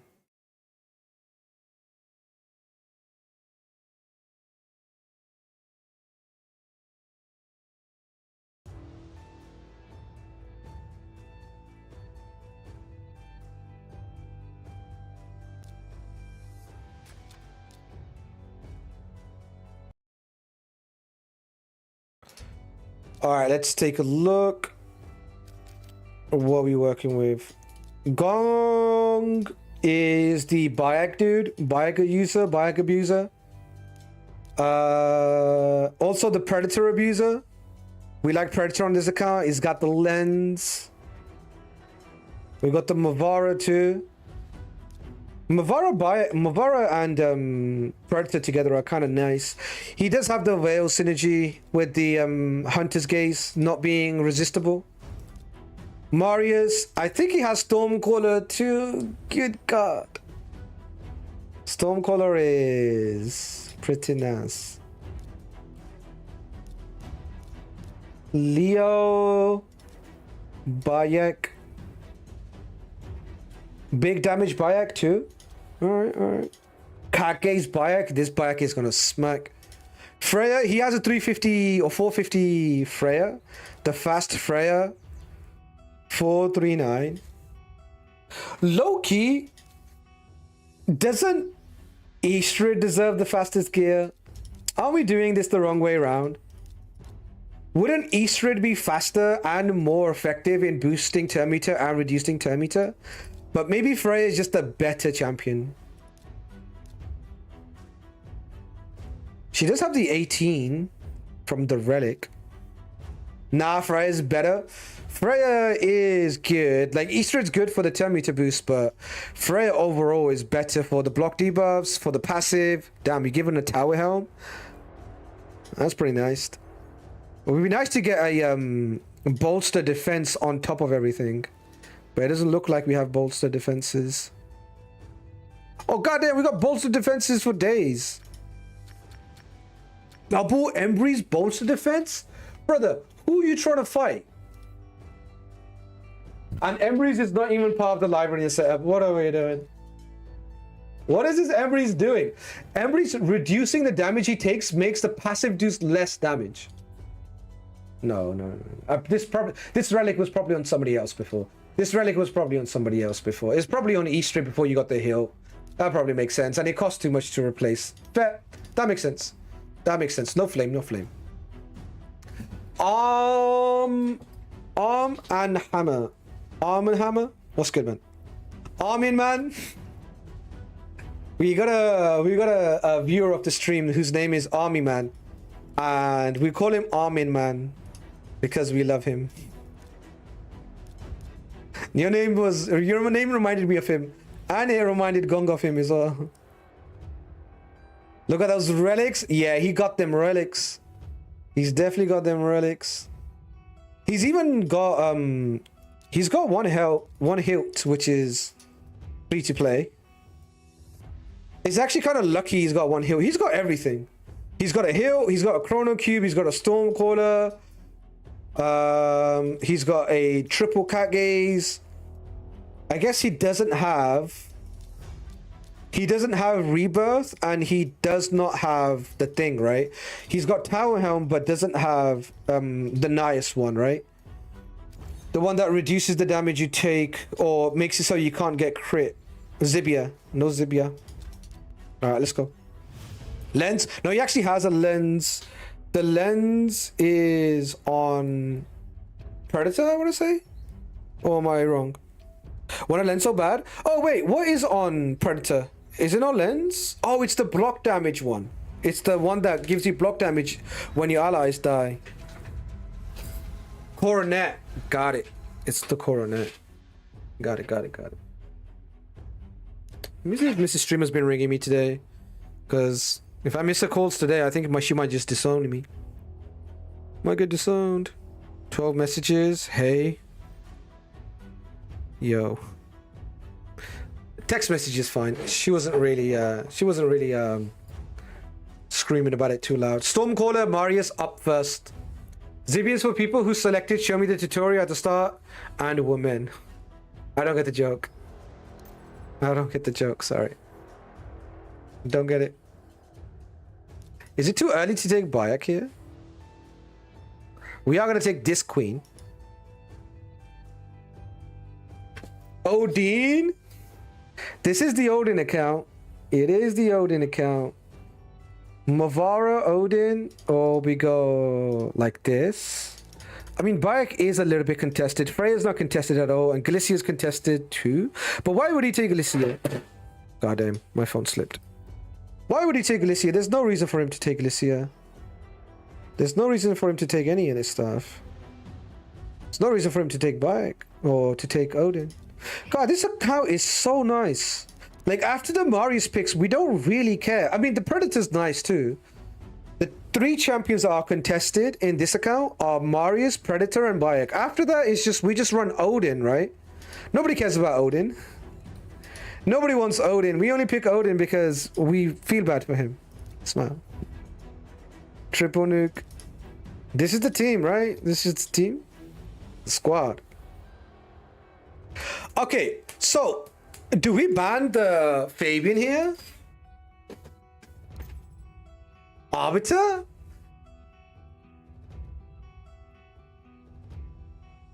Maybe we ban the Fabian? Maybe we ban the Arbiter? Maybe we ban the Galathea. Let's ban the Galathea. Okay, I'm banking on the fact that people don't ban Galicia as much as they should. So I'm gonna let him. Yeah, they just don't. I'm telling you, they just don't. Galicia's ban rate is so much lower than what it needs to be. Watch this.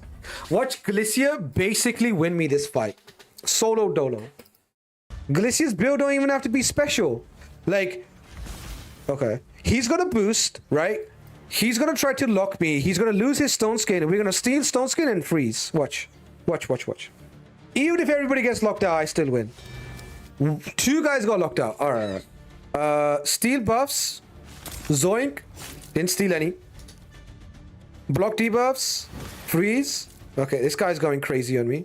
He's going crazy mode. The only champion that didn't, the 2 champions that didn't get, the unlock is Freya and Marius. Which is pretty bad odds when you think about it. Pretty bad odds. But between Odin and Marius, like, we got this, right? Between these 2, we got this. Stun. Or bring my champion back. Kill him. Kill her. Stun them. Okay, let me stun them. Okay, I didn't land the stun here, and this guy won-did. That's kind of bad. The fact that I just got counter-attacked is super fucking awful for me. Odin will die here, unfortunately. Yeah, that's pretty bad for me. He's gonna go for the Petrify, but he's enfeebled. Marius Stormcaller. Nice one. Marius Stormcaller. You need to win us this fight. You just need to win us this fight. It's not a big deal for you. Oh, I got no stun. I am Mercurial, but this guy's gonna kill me, right? A1 into A1, I'm dead. Yeah, I'm gonna die. I'ma die. I'ma die. I'ma die. Die. GG's. Yeah, I was thinking about killing Emrys at one turn, but then I went for the strip, thinking maybe I can get the Predator. Probably the about wrong thing to do. He got this. GG's. We lost.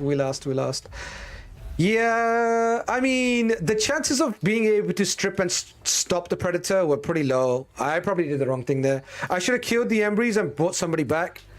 And then kind of gone from there. But it is what it is. Happens. Oh, we said Predator, right? Look at this dream. Look at this dream scenario for us. He gets to pick the champion we don't want. We get to pick 2 champions we do want. And we still get to take Galicia. Although, Galicia's hit rate last time was a 66% chance or 66% lock rate for my opponent, which is pretty good RNG for him. Most of the time, she's the one that's 66%.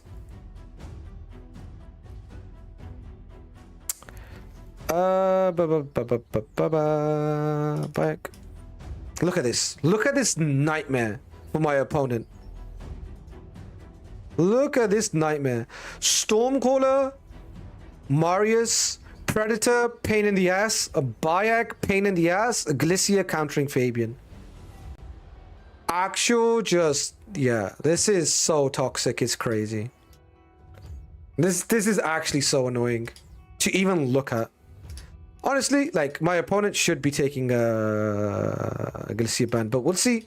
We'll test out the theory whether our opponent bans the Galicia or not. I could double up on Donny. If people start banning Galicia, I'm gonna double up on Donny, but for now, we can chill. Is it Freya? Is it Freya or this chick? Do I need the cleanse? Not really, but we'll take it anyway. No reviver though, without Odin. This guy, we don't really mind him. We got a strip here and a strip here. We don't mind him too much. Who's the ban? Fabian? Or Maria? Mariska, he has a burn. You're right. It could have been Mariska at the end. Yeah. Mariska would have been a good pick there. 100% right. I'm not dialed into the Mariska play. I'm not really a Mariska main, but I will definitely bear that in mind next time. Accuracy wise, I don't see him getting me. I'm gonna go more HP, but I might get locked out, so I'm gonna take the accuracy just in case. Just in case we don't get the increased accuracy. Let's see. Yeah, Mariska would have given us like a revive too, sort of. Like a pseudo revive. Just watch out for Vestel deleting the entire team.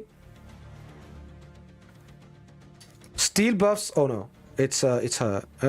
Increased defense. This one, right? Okay. Well, we outsped, so even if he gets locked out, no big deal. The burn didn't fully kill us, so that's good. Lock check, nothing locked on our side. Not a single thing locked. Steel buffs. Gimme. Freeze. This guy. What's the chance?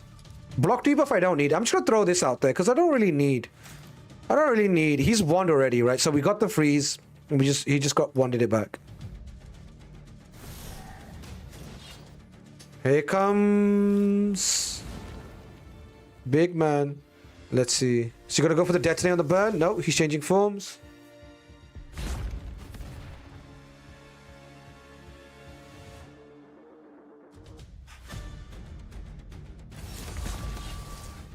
Good damage, good damage. Why didn't he do unkillable? I would never know. Go for AoE. I kind of want the increased defense before I go AoE. This unkillable is kind of annoying. Provoke is nice. Block revive. This Donny. Bye bye. There's still a provoke here. So we've got one more turn ready to deal with. Glicia's gonna skip a turn because she's chrono.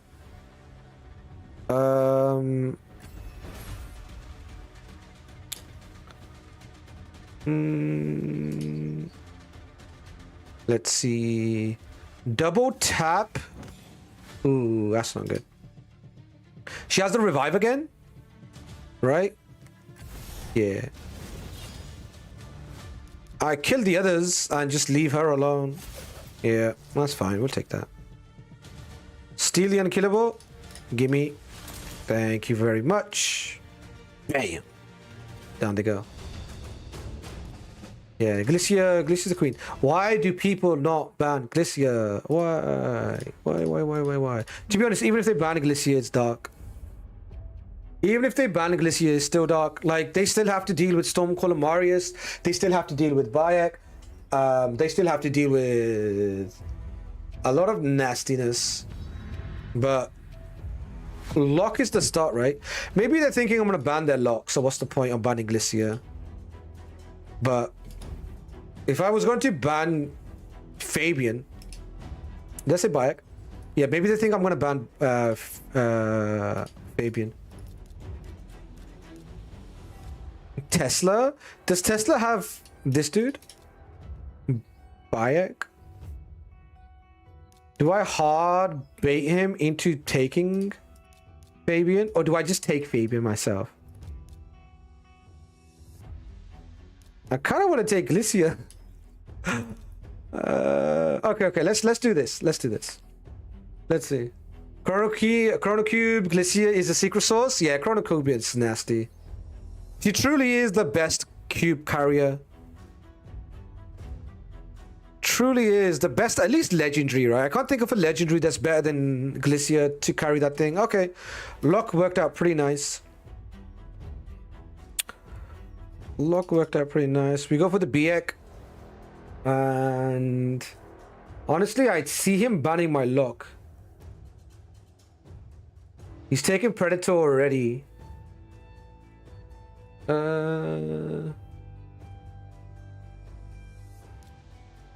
Odin.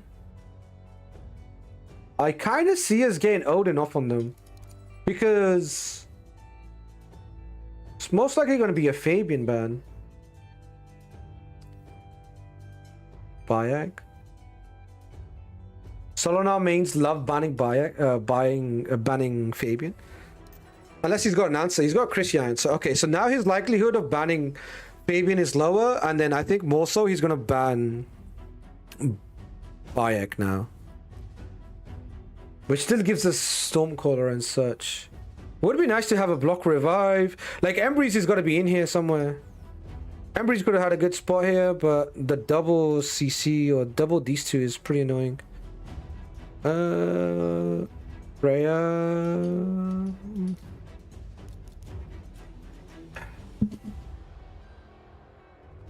Is he gonna ban my Fabian? If you pick Crixia, you don't really want to ban Fabian. At that point, you want to ban Bayek. But maybe he just wants to trade lockouts. I think trading lockout is okay for me too. I think we'll take it. Yeah, okay. That was my original call. The reason why I banned Crixia, because he thinks he can just unlock his Solinar if I do that. Interesting. Aura. I'm still gonna take this. Speed no good. Defense for damage would be nice, but this is good. Surely he picks Crixia Yumiko? Yeah, he was probably setting up for that. He's probably setting up for that. But I did expect when he picked Crixia, I was like, yeah, he's looking for a Bayek ban here. But when you're playing against good players, you kind of can call out what they're gonna do. You know? But at the same time, like, just because they do something I didn't expect them to do doesn't make them a bad player, you know? Maybe they're just so good that they baited me, you know? Maybe they're so good that they bait me. Go increase accuracy, extra turn. He's enfeebled anyway. And this guy ain't really gonna do much. Do I need increased accuracy? Maybe for Odin could be nice. We go whop, whop, whop. Skippity whop. Eat it. Oh, she took a turn. Boo, boo, boo, boo, boo. Stuns. Try the chance on the stun. I'm gonna try the chance on stun. I'm gonna forget it. Whatever. I'm just gonna kill him. Do this. We could get a provoke. We didn't get the provoke. He actually wound up submission to provoke. She doesn't have a lock because she's locked out too. Oh, sorry. She doesn't have a reset because she's locked out. This is pretty much GG's. He took pretty crazy supports on us, but Arban wanted us to fight. There's also this guy coming back too, but I think we'd be alright.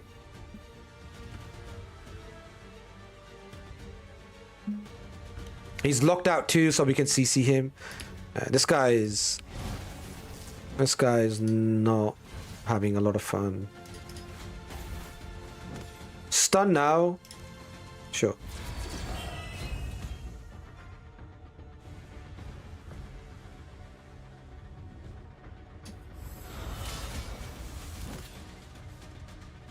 Go for a cleanse. Nah.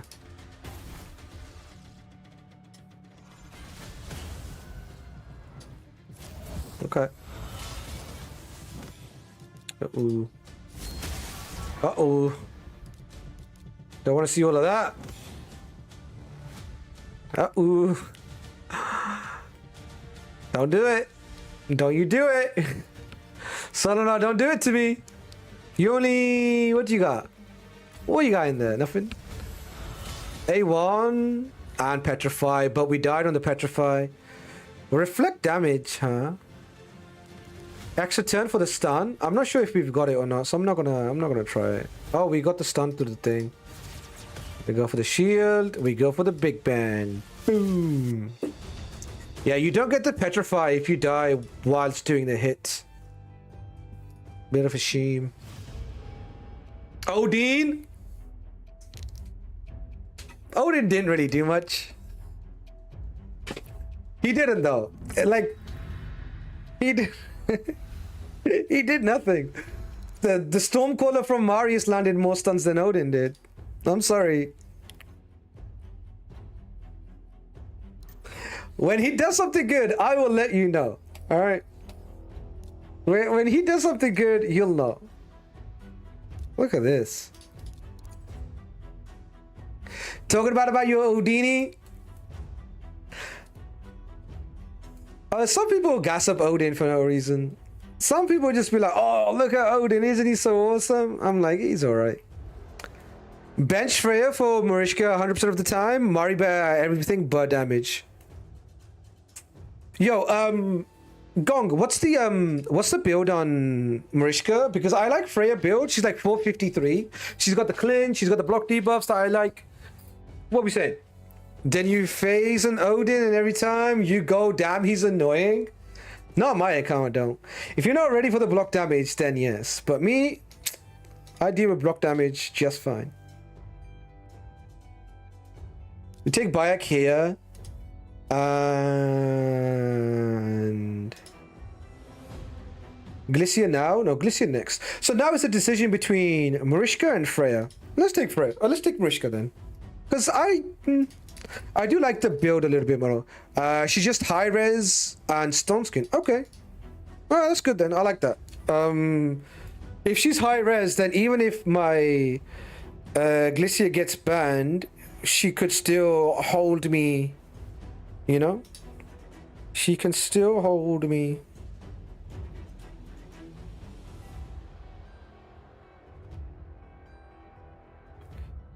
Give the Mariska a try. Kutraxa? Kutraxa, huh? He's probably looking for the ban here. If he's taking Kutraxa, got a feeling he's looking for the ban. I mean, he's just seen Glicia, so I think he's just like, I'll just take the chance. I'ma take the chance. Speedora too. Nice. Alright, let's see. Let's see what we get. Michael Minus hates Odin. No like. Shatter plus 2-turn Mercurio. Who's moving? Hilvi? Who's she freezing? No one. God damn, Hilvi's so dead. Yeah, that's about right. That sounds about right. Not gonna lie, Hilvi. That sounds about right. Sick. Go strengthen. That unkillable is such nonsense. Unkillable do be nonsense. But I'm gonna have a chance to strip, right? Okay. I don't want to die. What's you got? What's you got? Bam. Give me them buffies, boy. Okay. Block revive on who? I can't freeze him. I can freeze this. Is Kutraxa gonna... I think Kutraxa is the bigger problem here. Okay. Oh, wait, we banned the lock. Am I tripping? Why did we ban the lock? Okay, I'm going a bit crazy here. Let me just, you know, no Kutraxa, please. Oh god, he got countered. Oh, the Hunter Gaze wanted to go to him, but it didn't go to him. That's why he got the block damage. Sick champion. Sick balance. Low-key dying. Low-key kind of dying.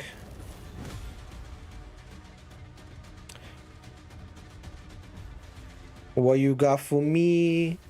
Stealing my Termiter, but I got that block damage.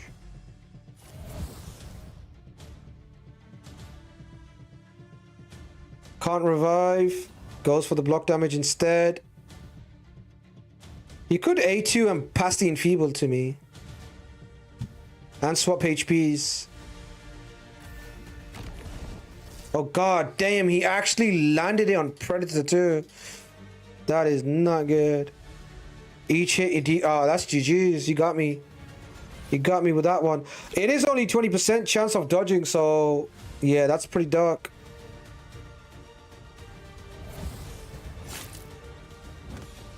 I got the block damage. I'm not gonna get a kill.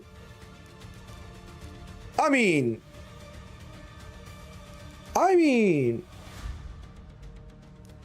it's doable. He's definitely killable.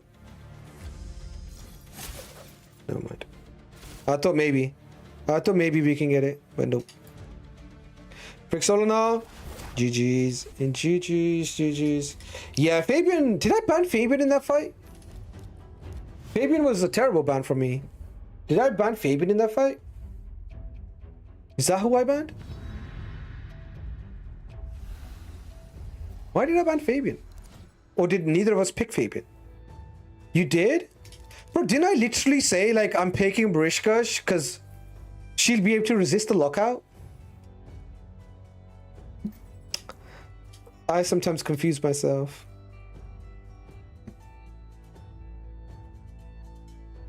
Though you were gonna block revive Solinar too? I changed my mind. I changed my mind on block reviving Solinar. I just worried about Kutraxa more than Solinar. Which is kind of valid. Kutraxa would have cooked me.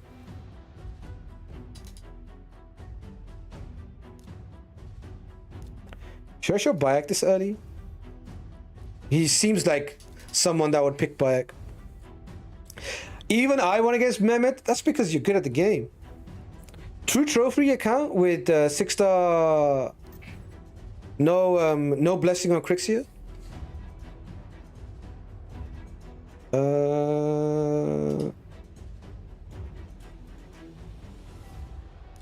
Take this. I'm gonna take this, which is gonna force her not to lock me.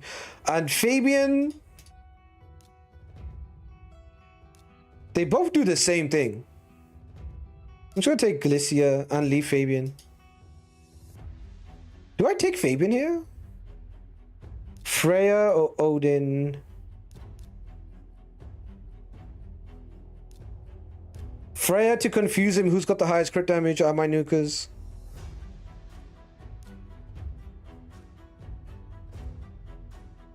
Donnie?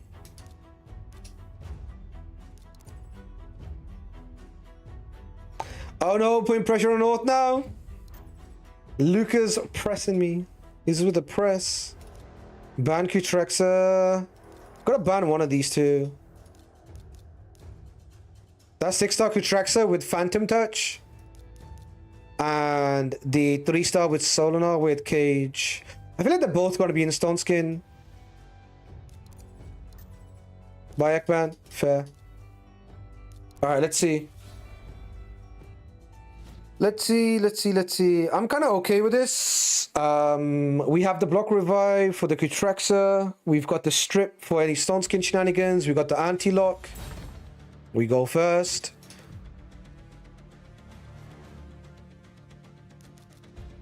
I kind of like my block debuff champions.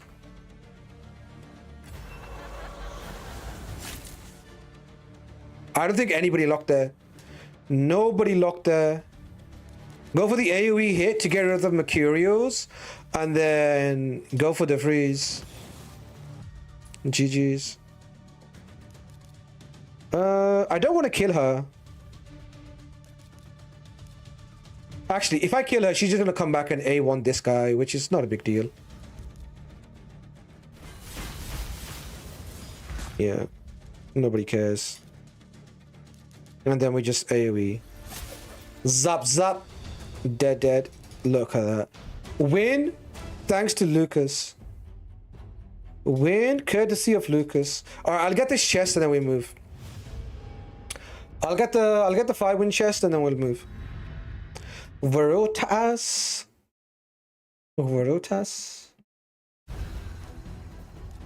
Nope. Honestly, this account fits like a glove, not gonna lie. Actually, I say fits like a glove. I like the gear on the account. I do like the gear on the account. The champions and the playstyle are not what I usually do. If this was me, I would have my Eastrid running laps around people. Well, we've got the Freya fastest here. I would run Eastrid fastest and block debuffs in immunity. Oh, sorry, in protection. Even if it was Glycia. Glycia or one of the two gotta be in protected. Need some protected block debuff actions. Love those. Love the protected block debuffs. Nias. 4 nukers. I think this is the Mavara spot. If there's ever been a Mavara spot, this is it. I don't need more damage. And I could do with the aura. They don't really do a ton of buffs. So I'm back to Freya. And then I might do Odin for damage.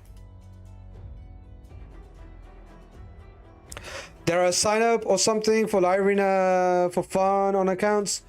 We do some Live Arena for viewers from time to time for sure. For sure. Your driver's still on vacation? Ooh. He's gone with the Paddy. Do I let his Paddy through? His Paddy's ally attack isn't going to be that devastating with just Carnage, surely. Oh! There it is. We got our first Glycia ban.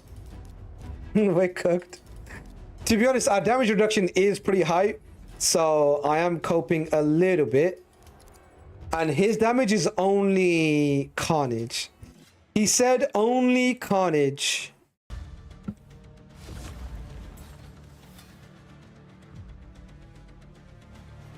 Marius is gonna take the smoke here. No, he didn't even ally attack.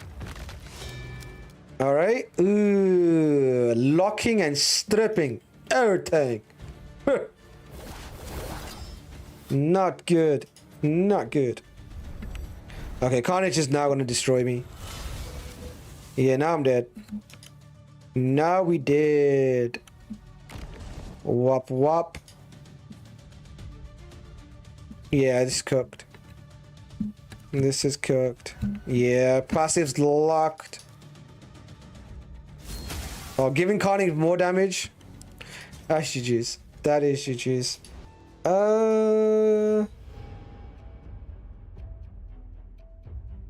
He went for the Terminator boost into the Fabian strip. Yeah, the Glycia ban. The Glycia ban is goated. You can't have Glycia ban there.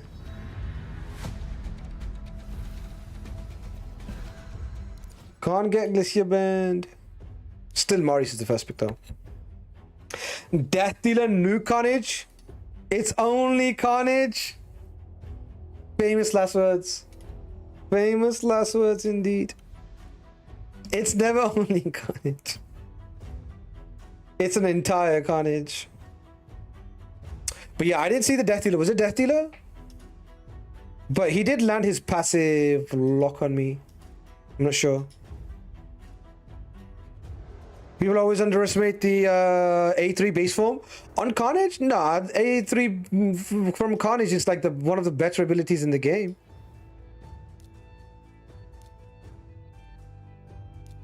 Carnage, lock actives, lock passives, and Steel Terminator, plus chance to spread on each hit is crazy. Crazy good.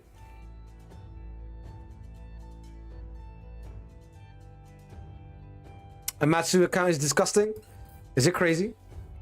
We could try it out. We could try it out. He just won't take Fabian, huh? Fine. He just doesn't want to take Fabian. I'll take him. And I don't want him to take Glycia into me. I don't want him to do the same thing we're trying to do. But take Glycia and Fabian. Now what? Now what?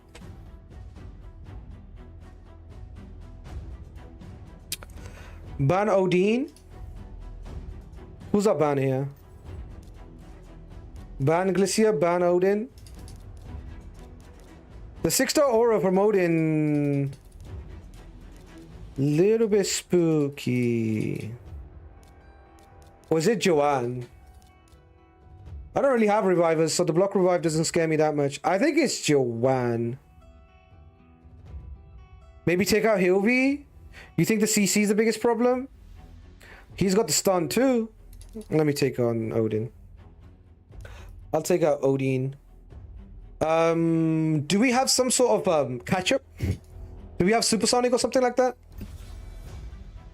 A1 is 8 double hit? I mean, it is, but so is Arbiters, and so is Joanne's second form, and so is everything else. Supersonic yet? Alright, cut me. Okay, no cutting. Freeze doesn't actually really matter to Fabian. So we don't really care about the freeze. As long as she doesn't strip my Predator. She could A1. Oh, dear Lord, have mercy. What? Hey.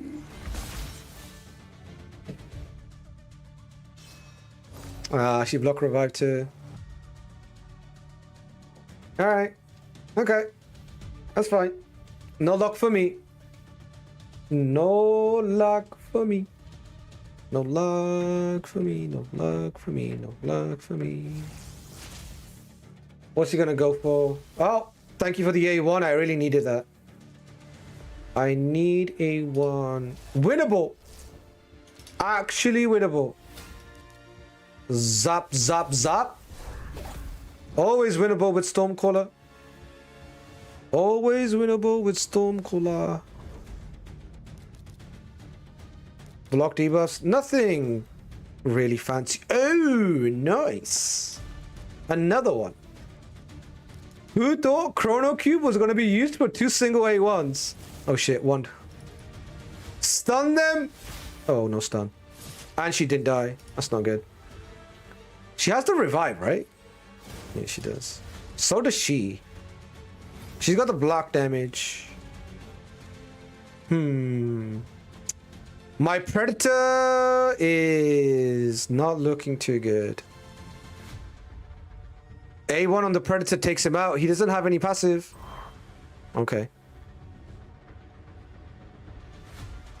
Honestly, that Joanne is looking faster. Oh. Now that was a mistake, wasn't it? That was something you shouldn't have done, wasn't it? Oh wait, reflect damage could take me out. Reflect damage could take me out. It did. Glycia. Glycia, lock in. I'm gonna need you to lock in. Weaken. I do need the weaken, but before the weaken, I need the freeze. What's the chance for this? 50% chance to freeze. Okay, there's one. I'm gonna do the weaken. Because, oh, motherfucker, you got there. Never mind. I thought I could get the weaken for more damage, but no.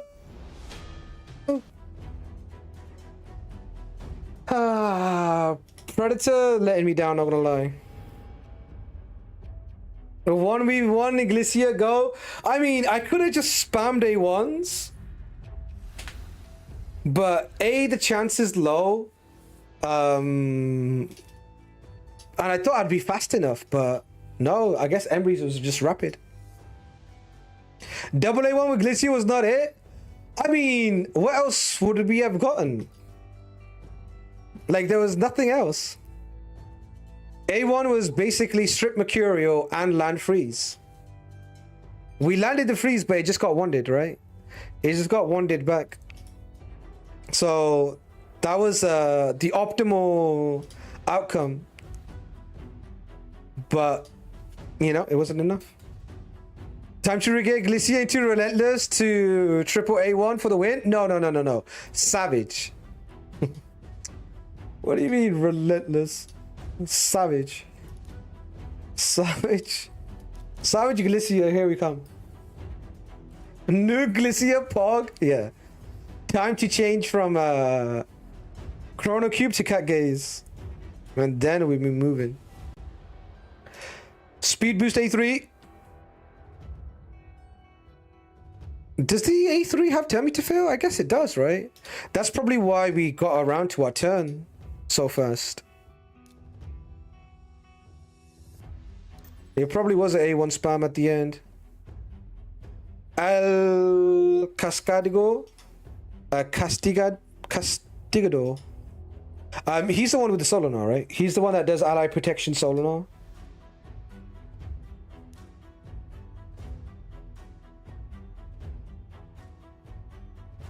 Pretty nasty stuff.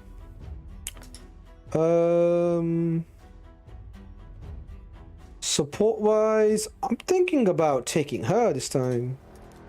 Was it Freya?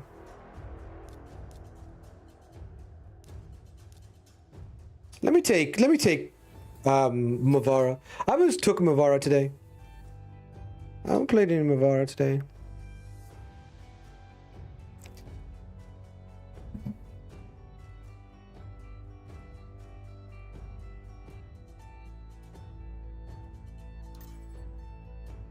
No Solinar, huh? No Solinar. I feel like this is going to be another Glycia ban. But it is the experiment. Experiment on how much Glycia gets banned.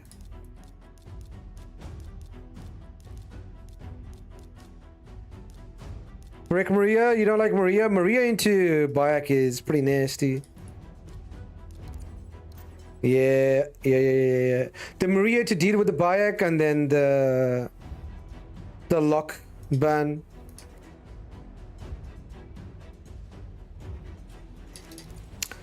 Let's see. She ignores Stone Skin too. I mean, maybe she won't proc 8 turns in a row. Maybe she won't proc extra turn on the A1. Huh?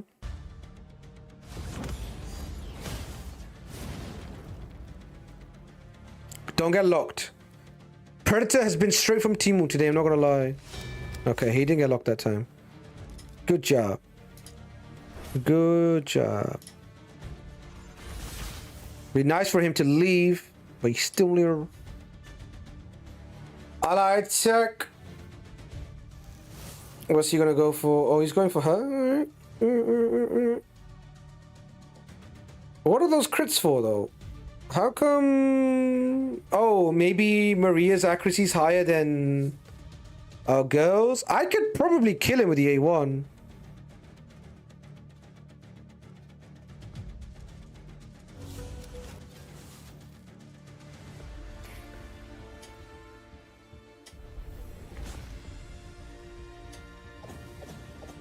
A1, extra turn. Stop. That's enough. Oh, her buffs are divisible by 3, so she can do the AoE, right? Yeah. Yeah, and then extra turn. Bam! She didn't even miss. She took me out. Oh no, but. Yeah, Maria's super nasty. I actually just wiped the entire team.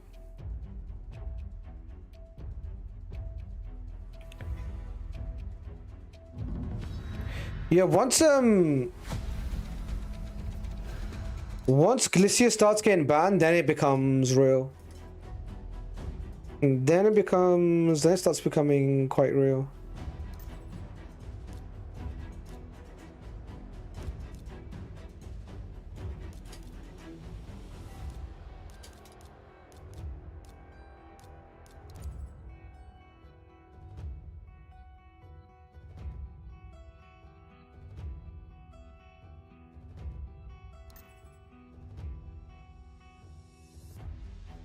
The speed, pretty much. Yeah. Yeah. Consider a protection block debuff. I mean, Glycia could go in. What's your build? Sort of preference on Glycia? Because I kind of feel like protection would be nice on her, especially because we're shoving her into lockouts all the time.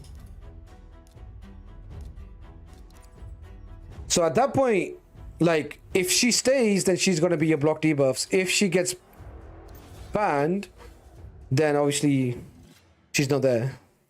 But it's not like you're gonna take Glycia and ban their lockout. Alright, you might. You might.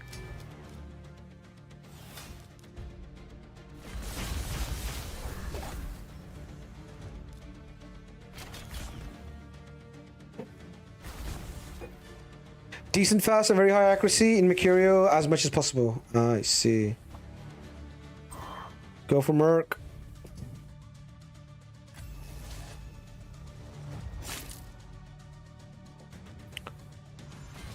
Alright, boom. That's the chest.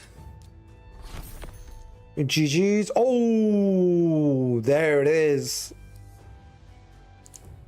It's just easy. It's just easy. Nice. Yo, GG's, man. Lego Tom. Lego Tom. I mean, others, it might be hard, but Streamer Man, it only takes one chest. Only takes one chest. All right, go on. Thanks so much. Thank you for the Zig bookie. How many bookies we on?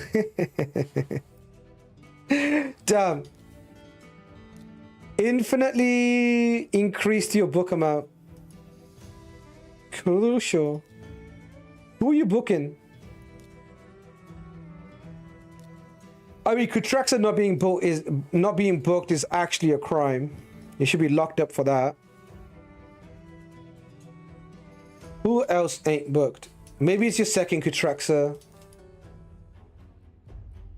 No, no, it's actually your first Kutraxa. No, it is a crime. You will be locked up, sir.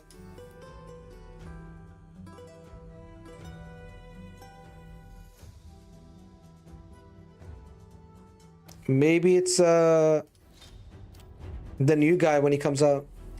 Going into Masashito. Masashito is crazy work. Masashito is nasty work. Hey, don't gotta do my boy like that. No. Masashito. Masashito. Oh no. I mean, if he was that bad, you wouldn't book him, or you wouldn't You want to mastery him. Alright. GG's. Thanks for letting me on. Enjoy your book. Enjoy your live arena situation. What is going on with your live arena situation? Oh, goddamn. You're just outside. 1378. Top 500 must be like 3 points away for you. Like, I think top 500 starts around about 1380. How much is it pushed up? 1400. Oh, 1390. Okay. Yeah, you're like 2 fights away from it. 2 fights away from top 500. Good luck, man. I feel like everybody's going to be scrambling for it. I feel like everybody's going to be scrambling for it.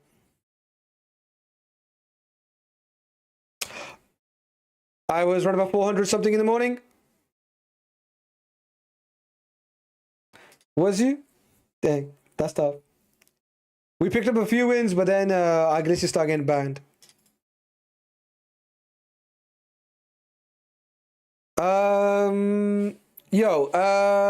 Borowski, Lucas, you about?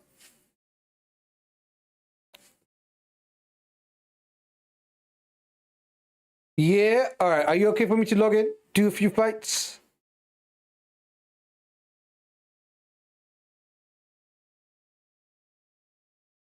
Go for it. Alright.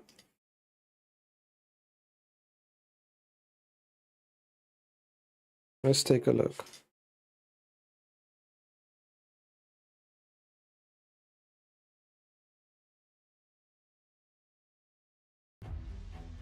What do we have? This is the Sabrel account. God damn, pop-ups everywhere. Sabrel, Joanne is booked with a 6-star now. I swear every time I come here, there's something new. Arbaez 403, Sabrel 381, that's the same. Joanne. Okay, it's nice to kind of get a little bit of a block revive action from her. Nice 1 plus Stone Skin and Chainbreaker. Pretty defensive. But in the absence of Katye's, it do be like that. Bayek. We'll see. Sabrel, Bayek. Calamitous is built with the right amount. 359. Calamitous is looking good too. I kind of feel like she's a little bit hard to run. So Nukas, Joanne, Sabrel, Calamitous, Nias, Embreeze. I think Embreeze and Nell probably not going to get used as much. The others probably will. Nias, Calamitous, Joanne, and Sabrel. And then support 1000 Resistance and Korra, or Mercurial, Solmar, Crystal, Moara. Alright, we got it. Let's go. Not having Glycia or not having Fabian is dark though in this meta. No Fabian, no Glycia is dark. Not having a way to deal with locks. No Donnie. Pretty sure no Glycia neither. Yeah, that's the biggest problem. Fabian is quite threatening to us. We have to ban Fabian. Can I ban him? No. You just saw his weakness, so he can stay now. His weakness is the Fabian. He can't pick him. Oh, also Marius too. Did you saw your Marius out? So Jelly, you got Sabrel, Grats dude? Yeah, he got a Sabrel.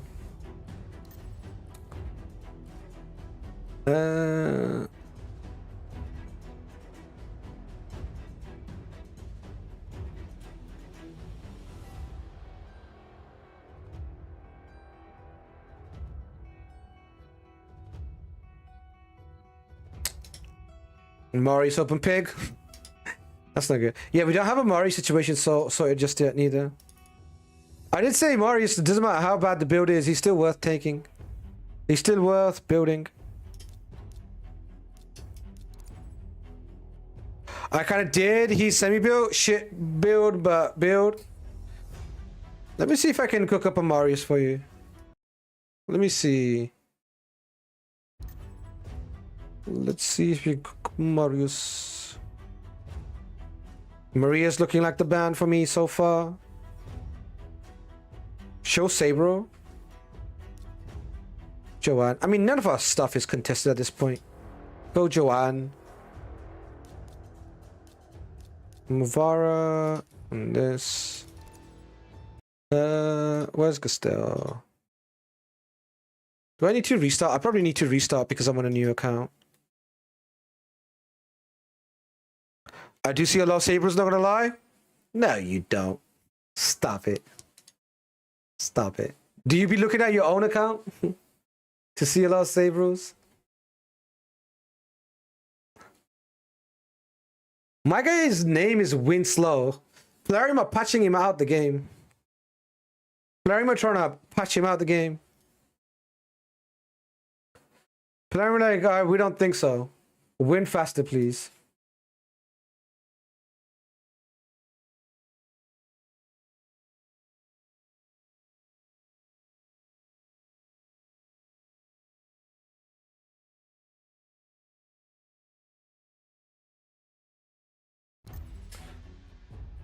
He picked Glycia. Brother, I don't have a Fabian.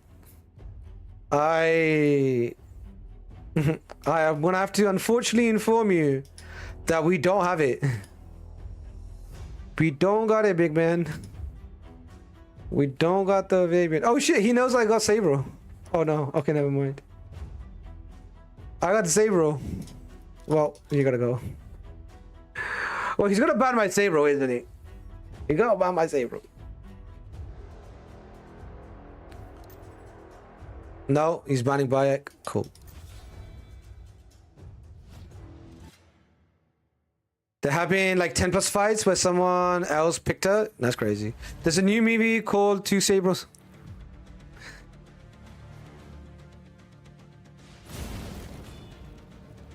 Damn. The Hilvi was faster in Mercurial than me. Ain't that about a bitch? With a weaker speed aura, but she got 6-star aura. She got that 6-star aura. Equalize HP. I mean, I'm frozen everywhere. He took all my stone skin. Yeah, this needs to be Cage, big man. You've already got Wand. We don't need to be quadrupling down like that. I'm gonna go Veil so she can't really kill my others. Right? She doesn't have... I guess she could try to strip. Yeah, she went for the strip. Yeah, this guy's got to be in Cage, but Marius would still be able to strip him, but not Hilvi like that. Do you mind if I change it?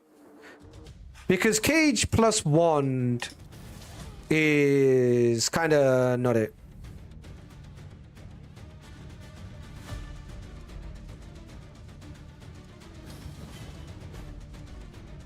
A1's gonna make me change my form. Hopefully no Enfeeble.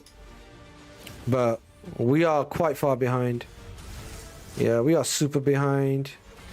Necrosis takes me out. Yeah, GG's. Yeah, we gotta switch that. If you want, you can change it. This blessing never procs anyway. You only procs it when you have a 1-star or 5-star. There's a proc in the middle. Yeah, the reason why I like Cage in your setup is because you've got this to deal with the debuffs. You need something to hold on to the buffs. Right? Just to balance it out a little bit. Okay, Winslow again. He took Glycia just randomly. He just is like, yeah, I'm gonna take Glycia, and then his Hilvi outsped me, which is kind of dark too. So I kind of feel like Mavara's the drop, and then we go. Now that he knows we're gonna ban his Glycia, he's probably gonna ban Sabro, but he won last time, so why would he change anything? Is my thinking. I'm gonna go our bias this time though. Yeah. Joanne. Joanne, same thing. Kind of want her in cage too. Live Harvest is cool if they're in 9-piece Mercurial, but if they're not in 9-piece Mercurial, I think cage is better. I might switch it to Arbias now. Let me not show the Arbias. We'll keep the change. Actually, I'm picking last. So let me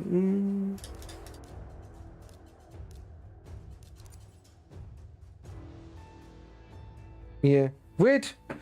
Whether I show him the change or I show him the luck. I mean, if he takes Glycia, then we won't even pick Sabro, because Sabro loses to this and to Glycia. That's kind of bad both ways.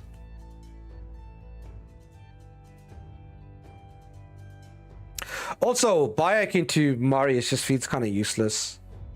We don't have a lock, so we're not going to really lock them. So, yeah, if it's not that great. Loan me your luck. Not sure you're gonna want it.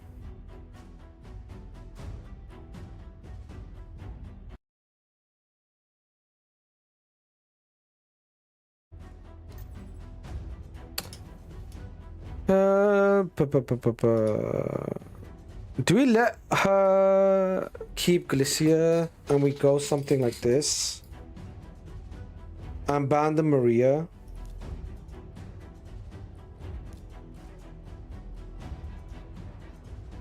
Or do we stick to the game plan? What did he ban last time? Nai? Bayek? Joanne? Bayek. He banned Bayek last time. We'll stick to the plan. Yeah, we'll stick to the plan. The plan is to outspeed him.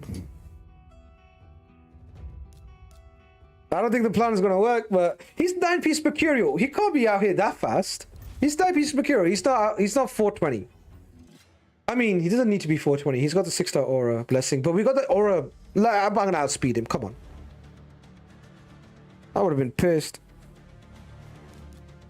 Boom.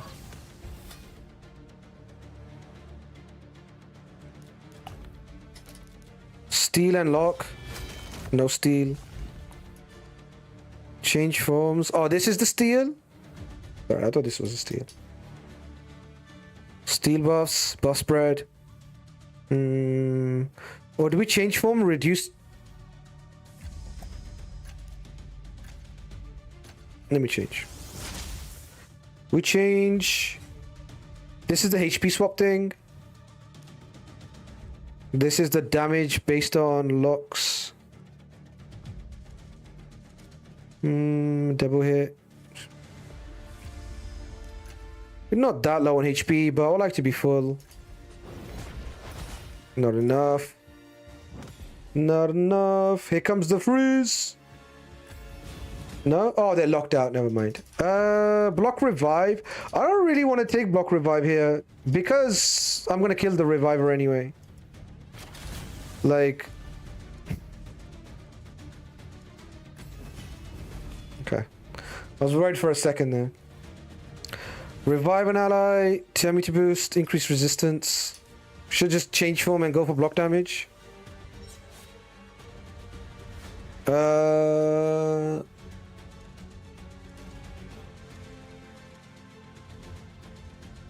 Grants an extra turn instead. If the target isn't killed, then extra turn. I'll do the block damage.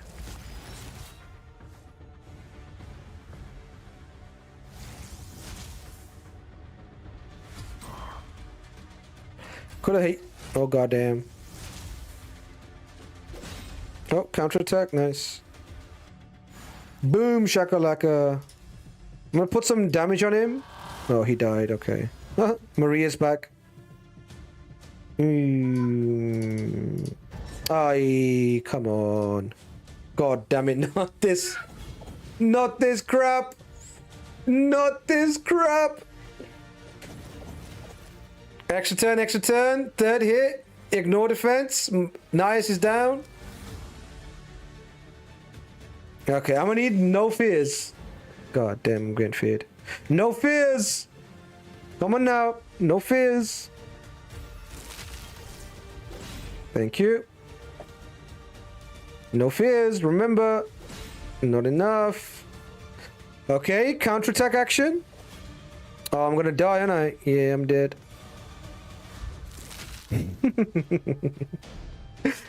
Ah, damn. GG's. GG's, GG's. What a turnaround. Maria just brought herself back. Maria just brought herself back and won the fight. Crazy champion. Crazy champion. She's so damn good, man. She, like, nobody even revived her. She just revived herself. She's like, nah, I'm back. I'm gonna win the fight. Crazy champion. Our first pick is this. I said it before, I say it again, frick Maria. Maria's insane. Isn't Glycia last pick usually useless? She needs to be up top. Or my tripping? No, it doesn't work like that.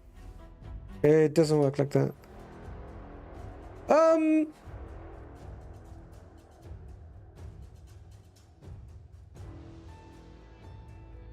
Up top Glycia.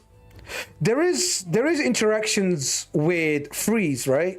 Freeze stops the rest of the ability happening. I mean, we don't have Glycia in this point, but makes a little bit of sense if it worked like that. I'm not sure though. I'm not sure if it increases the chance or not.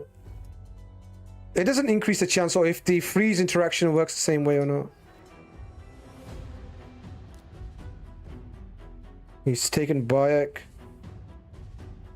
We're gonna need more nukers. I'll take Calamitous this time. And Sabro is a bit early for Sabro. I'll take this. Yeah. Was off for a bit and I come back to new fusion announcement. Yeah, the new fusion is incredible. New fusion is looking real good. New fusion is looking amazing. Predator and Maria and Bayek. Alright. We go Sabro and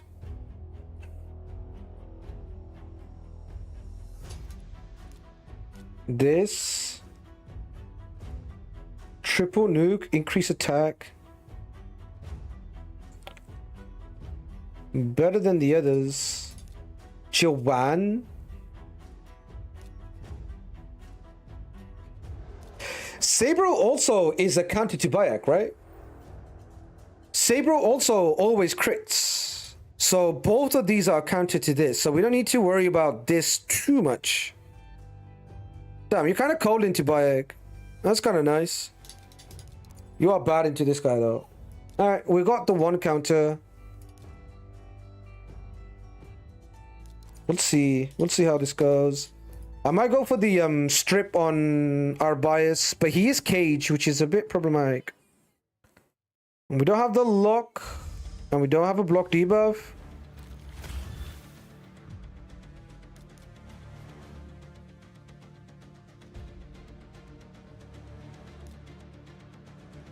Photometer. Yo, Reedy, what's good, man? How goes it? We'll veil up. Or equalize and increase resistance. Let me keep the revive. Let me not burn the revive.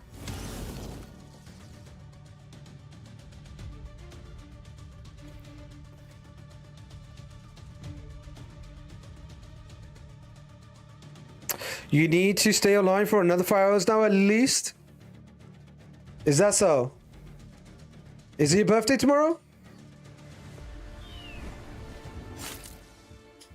This guy's a bot? No. Oh, double petrify? That sucks, doesn't it?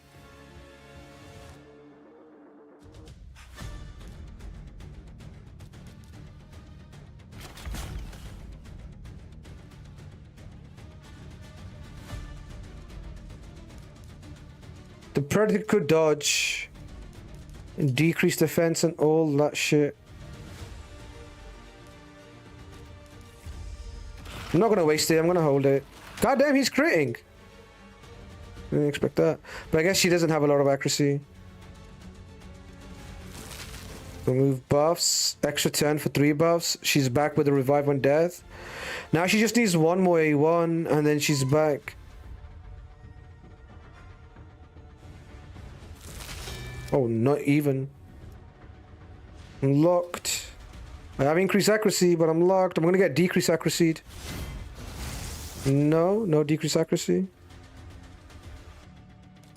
Should I take a nuke here? I'm not gonna crit this. I might crit this. I'm not gonna kill him. Let me see if I can get something back. No. Fuck, she's moving. Just kind of hoping we make it back around. That's GG's. I mean, even with the A1, she could just cycle back around and get her shit back. Even with the A1, she can cycle back. Even Barak, hey, thank you so much, man. Thank you. Harry Barak. I second that. You guys want me to keep going? Lucas! Defo Pain, big man. Defo Pain. Marius needs to come in. Let me see if I can I build everything. I build something every time I come onto the account. This day is gonna be Marius. Let me see if I can cook you a Marius. The only thing I need to see is what your speeds are like on your faster nukers. 272, 260. Calamitous also stone skin removal, 270. She's too fast, we're not gonna worry about her. Bayek is 284. So we're gonna go something like 285, right? 285. Now I do know he's only 2-star blessing, and that's a little bit embarrassing, but everybody's gonna start somewhere, right? Everybody gotta start somewhere. Moving up, what's his build? 284. Oh, you have tried it. You did try it, but you didn't really have the silver for it. Let me optimize the build for you, and then whatever gear it is what it is. So damage, death and glory. Let's see what we get. It looks like it's only going to take a minute. But yeah, it is what I said, but I don't know if you optimized it or if you have access to an optimizer or what the situation is. The champions that I would lock, I would have locked Joanne, maybe Nias. You can lock Bayek. I wouldn't. Bayek is way worse than Marius. I know he's only 2-star, but Bayek is like actively worse when you can't take Marius too. Facing Marius is tougher. So Marius is the first pick on your account, and you're not even like, you gotta give him the best gear. You know, long story short, it gotta be the best gears. All right, 50 seconds. Gustave optimizer cooking. 289. I didn't even put in glyphs here. So 98 more attack and 114 more crit damage. We are taking nice pieces across the board. You've got a nice piece here. Double defense percentage stats as main stats, and double speed and crit damage. Crit damage glove is super nice. It's not paired with speed. You definitely got the gear. This Marius is no slouch. He is in Savage. Oh, I didn't put stone skin. My bad. Okay, whoa. Hey. Hold up. Maybe stone skin Savage is going to be a different story. I was going to say this is definitely a good build, but I forgot we need stone skin. Where's the stone skin? It's variable, right? Oh, there. I'm a little bit blind, and Gustave font is a little bit small. Both things. Instantly done. Big 10-second build.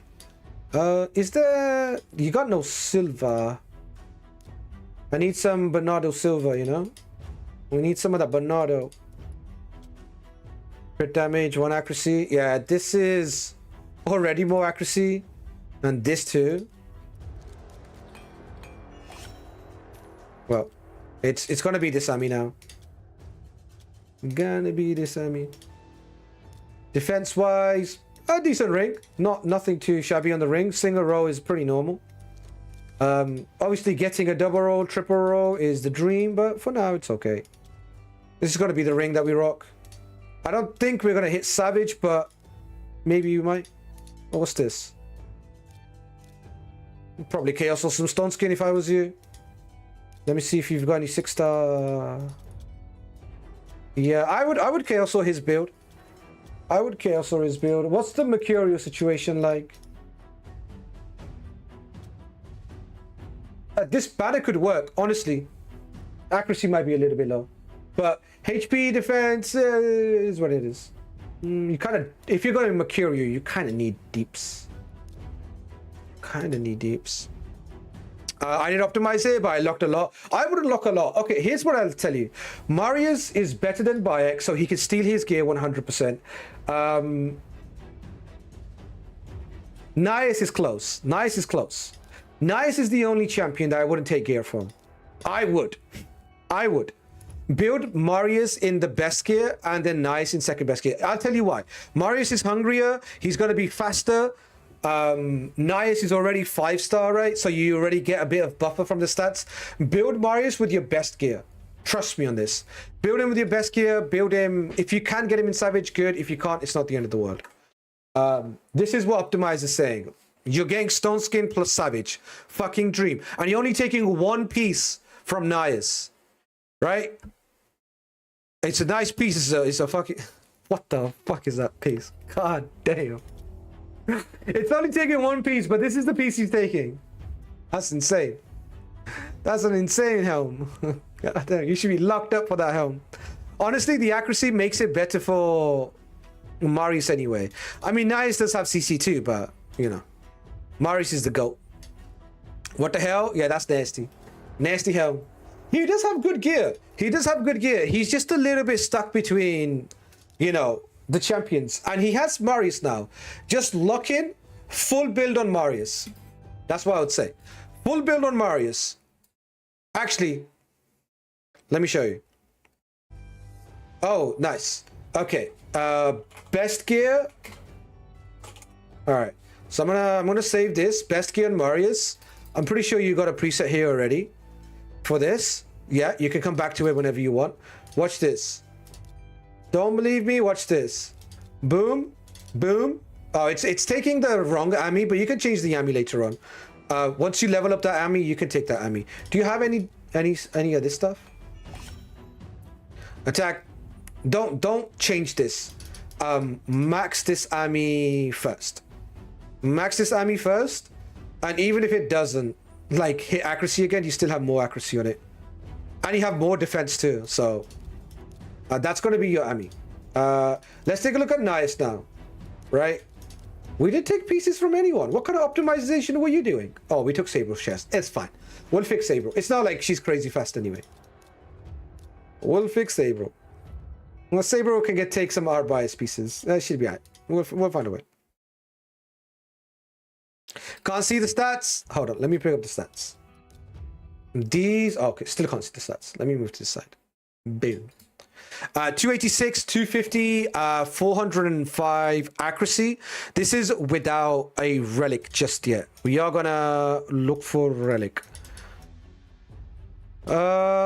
Something crit damage, something, or we could even go wand. In the absence of something actually good, we might just go wand. You know, like, if the best relic we can take is something that's just crit damage, at that point we might as well just take wand, right? This thing is kind of nice too. You might as well give him wand. So whenever he... Actually, you can't wand the wanded default buff, right? You can't wand the wanded debuff. Can't see relic description? Shush. I don't have much, but I do have ones. Yeah, just stick him in a wand. Stick him in a wand for now until we get like Quencher. We can't really get cat gazes now until you get a Stormcaller. Something like that, right? Quencher could be quite nice too.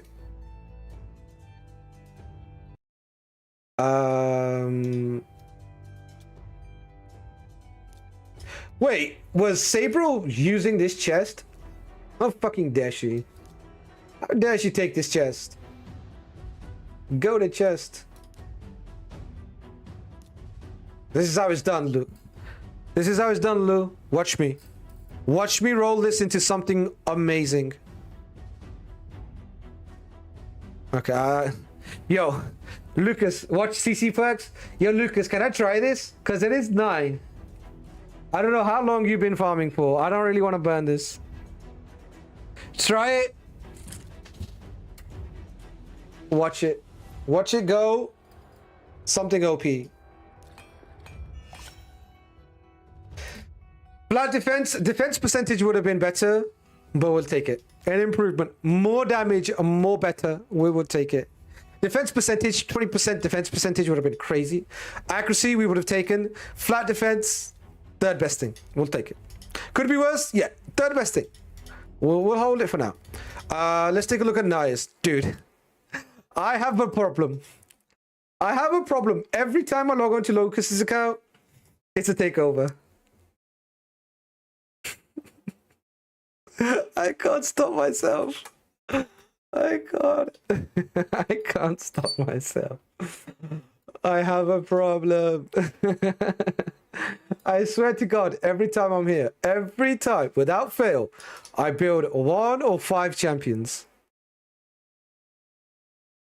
Good thing we have Gistel optimized. Honestly, this thing's a lifesaver. He is gonna now say that taking gear back. Right now, he's gonna be like, all right, I want that helm too. So we are gonna wanna. Let me cancel this. I'm pretty sure. Oh, it says that the helm is still on him. So what do I need to do? Do I need to do a refresh? Yeah, I need to do a refresh. All right.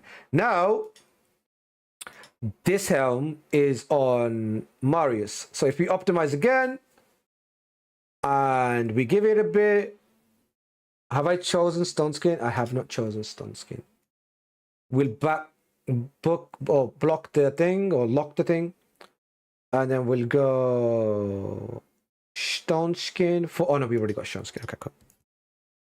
Optimize for second form. You got it, boss man. You got it. Optimize for second form. There it is. Dang, that HP is low. Is it showing the HP in the first form? Oh, never mind. There it is. Oh, it's still got 40 seconds to go. Okay, not bad. Still got 40 seconds to go. What's about the glyphs? On these other accounts, I don't really expect too many glyphs, but you're doing all right for glyphs. You're doing okay. You're doing okay for glyphs. Nasty piece. That's fine. Pretty good. Yeah. That defense definitely could do with a glyph. 7, we'll take it. HP would be nice, but we'll spare the 6-star HP gloves.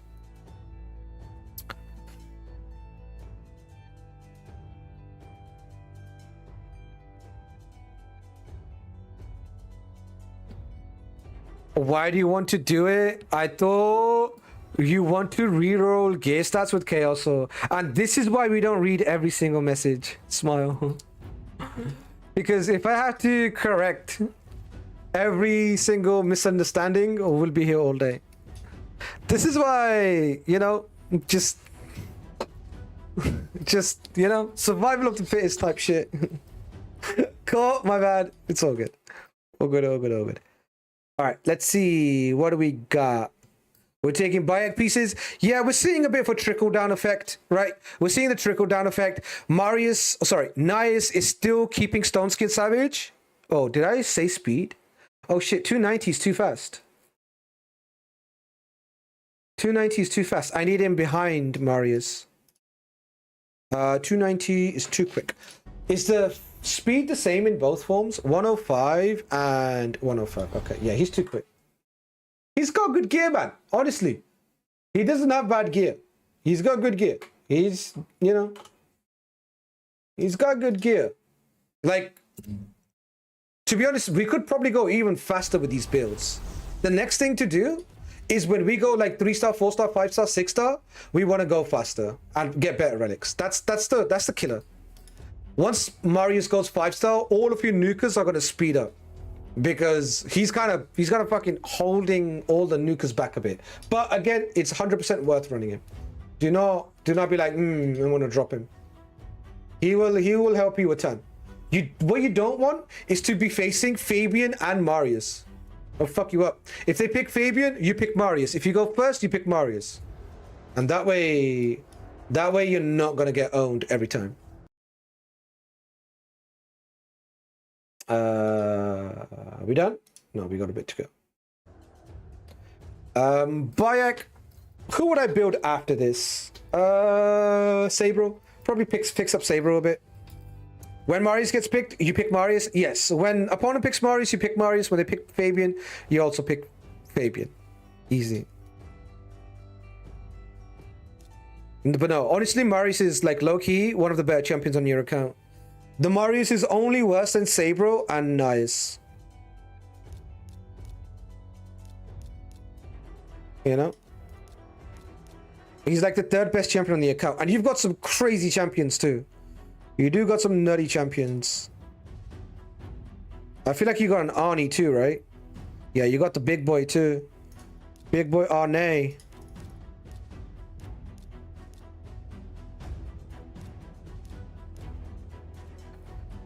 Marius a Vault Guardian for life. True. Stick him in the vault and throw away the key. Trash champion.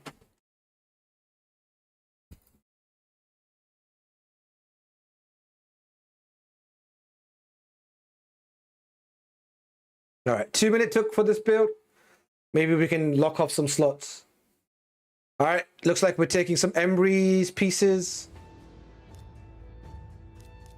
All right,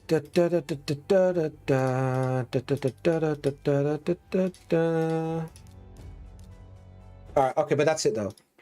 That's it. No more buildage. Otherwise, I'll be here all day building the account. 115% crit rate. Okay, that's a bit of a problem. That's a wee problem. What else we got? Is it because it's crit rate glove? Yeah.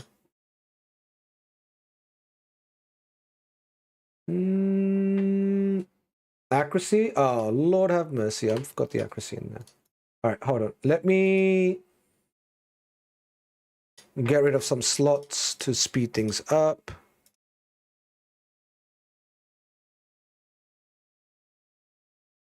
Get rid of these slots.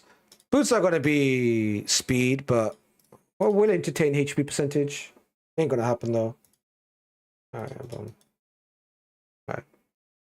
Optimize. Should be much faster now.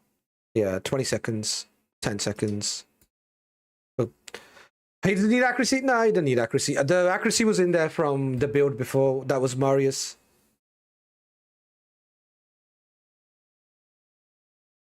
Seriously, Arnie doesn't need ignore defense sets. Yeah, he does slap hard. He slaps in 9-piece Mercurial. I mean, that could be your Mercurial project, right? There should always be a Mercurial project going on. If Arnie really do smack like that, you could just run him in 9-piece Mercurial. The problem isn't his damage. The problem is more so his hits. He kind of wants to do single hits, and this is not the season for single hitting. It's a season for multi-hitting. Oh, nice. God damn, look at those stats. Oh, we're still savage. Bro, I am telling you. Don't let Lucas fool you. He's got good gear. Crit damage glove. Look at that. 325 crit damage, 281 speed, 4k defense, 110k HP. I bloody love it. I bloody love it. All right, Lucas, man. There you go. I'm going to save presets. I'm just going to say auth. Here and here. Boom. Next project is Sabro. Build Sabro similar to how you had it built. You had the right idea in mind. Accuracy, speed, right? That's where you go. You can get some crit damage gloves in there. Nice cheeky crit damage gloves. Nice. It's actually a pretty good glove. I mean, you really were just rocking a... We really were just rocking an accuracy chest with full speed. I mean, I just did this and took Paddy's chest. You lose 3 speed, you keep the same accuracy. You lose 13 crit damage. You could do that, or you can optimize it again. Other things, there are like variable set, like Swift Parry. If you have a Swift Parry piece, it could be worth looking at, because Swift Parry first piece gives you something, right? I think it's crit damage that Swift Parry gives you. What does it give? Crit damage, yeah. But again, probably don't have a accuracy chest with full speed in Swift Parry just yet. But I'm gonna give him the Paddy chest, and boom. Yo, Laws, what's good, man? Hope you're doing good. But yeah, there you go. A bit of a switch up. Joanne is missing a few pieces now, and also, okay, we never took anything from Bayek. That's pretty good. 125 crit rate, not so good. But yeah, I didn't even force ignore defense, by the way. I didn't even force the ignore defense. 1 for now. Yeah, gonna have to be 1 for now. Pop this on. Any other relic that can be niche good? Coronet.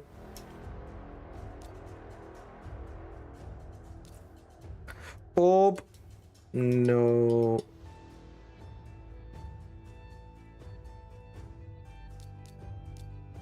Whenever the wearer is under a crowd control debuff, all time it fills. Okay.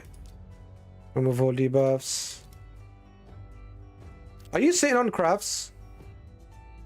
Is you sitting on crafts? No, you're not. Good. Don't sit on crafts.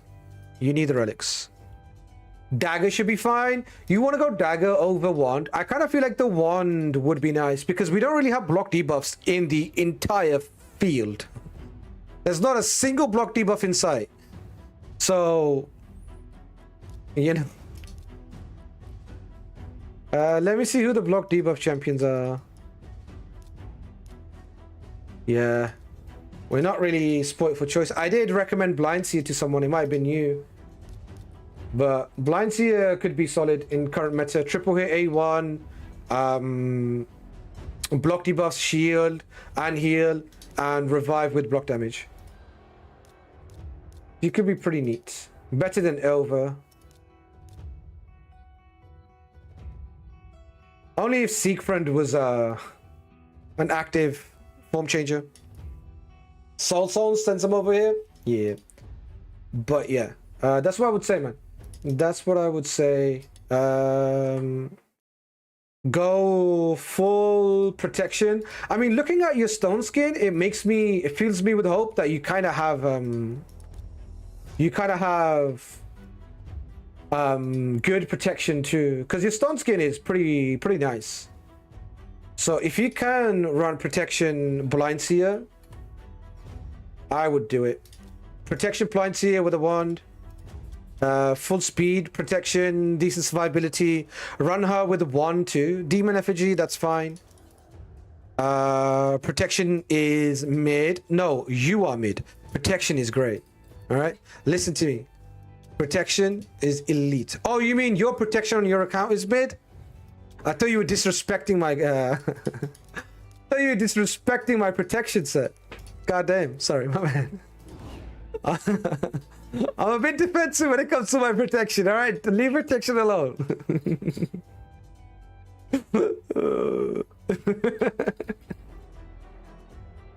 Ortho for Luke. I ran a bit of ignore defense there. I did ignore defense. My bad. My bad. Now you got some nice defection, nice protection pieces. Go full protection her. Honestly, she'd be better than in most cases. I mean, our bias is pretty good too. Our bias is good too, but if you're looking for a block debuff champion, Blind Seer is elite. Blind Seer or Bias, they have different uses. Blind Seer is the 10 meter booster plus increased accuracy plus increased attack, and Blind Seer is more so the revive plus the block debuff. She's very much more defensive. And if you pair her with Nias, all of a sudden you get the nasty behavior. If you're running into Galathea and if you're running into Theodosia, protected block debuffs can stop you from their second form, or can stop them from abusing their second form and CCing you. I would say generally she's better than Arbias. You know, 400 speed Arbias versus 400 speed Blind Seer, I would say Blind Seer is better. Because my Siphi is 400 speed and she cooks. But if I had an Arbias at 400 speed, I wouldn't bother running her at all. I'd just be like, nah, I'm alright. You know? If you were like 6-star, you know, 480, then I'd be like, alright, you're cooking, but you know, so. Will be more like a 370 Blind Seer. Still really good. Still really good. Still worth taking. What do you think, Siphi, about relics? I've got her in Cyroth. I have her in Aspect Cyroth. You can run her in Soulmar Crystal. You can run her in Rebirth. There's a lot of different ones you can run her in. I do run 9-piece protection on her though. What about 592 Arbias versus 493 Blind Seer?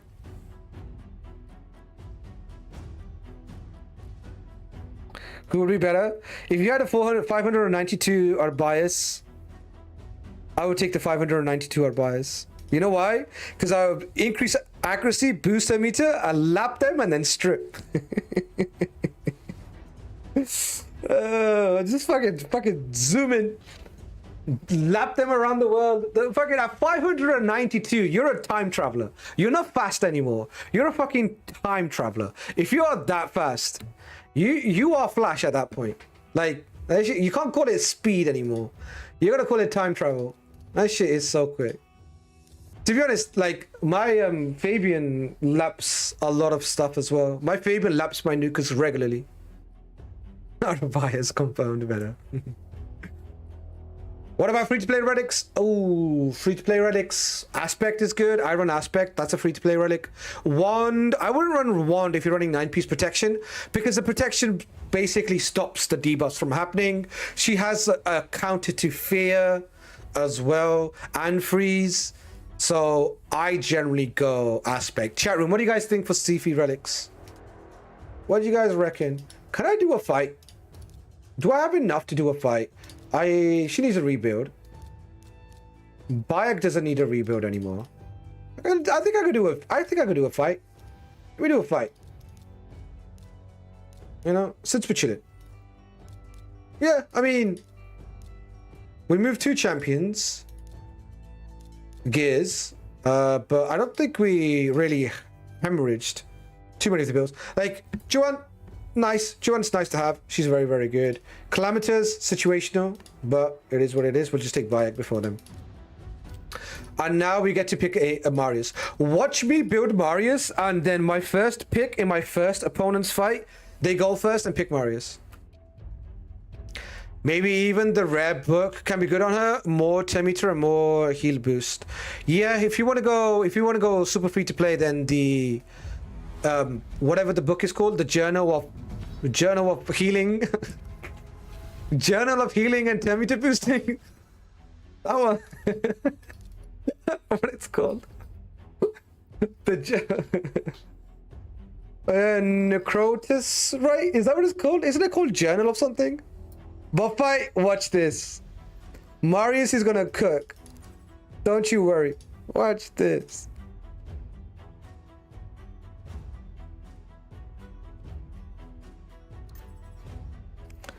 Time to shine, Marius. Go. Although, if Saber doesn't kill all of them before him.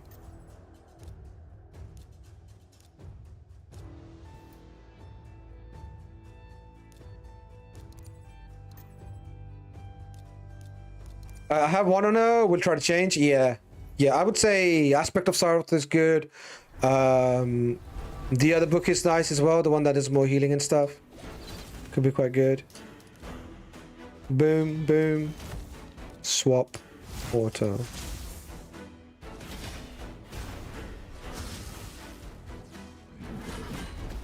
Bang, bang, bang. Damage is a little bit low. Did I give him wand? I haven't given him wand.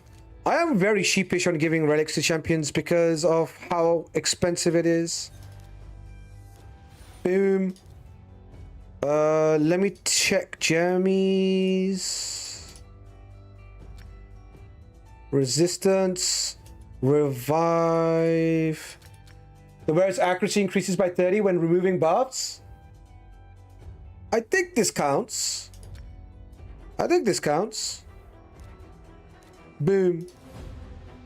Revive, more damage. No. The best one would be Bloodthirsty, but we're not going to take that from Nias. More damage at max HP would probably be best. I'm pretty sure that's a circular one. Oh, god damn. Okay, we do have two here. What's this? The wearer's accuracy increases by 5 whenever an enemy resists them. Rewarding failure. 10 meter reduction effects are less effective, and 10 meter increase effect are more effective. I'm gonna go more damage because I got a feeling we're gonna need it. I got a feeling. I got a feeling. Counterattack. I do like Master Hexer, not gonna lie, and Sniper on him. Counterattack is pretty nice too. He counterattacks all the time, I feel like. Let's see.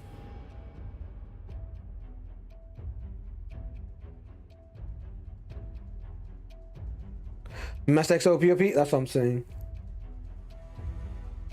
New build, solid as fuck. Yeah, we're cooking. We are cooking.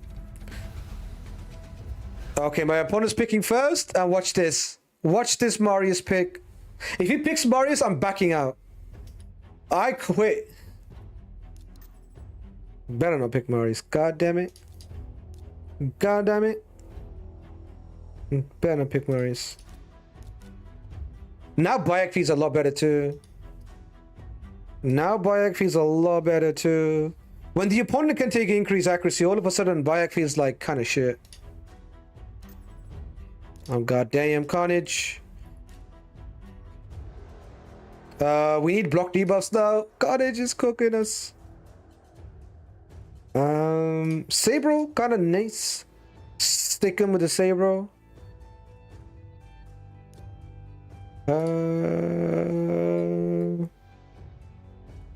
Any other way to deal with these two? Carnage either gonna get locked. I don't think he cares about Bayek too much, but no, I think we're fine now. I think we're actually just fine. Like, this Carnage is not gonna be able to get his shit off because we've got the Marius to strip the Stone Skin, and then we got enough damage to kind of throw him down, and we have the turn meter boost as well from our bias, which is basically gonna stop him from ever taking a turn. So let's see. He's probably gonna ban this. Oh no. Taking Carnage and banning Bayek is crazy work, but you know, people do crazy things. Nothing new. But yeah, I feel like the account makes a lot more sense now. You know, the offense makes a lot more sense now. We can actually put our opponent in bad situations. Because this Nias is gonna be getting ready for some nukes.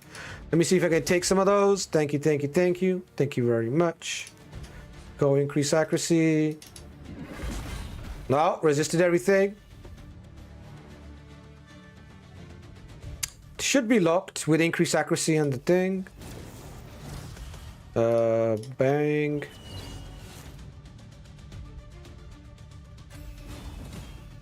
It's probably gonna come for the block revive on my boy. Oh.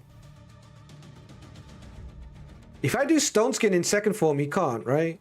I could do lock actors, but that's risky. I force him to do an AoE. That's fine. I'll force him to do an AoE. Stone Skin, Taunt, and such. Lasting Gifts? Yeah, it is Lasting Gifts, it's just in proc. Out swap, AoE. Bop bop. Not enough. Change form, huh?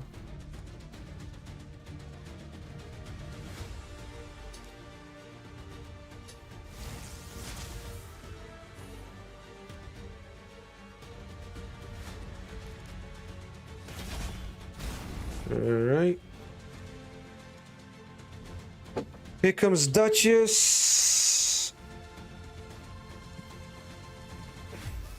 She's gonna get block revived. No, the taunt is 2 turn. Deal Terminator here. Nope. Is she back? Does she have it? No, not yet. Burn. Or Terminator reduction. Let me go with the Terminator reduction. Okay, good. If she had the revive, she might be. Might just change forms and AoE here. But I don't want to die to reflect damage. Pop on block damage.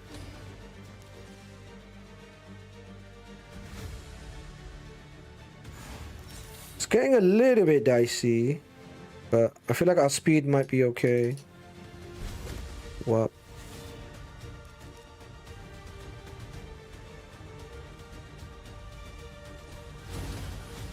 Not enough. Here comes Duchess. If she revives, I just AoE blast.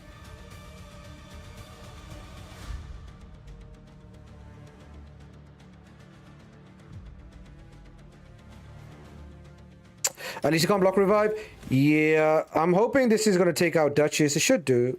Oh, bam! Both down. Nice. Yeah, with the initiative of like stripping the stone skin, we not only get to lock them out, but we also get to start some damage too.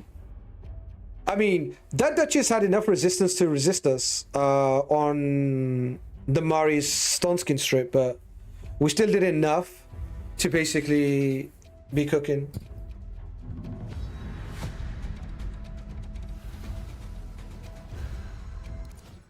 Marius open pick every time.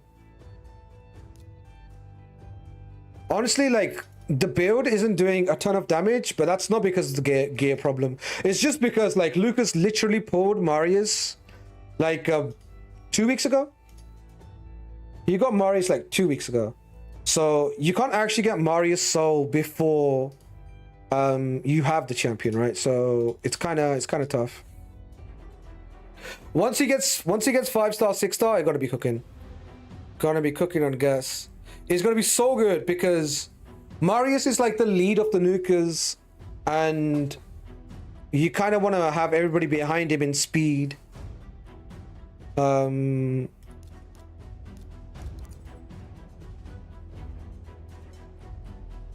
So when he gets more stats, you'll be able to build him faster.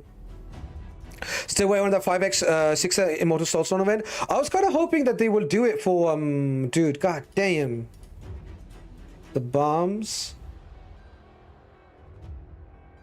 That's a lot of problems here. A lot of problems.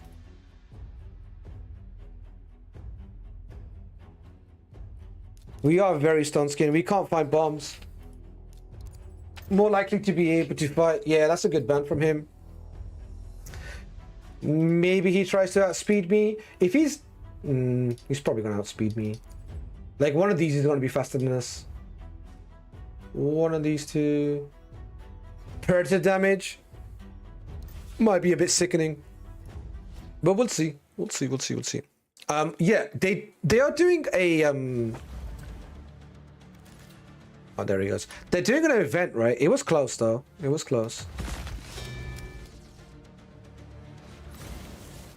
Oh, freeze too. They both were faster than us. That's unfortunate.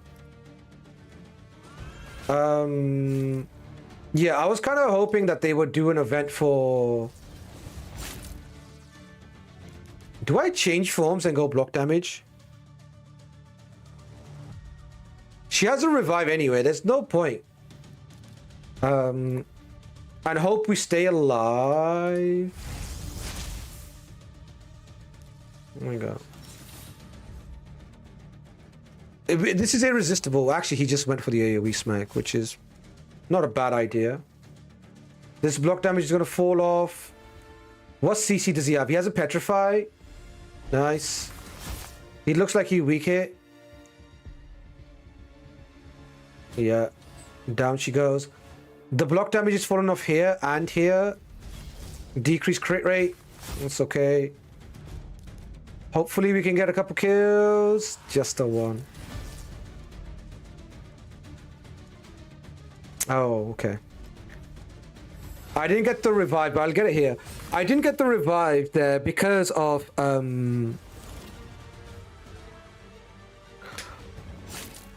I didn't get the block revive because A, we probably killed through ally protection, or the cage was the what did the kill.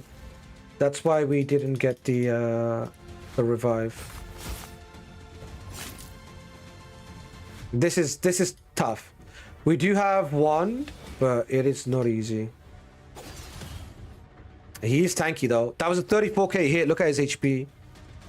God damn, 155k. He got it. He got it. He got it. Yeah, tough.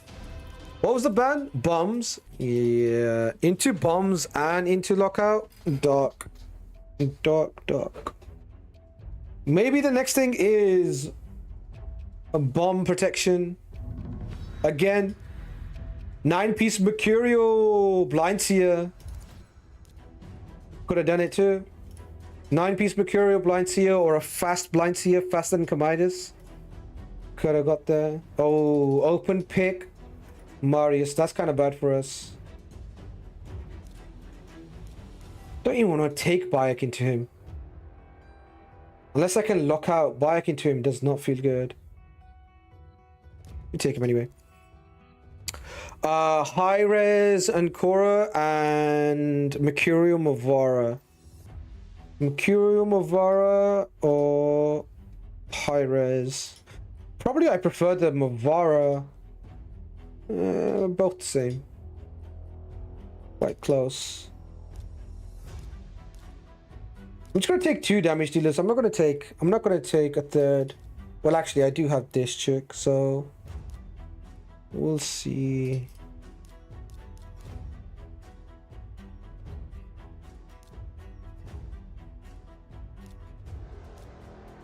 Take these 2. Let's take these 2. What if Blind Seer isn't actually blind and they just need a new prescription for better glasses? I mean, just because you can't see perfectly doesn't mean that you say you're blind, right? Do you think if you take the glasses of a blind person... Oh, sorry. Do you think if you take the glasses of a person that's wearing glasses, they go blind? Do you think they're like, oh, fuck, it's black. Everything is dark. I can't see anything. Legally? Okay. I'm legally blind. If you didn't pull out a top tier meme there, I was going to roast you. But the top tier meme saved you. I'll allow it. Legally blind is a great save.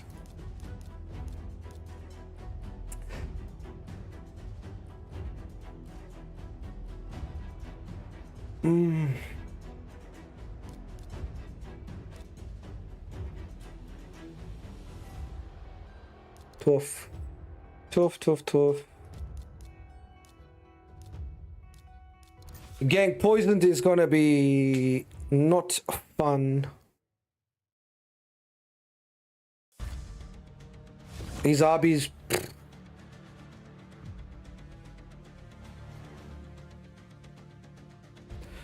What if I change forms and did A1 instead? That's the best thing to do. Change forms and do A1, because I don't want to get poisoned. This is pretty silly, but I think this is correct. Go for the look. I didn't want to do any buffs. I didn't want to take any buffs. Let me change. Stop enfeebling me, you son of a gun. Wait, do I have a... It's always going to crit ability, right? So this is always going to crit, it doesn't matter?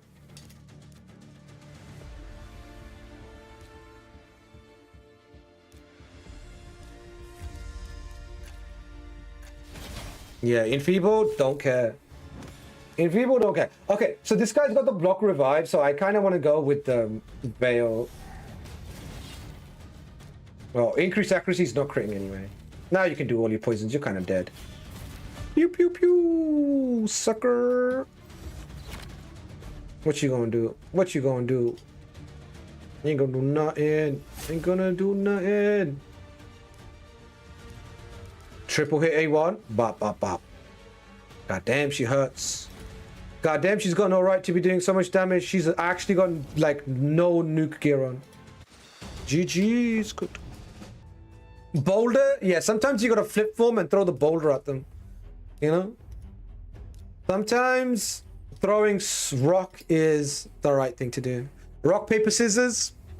You gotta throw the rock every time. If your opponent had bear glasses, he could have seen his defeat coming. Still couldn't have done anything about it though. You know? Knowing your death is probably worse than not knowing your death. Lucas! Love you long time, broski. Thank you so much for letting me on. I do think the account is in a much better place now. Much, much better. Account is in a much better place. This playstyle makes a lot more sense.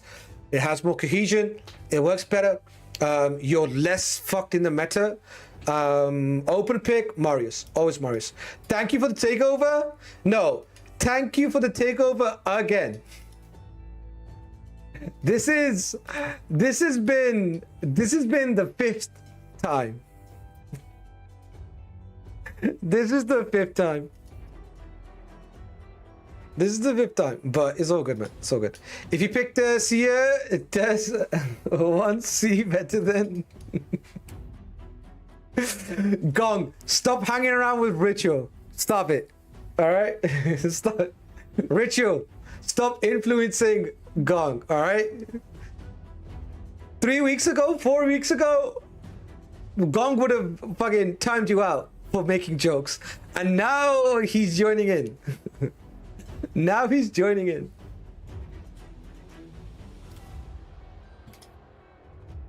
Now he's been influenced. Now he's all the same. We became friends. We prevail. That's what I like to see. That's what I like to see. Buddies. All right, boys, listen. W stream.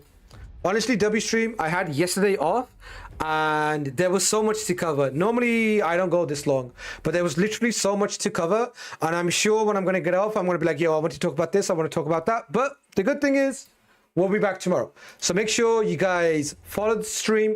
If you guys are on YouTube, sub to the channel. And I'll be back tomorrow again, 4 p.m. normal time come through. We'll do it all over again. Thanks so much for hanging out. I appreciate you guys. Thank you. I'll see you guys tomorrow, chat. Have a good one. Peace.